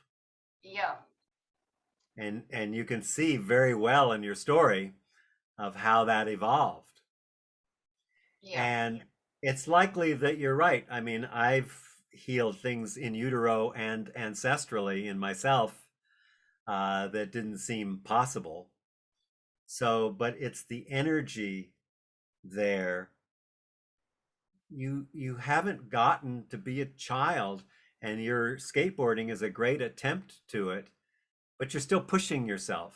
There's a little bit of pushing yourself, you know, and I'm sure you get great value and fun out of it, like dancing, you know. Well, I come to places like, you know, I go there and I'll just stand there and I know I'm standing in my trauma, looking through my trauma eyes. You know, I'll often stand on the skateboard and not skate, you know, just because I can. And, you know, I just do whatever I want because I can. So there's that liberation, but there's that kind of rebelliousness too that I've carried to that. Like, I think you were talking about that adversarialness to the other. And I feel like, you know, I'm still working through that relationship of distrust, you know, and because I'm trusting myself more, and like I said, I'm kind of coming through to the other side where I'm kind of healing some of that distrust because I can access more of myself and more support and more choice, and I don't have to push myself at the skate park, and I don't have to you know, do more work, or I don't have to go ahead with anything, and I don't have to see anyone if I don't want. So it's more of I'm feeling that, but then there's confronting that infantile part of being alone with the trauma at the deepest level, at the very deep primal level. And I did a psychoanalytic therapy when I was 30 just by chance, and like it was a really good thing because after about, I don't know, like 6 months of doing it, maybe 8 months, I ended up on the couch, and of course I did find safety there, and I would not talk for about an hour, and I was pre-verbal for sure, just not, I didn't know what to say. I was just like caught in not an unknowing of what's really what I don't know, like I can't know, like I'm too young to know. I'm just like having a moment to experience that sort of level of primal aliveness that is undefined by words, need, even need. Yeah, let me say a couple things here that I'm just seeing and fit them in here a little bit. So emotions are the fabric of relationship. They're the horizontal plane. So spiritually, we have the vertical plane that allows us to tap into our soul. Our will is in our divine will is our spine, you know, and our grounding. But our sense of relatedness comes from our connection with emotions. But it's interesting because you are pretty well versed in your own emotions. But what I'm feeling is that where we need to do some exploration is the ability to receive other people's emotions. Yes, you're right. I have because was so disconnected from my own feelings. When I go into trauma, when I'm with someone, I stop being able to see them, feel them, care about them, everything. Like I've got to the point now where I just am so highly heightened that I've kind of had to I just cut people off like that. Yeah. Yeah, no, it's great. So would you like to do a little journey with me? Yeah. Okay, this is going to be a different journey. I haven't done one of these, but it's just what I'm being told to do. So Here's the journey we're going to do. You're going to go back with your adult self, with your mother laying in bed asleep, and you're going to speak to little Maxine in her belly. So let's see, you've got your eyes closed, I think, already. So let's just journey back, though. So imagine your adult self right now, 51 years old, sitting on the bed. Okay. And I want you to put your hand on your sleeping mother's belly. And I want you to feel the heartbeat of that young fetus, Maxine, that young in utero child. Tell me when you can feel the heartbeat. I know I can feel my own energy heighten and my whole outer visceral layer of my skin just thumping and pumping. But I want you to go out and feel and take in. It's really, that's hard for me to do. That's hard for me to do. That's why I'm taking you there. I didn't say this was the easy course. That's the lobotomy course. We take, you know, you can be comfortable for the rest of your life. Just take a piece of your brain. That's all. So I want you to just notice your hand on your mother's belly, and I want you to feel what's coming through your hand. See if you can feel baby Maxine's heartbeat in your mother's tummy. And don't go to your head. Go to your felt sense in your body. Can you feel the rhythm of little Maxine in utero? And tell me when you can get a sense of that little tiny heartbeat that's inside that big belly on your mom.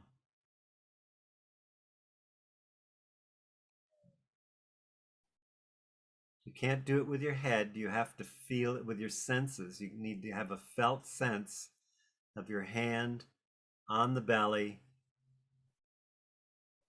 There's a baby in there. It's got a heartbeat. I want you to just do everything you can to open yourself to receive the heartbeat. Nothing else. Don't analyze it. Don't reach out.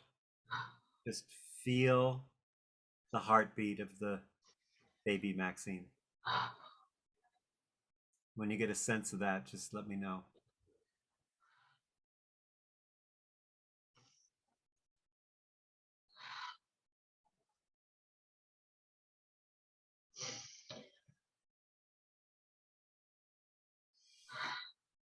Keep breathing.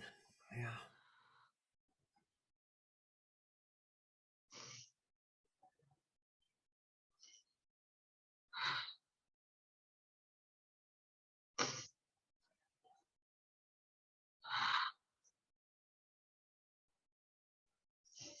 When you begin to feel it, you'll feel yourself in train with that. But you have to feel that first. You have to receive that heartbeat and let it in.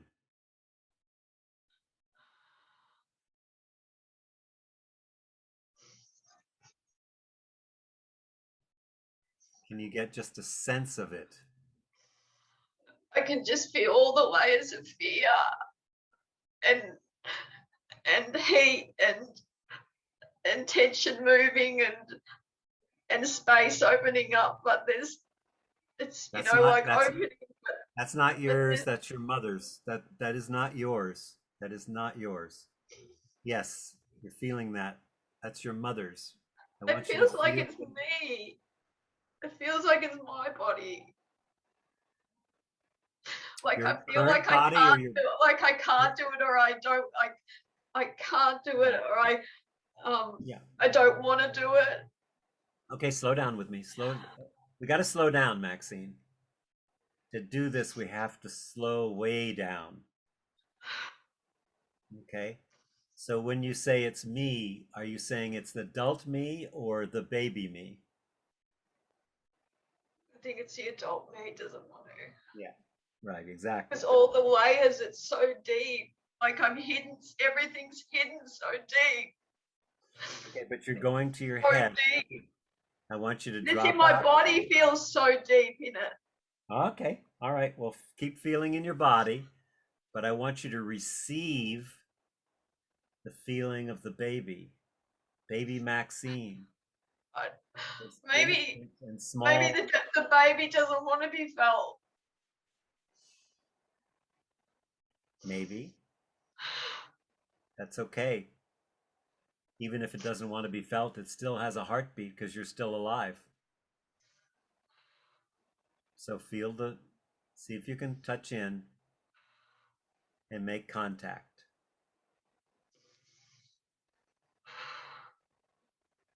There's a baby that's in your mother's tummy. Let's say she's 7 or 8 months pregnant. And there's a lot of nervousness in your mother, but you want to feel into the baby, who will absorb some of that, but you need to feel it from the baby.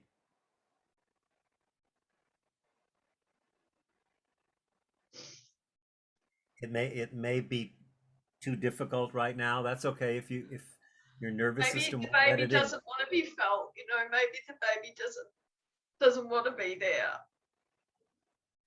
That's all the baby wants, is to be felt and seen and adored and held as a baby. So let's try it another way. I want you to, again, keep your hand on your mother's belly, feeling that, and sensing into. I wonder why I can't. I wonder why I can't do that. Like I don't want to do that. Like why is that so hard? Yeah, well, you got to stay in your body, and you keep going up to your head. I am in my body, but I don't want it. Like I can't do that. Like yeah, okay. It doesn't seem real. It doesn't seem. Yeah. It doesn't seem like I was real. Doesn't seem like you were real. Yeah. Feel into that. It doesn't seem like I was real.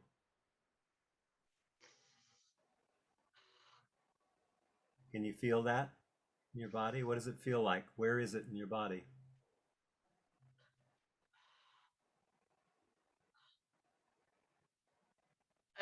That's in my mind because my body's really real. Like I can feel everything in my body.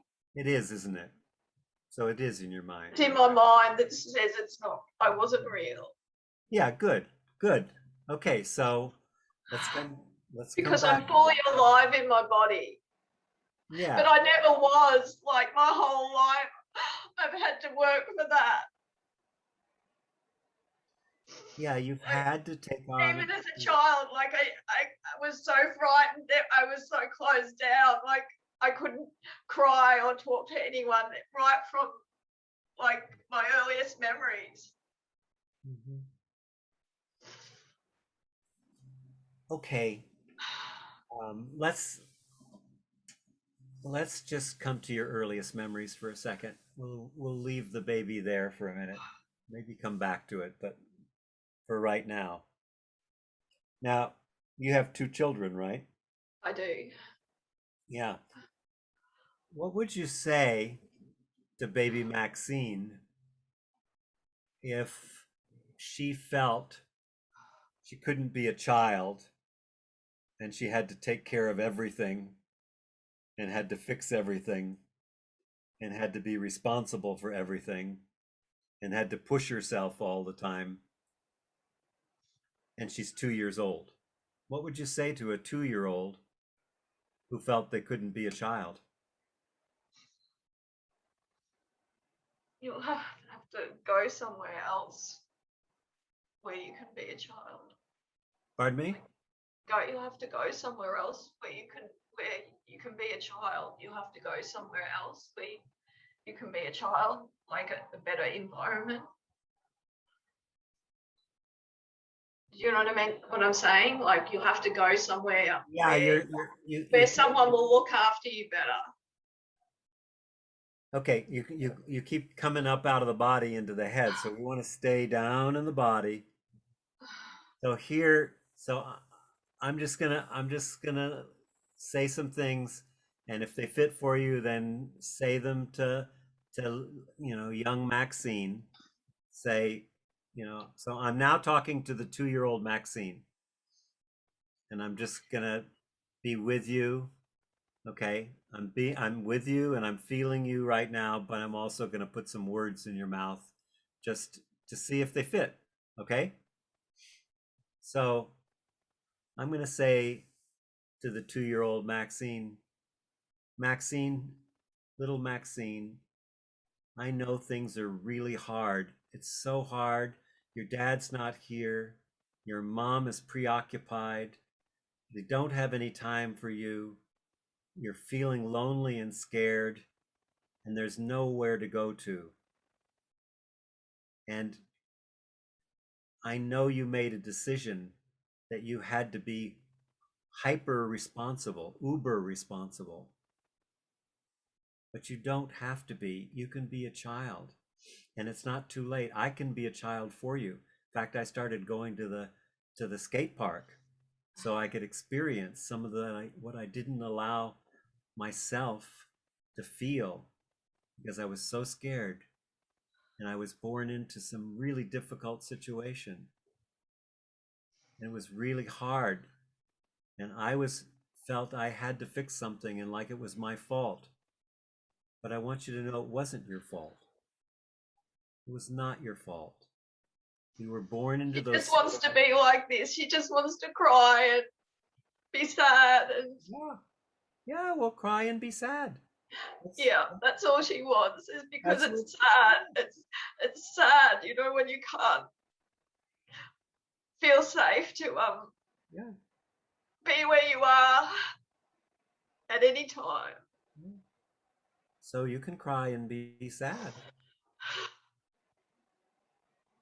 Tell her that. Tell her you can cry and be sad. It's okay. I get sad. I'm still sad. You can cry and be sad. Wherever you are, right here, right now. And it's okay. And can you tell her how much you love her Yeah. and how much you want the best for her? You know I love you so much. Yeah. Yeah. Tell her that again. Make sure she hears you.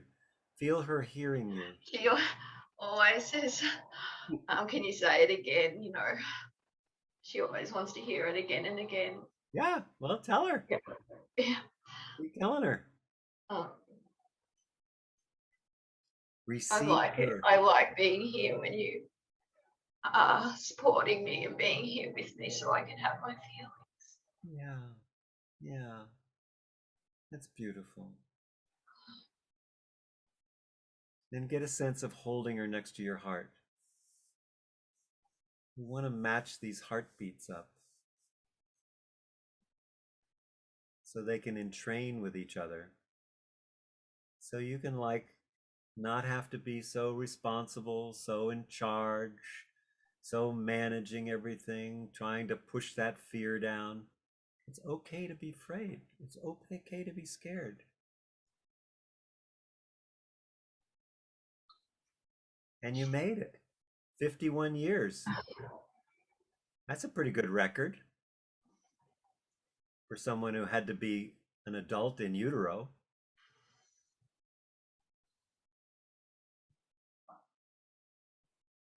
And if you were going to say what you want more than anything else for little Maxine, what would you want for her more than anything else in the whole world?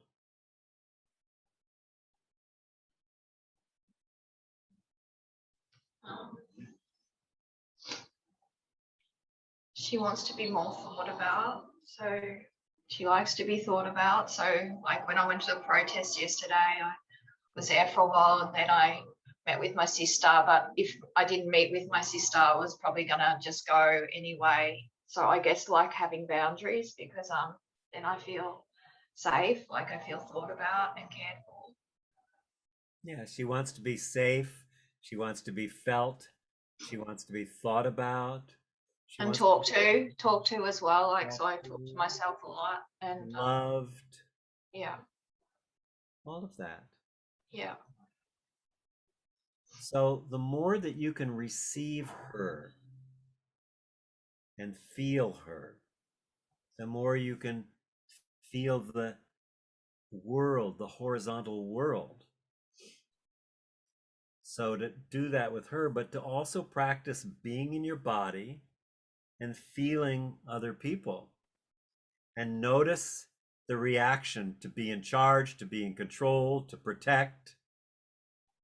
And just notice that, how much you've wired yourself to that place. But then when I've been vulnerable, like in relationships, it becomes so triggering and heightening that I start to go into trauma. Yeah, well, notice that. Be in a place where people can see you and hold you when you need that. You've got your hotline. You can join one of the groups that we have that's ongoing, so you have a place to go to. There's, I'm sure you have some other people that you can just let it all down and not have to be in control. And But I think it's a deep down desire for dependency. And so in the relationship with my ex-partner, we're together 17 years, like I gradually become dependent and went into, a very deep state of emotional dependence.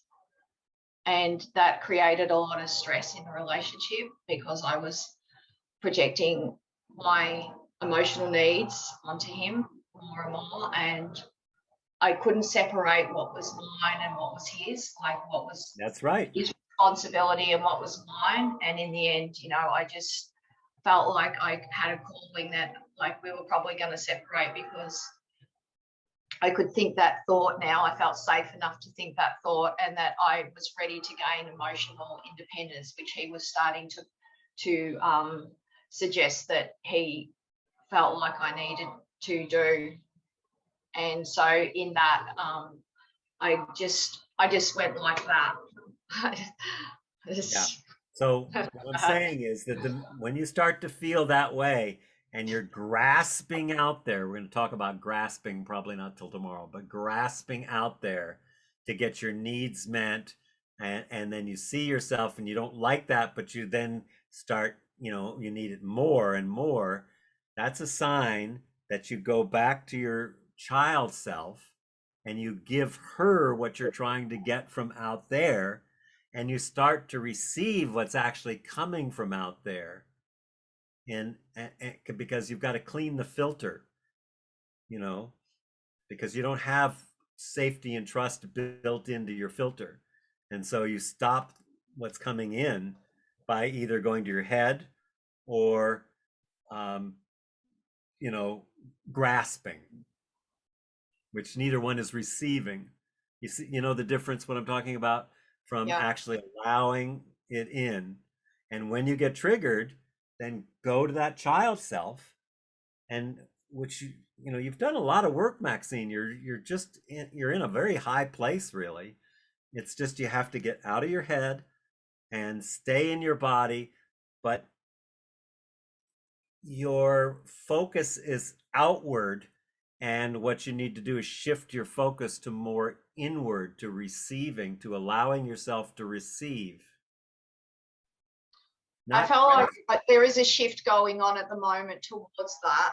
And I think that brings up different, things that are, like I dialogue a lot now, a lot with myself, and that's helpful. Like I reassure myself a lot with words and that. So already that relationship is developed, quite strong now.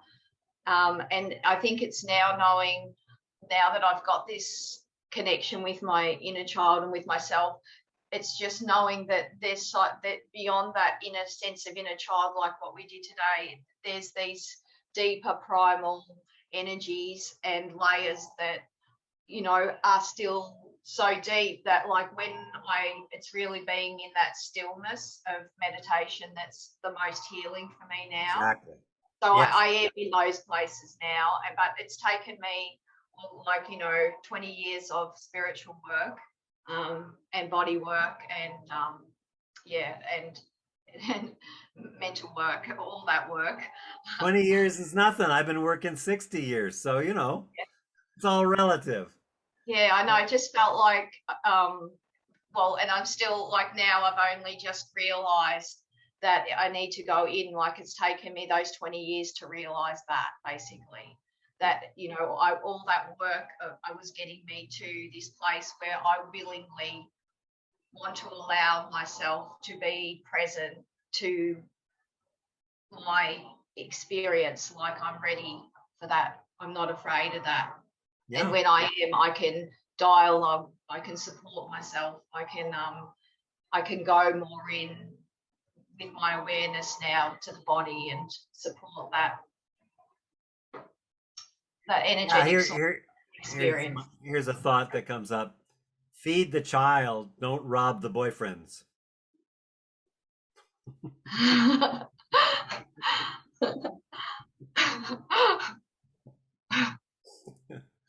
You're so awesome, Maxine. Thank you. Really, really beautiful, beautiful work. And let that settle in your body. Your body and your mind kind of argue together. So just let it settle, feel, that, and know that that's that younger you had to be an adult way before it was her time to be an adult. You haven't got you never got to be a child. And that's there are a lot of people in that position that I work with. Sometimes I see that and it's like it's brutal.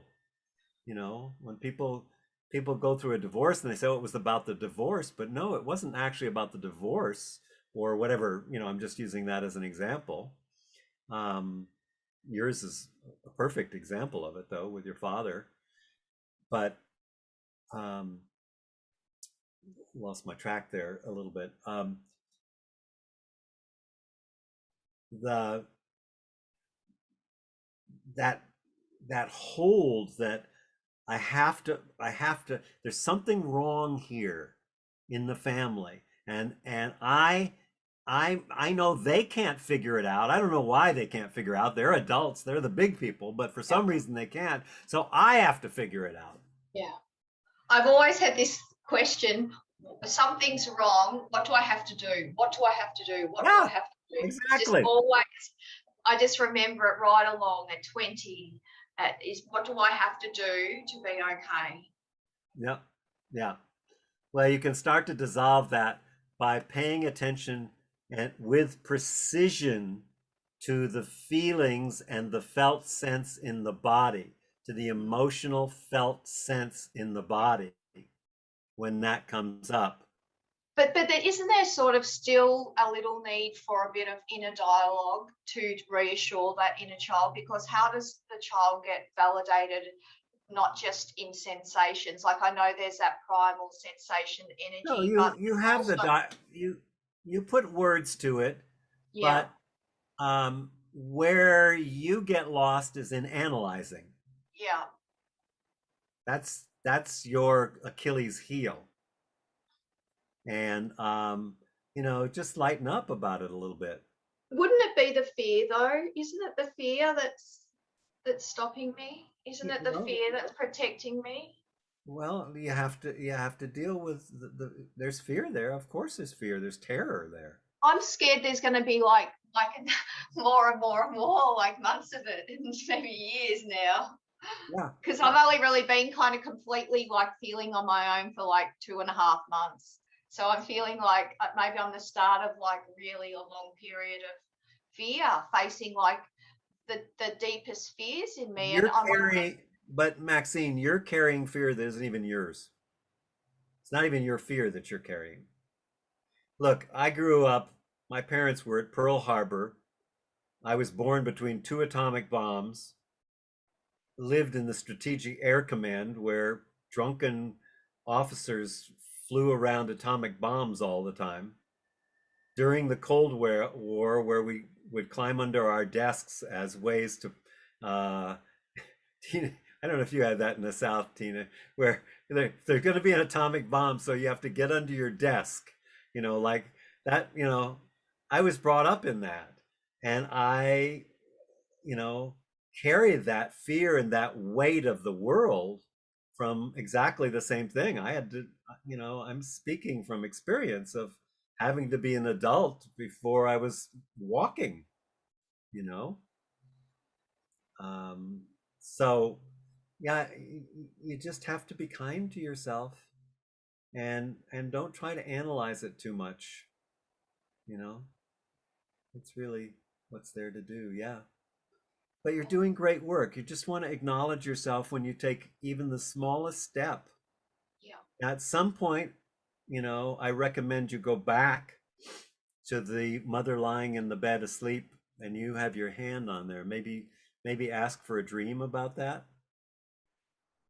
It's funny, like I think it's ongoing work for me because I have a real like I want to do that to my mom. I want to do that to Yeah, my dad. I know. I can it's feel it. That's why I took you where I took you. it's like as long as I can, and I don't want, She was like asleep. I don't want, yeah. But keep them there asleep, It's like, but there's that feeling of I keep everything in its place. I work around it. I find another way to move, and I I totally keep understand. everything, that it's Here's just kind of running. let me just so as a dream, imagine yourself with your hand on your mother's belly and feeling the heartbeat. Just try that. What I'd want for you is to begin to entrain. You know what entrain means, don't you? I haven't actually heard that word that much. Okay, I've heard the word before, but I haven't really kind of. If I took a piece of your heart and I put it in a petri dish, and I took a piece of my heart and I put it in a petri dish, and they were going ba bum ba bum ba bum ba bum, and pretty soon they'd be going bum bum bum bum. They entrain. They find a mutuality, and the healing is in mutuality. In fact, love is mutuality. So another way to say presencing love would be to say mutuality. So I become entrained, and my resonant body is now resonating with my child body so that I can do the work that needs to be done to heal that early wounding. And you also have ancestral wounding, clearly. So, but just always work on the closest circle of influence when you're doing this work. Always come back to, if you don't know or you don't understand or you wonder why, don't try to figure it out because you'll go to your head. So come to the circle, the closest circle of influence, which is your own experience of your own heartbeat, your own felt sense in the body, your own looking into the body, and keep it at that level as much as you can. Yeah. And just play around with that and see what happens, because that relationship needs to be repaired, and it can only be repaired by being seen, felt, heard, and nourished. And you're the only one that can do that. Yeah. There's nobody else in the world that can do that. I can't do it. No number. You could get a team of the best therapists on the planet. They couldn't do it. You're the only one that can do that work.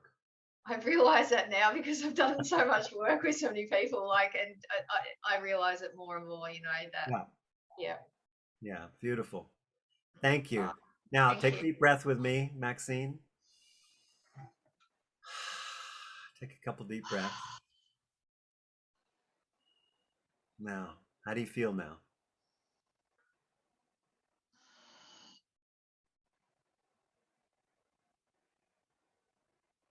Yeah, like my energy body feels quite Yeah, at ease, quite down regulated. Come down. Yeah. Let's leave. Can we leave it there for now? Okay. Yeah. Great. Yeah, beautiful. Thank you. Really nice. Thank you. Just to acknowledge. Thank you, everyone. Yeah. Oh, my goodness, time flies. Let's. Want to go, Daisha? No, I was saying bye to Maureen. I was saying bye. Oh, okay. Okay. I just unmuted myself. I sent a message. I'm sorry, but I'm really fading and I'm not able to be. I understand. It's very late there. Yeah. Well, it's not late, but it's almost 10 o'clock. Mm. And I didn't get a whole lot of sleep last night. So I thank you for sharing your day with me. Thank you all. Yeah. Thank you, Maureen. Sorry, Thank we you, didn't. Maureen. Yeah. Well, if there's any chance you can join us tomorrow, I know you're busy, but I hope you maybe can tune in. I will see what happens. I'm really working to create more space in my days. And And we have a session next week too, right? yeah, Sometime? we do. Friday. Okay, good. So Bye, I look And- forward to that. And I'm trying to get myself ready, trying to decide if it's safe to travel to the States and make arrangements for that and leaving in 10 days. So there's Okay. whoosh. Thank you. Yeah. I'm going to go find some space and some silence for me. Okay. Thank you. Thank you Love you all. Bye. Take being with care. us. Bye, Maureen. Thank Bye-bye. you. It's lovely to meet all of you who I haven't met before, and some of you I'll see Wednesday evening. Take care. Bye. Thank you. Bye. Ah. Shall we do one more person, or shall we do a meditation first? Marie, you have a question? Well, I was feeling kind of like some similarities with what Maxine brought up, but I super have a conflict with timing, because I sense, well, in me, I would like everybody to have a chance to go around and do their intention. My clock says we got 45 minutes, so maybe we just do an intention, if that's what you, I mean, not an intention, but you do the meditation, or because I don't think there could be time to work with the time amount that's left, right? Well, we have another day, remember. Yeah. So, yeah, I know Marius can't be here, but we've worked already, and I work with Marius on a regular basis. So, if that's all right, again, one of the things that's a trauma symptom, one of the primary things is our relationship to time. In the Tao, it says, if you're walking through eternity, you'll have time for now. If you're walking through eternity, you'll have time for now. So, this racing around and rushing and trying to fit it all into, trying to put a big foot in a small shoe kind of thing, it just never quite fits. But if you know you're going to be walking forever, well, you don't need shoes. So we can do one more, but I definitely want to do a body meditation with you, so I leave you in your body. So yeah, so does somebody feel like they really want to go now with your intention?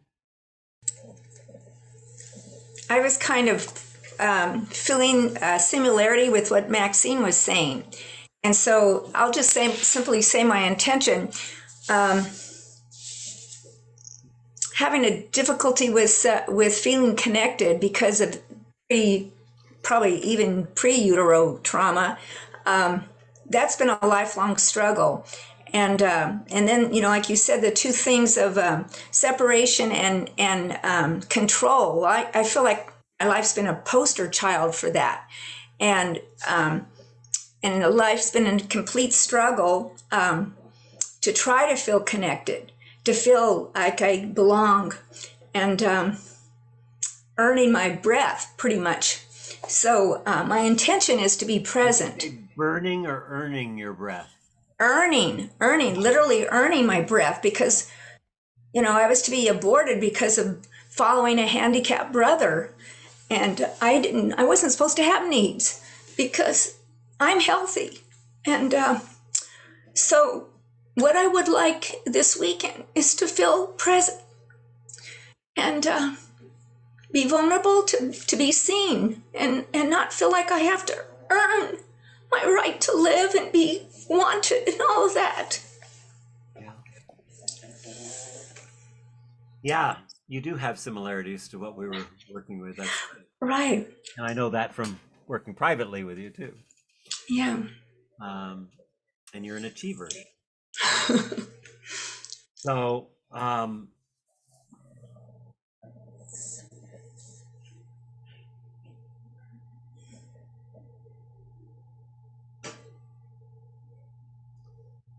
so this is a common thing, though, this sense of not belonging. And it's actually related to the child becoming an adult in some ways,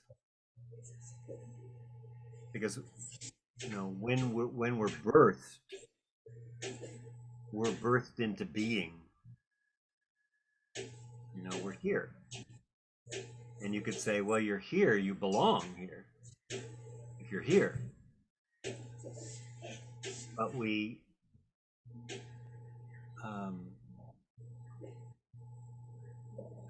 we fall into separation because we haven't been held, we haven't been seen, we haven't been nourished, and then we have traumas. So then this question of belonging, but there's a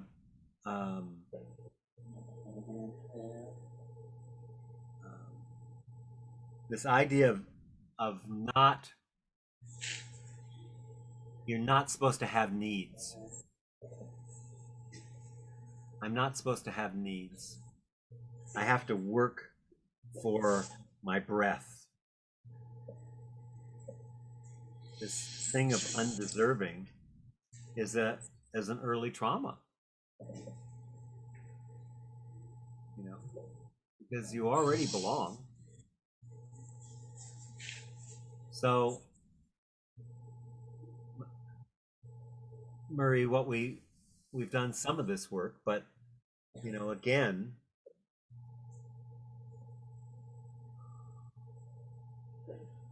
just getting downloads here, so just hold on a second.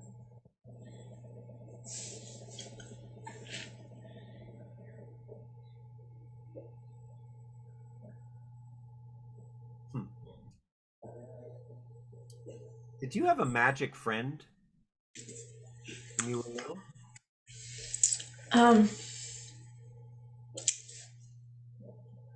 I played with my dolls, but not one specific item comes up. Well, I just heard you talking to non-physical beings, maybe it was talking to did you talk to your dolls? Well, yes, you have make up little stories, little play scripts.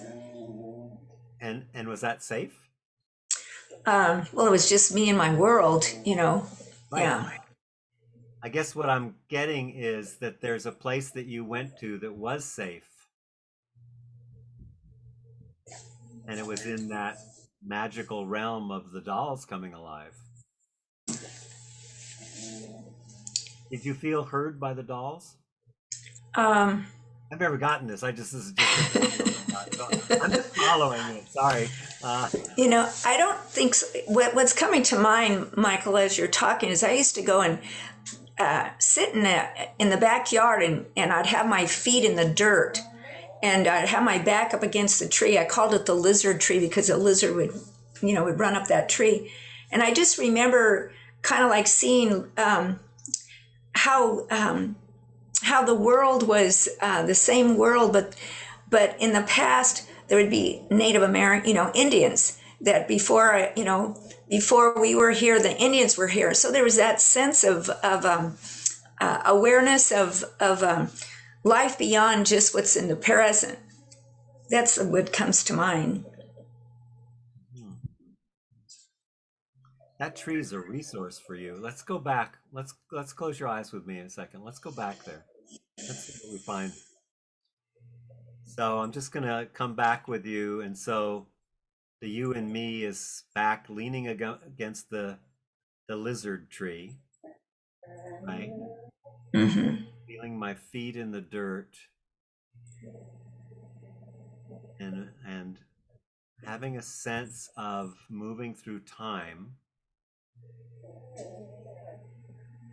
And what, that there were Native American people walking in that dirt. Just pick up the dream from here. You're against the tree.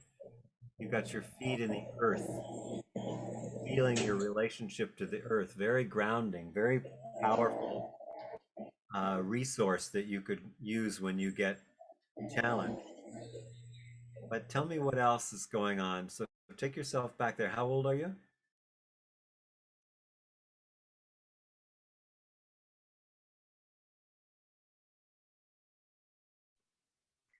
Sorry, Marie, I muted you. I thought there was background noise, but I can't unmute you. Oh. Sorry about that.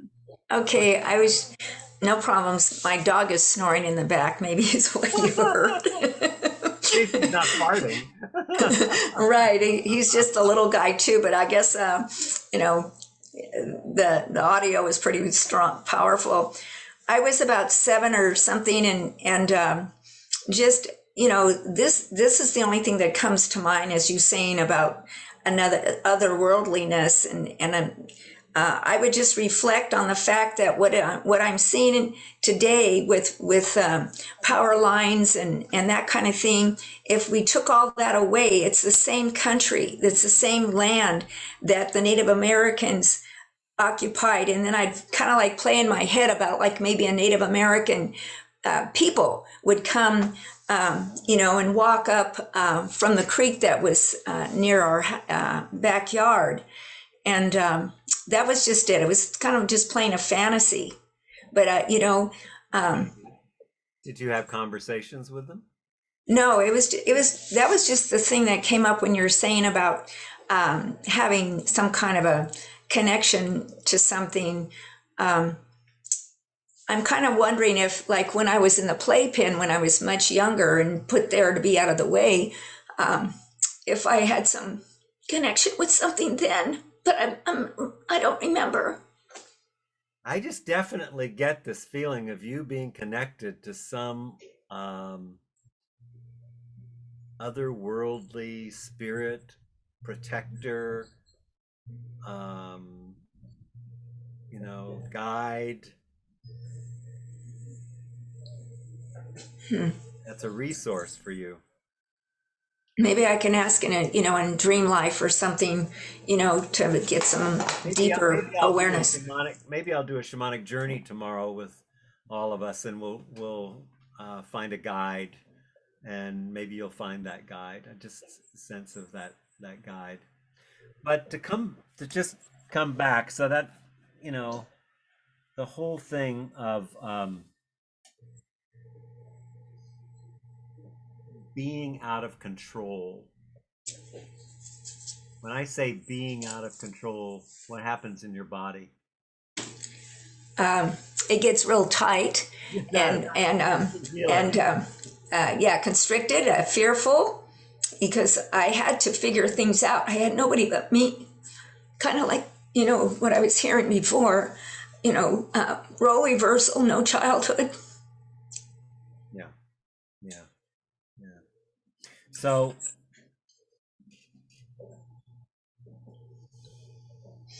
how can we cultivate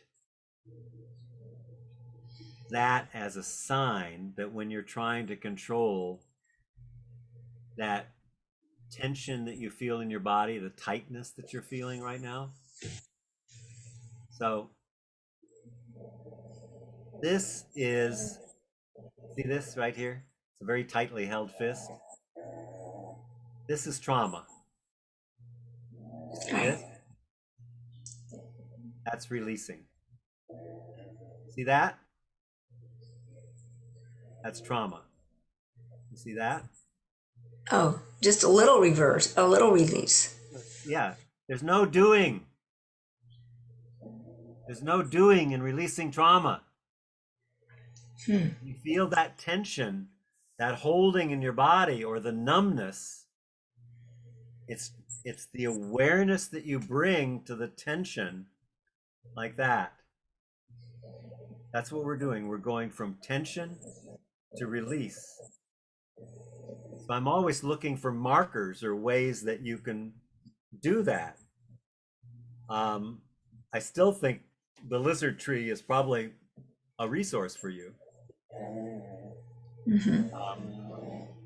You know, but we want to create for ourselves resources. That's part of what we're doing. What do I mean by a resource? Let's say my body is completely numb and all I can feel is the energy in my fingers. And I'm triggered. So that is a resource. If I can take myself to the movement in my hands and put my attention there, then that will resource me. If I have a favorite place in nature, that's a resource for me. Even if I go there just in my mind, or if I take my body. If I have a tree that I could like relax and do that release like that by putting my feet in the earth. Walking barefoot on the earth is a great resource, you know? So one of the things that we want to do here to deal with these, and we're working together, so we'll find more resources, but we need to find ways to resource ourselves when we get triggered and there's nobody there to co-regulate with us. So we want to focus on, you know, what are the resources that I can have and what are the triggers which will remind me that I need to go to those resources. So your trigger, Marie, is when you catch yourself moving fast and trying to be in control, right? And so to slow down, and one of the things I teach often in my full weekend meditation workshop is just the pause. It's very simple. You just stop and you take 3 deep breaths and then you go on. So anytime you feel yourself getting grasping, controlling, you know, trying to get it right, racing, you know, you can stop, take 3 breaths, and feel your body down regulate. I'll do more exercises maybe tomorrow that we can do some physical exercises. So we have to have these resources, and we have to know what's the trigger that I need the resource so that I can stop and bring myself down. And the other side of this that we can work on more, because we've got time, you and I are working together, we got time, that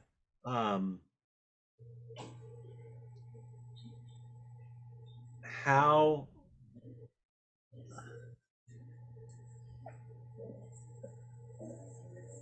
can I cultivate not knowing?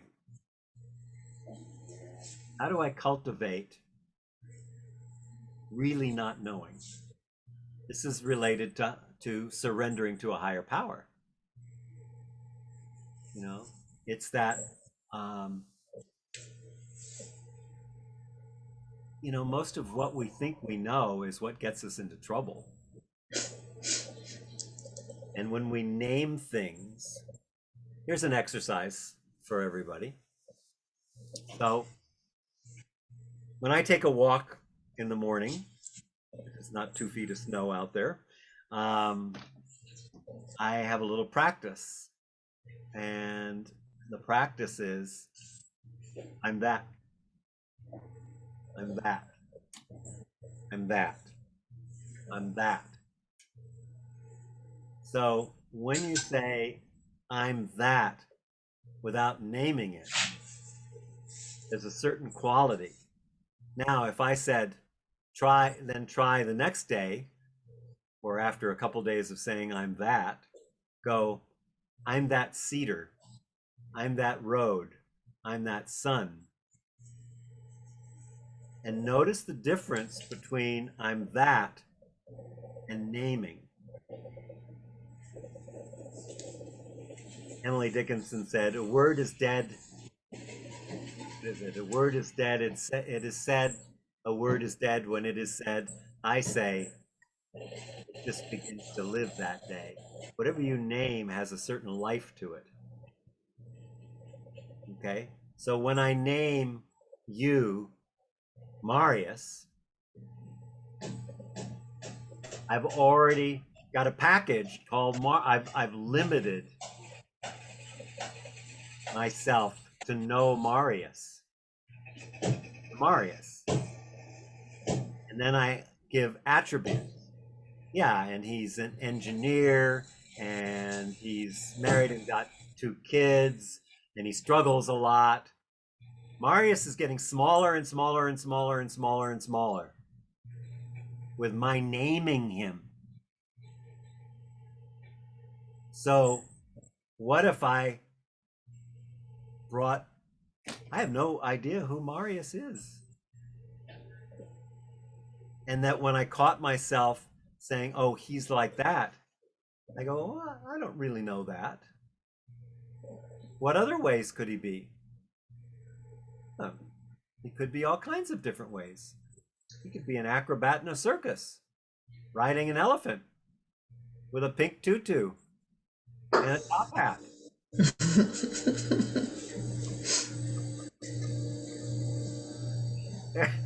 There's an image for you, Marius.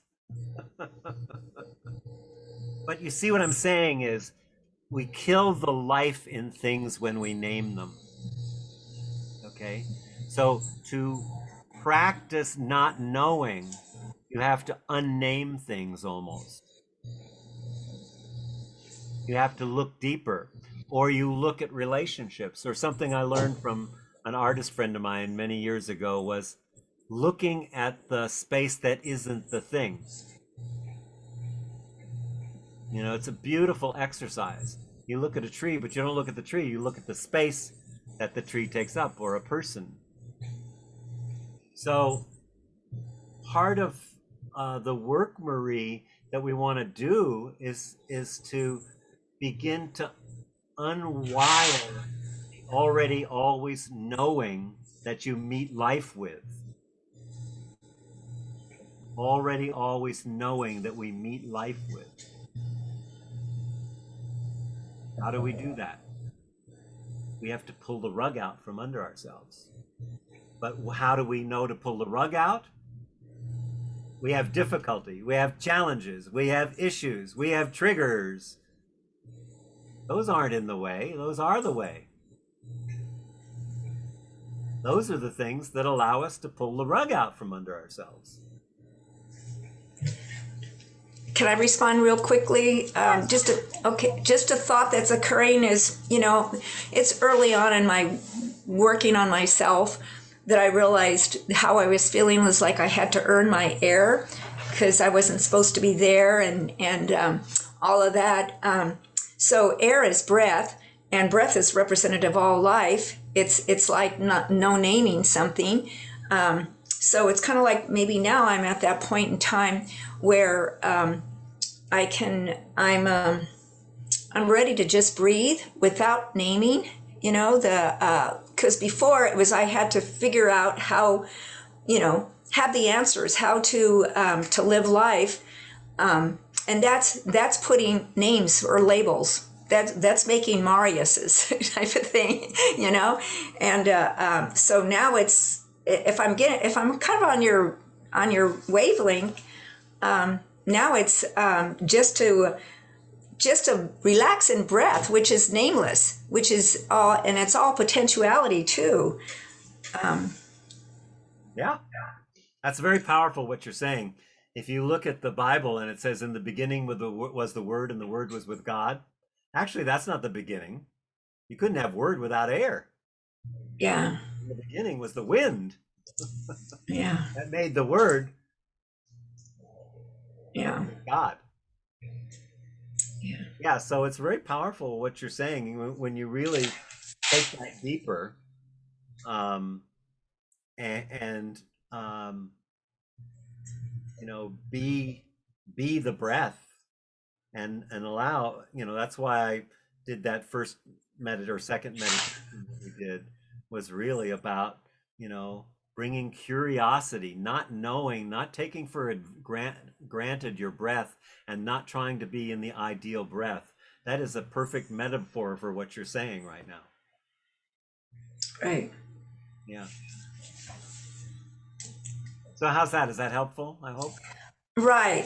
And I'm feeling, in addition to this, like when I do some work, there's some connection to what you were doing with Maxine, and meeting the heartbeat of of oneself in utero.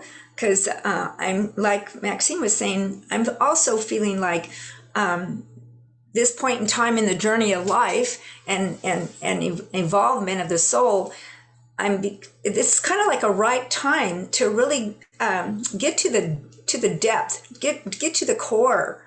Also, I'm second oldest person in this room, so maybe some kind of there's some cultural interest in the sense of linear time, and but I do also know that yeah. I'm sure that Maxine will let you be in her dream if you'll let her be in yours. Have to take off on a Bob Dylan song if anybody remembers it. Yeah. Did you have something more to say about that, Marie? No, I'm just going to say, I feel like you wanted to give us time for a meditation. And so there's manana or up in Alaska, which is where I'm at, it's called Alaska time. Same definition as manana, but it's called Alaska time. You just get it done when it happens. I've lived in the villages enough. Yeah. Okay. So yeah, let's do a nice, I want to leave you in a body meditation. Dana had a question. So, yeah. Yes. I'm not probably wanting a full answer right now, but what was coming to mind as we each talk about, especially early trauma, and like what Marie was saying about handicapped brother and Maxine and her father and that whole situation, and even me and the trauma family that I believe I chose to be born into.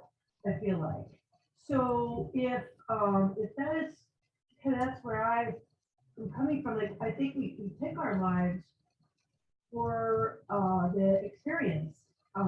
So I just wanted to put that out there. Like, is that weird to think that, or like, because somehow I feel like, oh, it was painful, but there must have been gold in those pills that we wanted somehow. Yeah. Well, I just want to say, this idea of I chose my parents, it's a lot of, I don't know, it's very new age to say I chose my parents, right? There's no question that you have a lineage, and you have ancestors. And in your ancestral field, there are amazing resiliencies and burdens.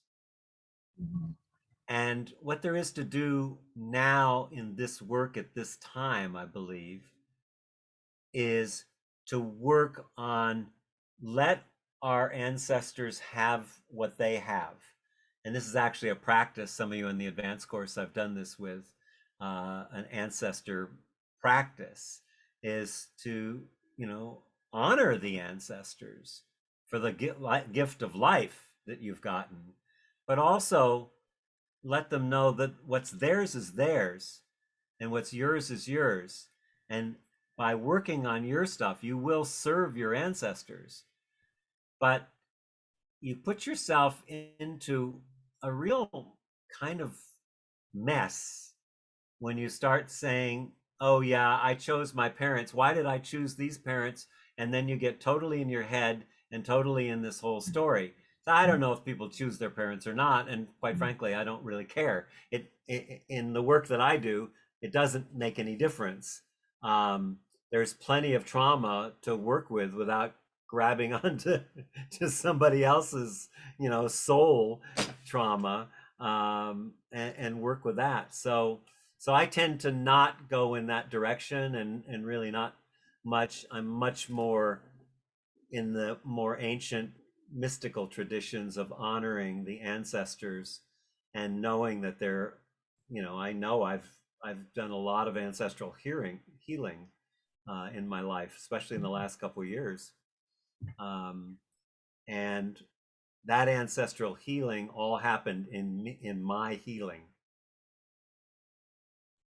I thank So, you. yeah. Thanks for your. I hope that makes it a Yeah, little clear. And I don't mean to be too, I don't want to put down somebody who says, oh, you were this and that, you chose your parents and all that. I don't know.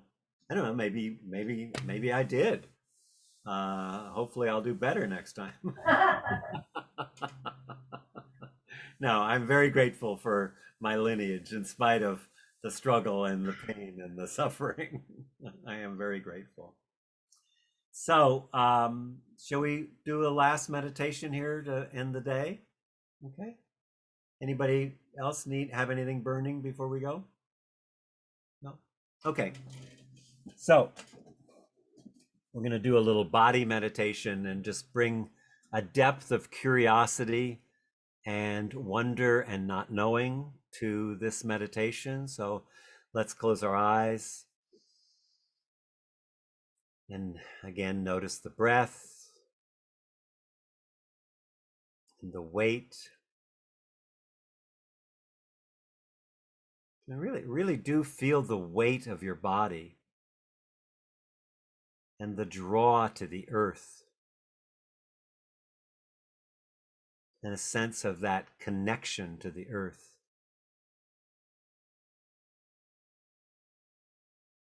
And let's start with just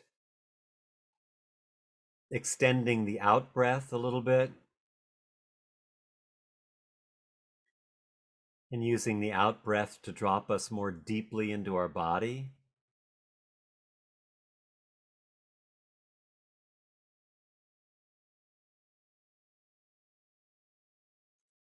And let your out breath take you to your feet.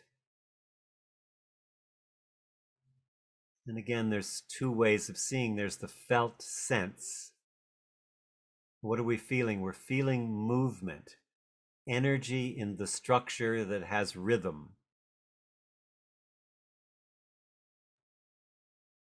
So there's a movement of energy within the structure called my feet.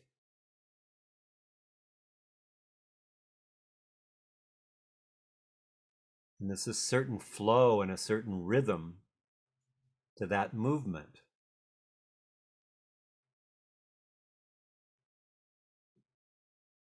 I can also, besides the felt sense, actually see into my body with my mind's eye, or some eye. If I deepen my gaze, I can kind of get a sense of my skeletal structure, looking at the toes, the flanges, the different joints, the sides, the top, the bottom, the inside of my feet.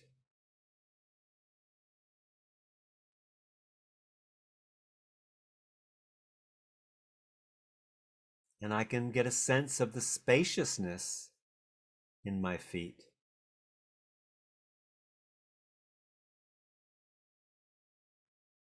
And on the outside, I can feel the outer sense, the energy field around my feet. I can also feel the earth beneath my feet. You might be in an apartment somewhere up in the air, but you can still get a sense of the rhythm of the earth. The pulse. That sense of being nourished through the bottoms of my feet.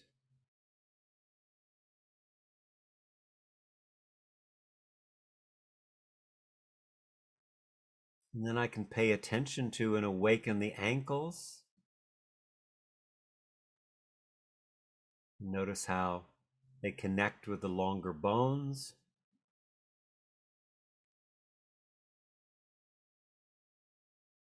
I'm feeling the shins and the calves.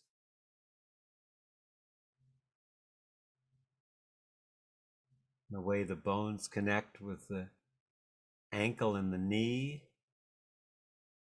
and the sockets.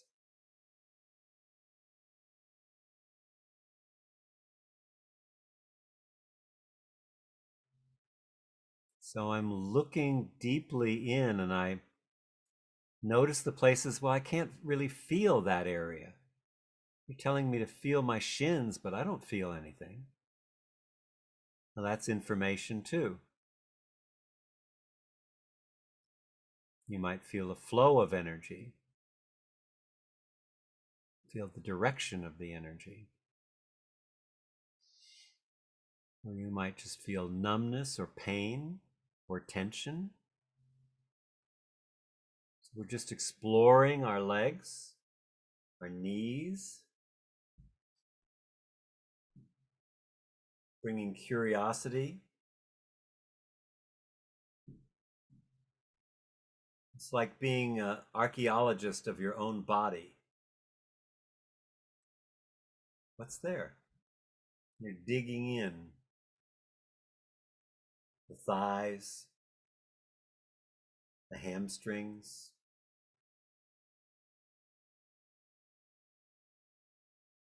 the hip socket where the femur goes into the pelvic floor. Can you feel the pelvic floor as it touches the seat? Again, that downward kind of feeling with the weight, the gravity.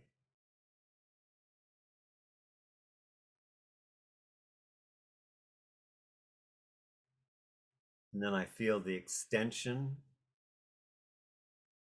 of my tailbone and up the spine. Feel the curve of the spine, the vertebrae.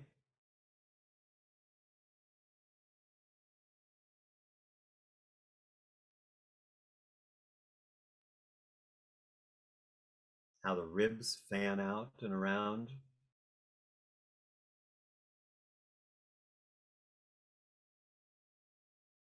And I can feel the kidneys. Or I can't, and that's fine. How much can you see? Keep digging. Got my liver on the right, my spleen on the left.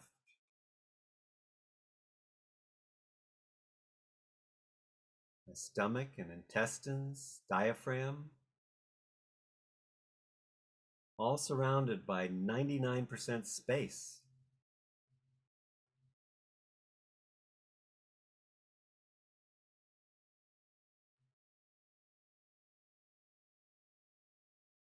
$50 trillion cells in the average body, 50 to 70 trillion cells.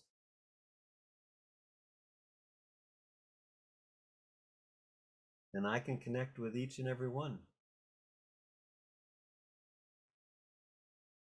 I feel them in my chest and my heart area, my lungs. 50 trillion cells and 100 trillion atoms in each cell. Each atom, a proton, a neutron, and an electrical field that can be seen at the edge of the universe. That's my body.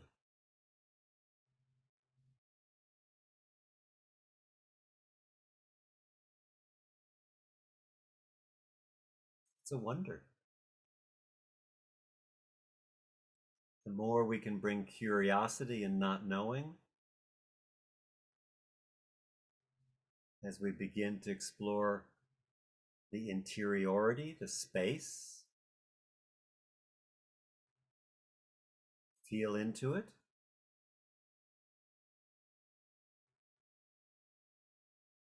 shoulders,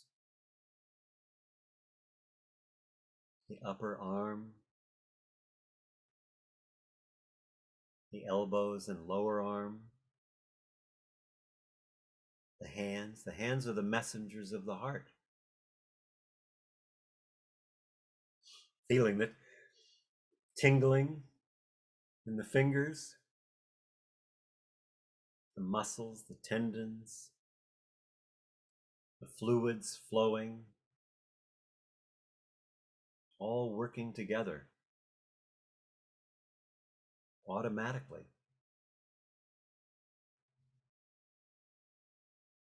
You don't have anything to do in running the digestive system, the endocrine system, the nervous system,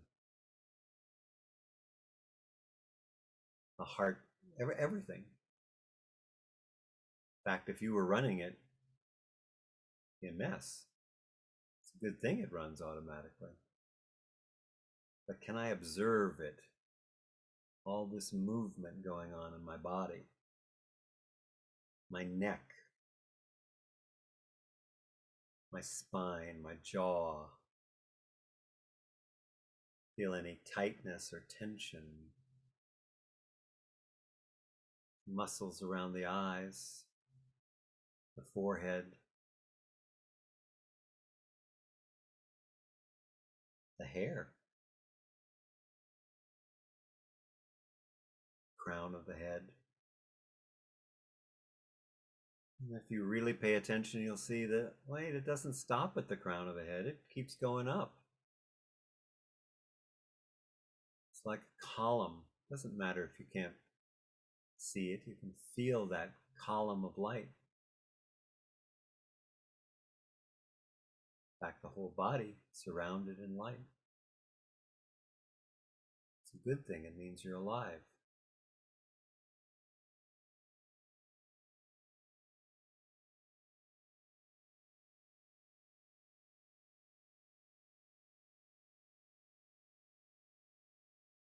So we have a body, but are we our body?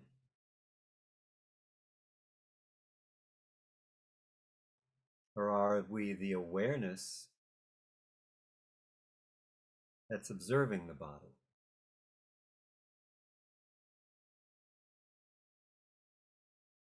Where's awareness?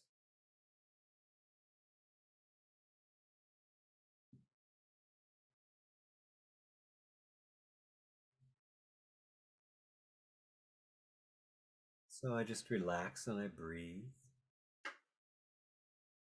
I watch the breath moving through my body as I breathe in. I release the tension with the out breath. And I just relax.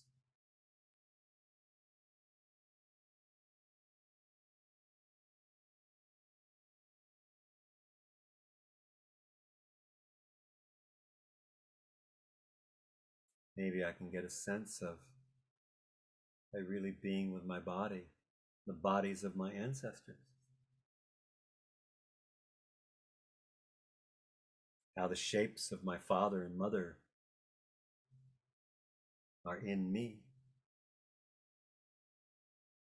How their nervous system is in my nervous system. My grandparents' nervous system in mine. My great, great, great, great, great grandparents, all of them. All the way back to the beginning. All in my body.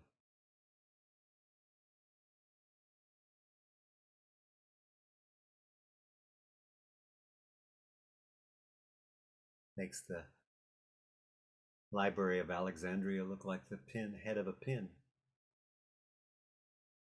not even that.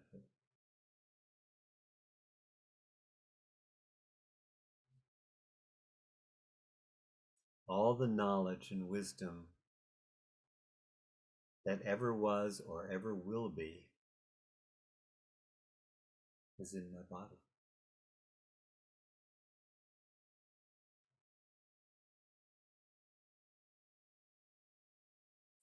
That's pretty amazing. Let's breathe into that a couple breaths.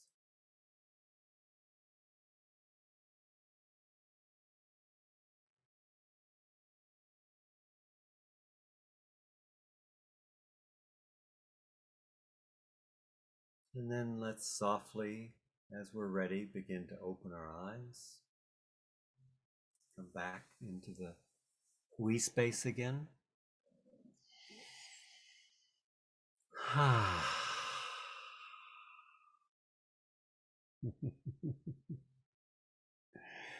Yeah, Lee's got the right idea. Leo's got the right idea.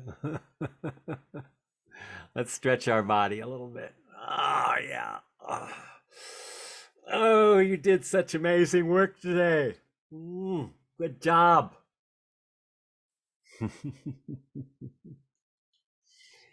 Any last words that anyone would like to speak?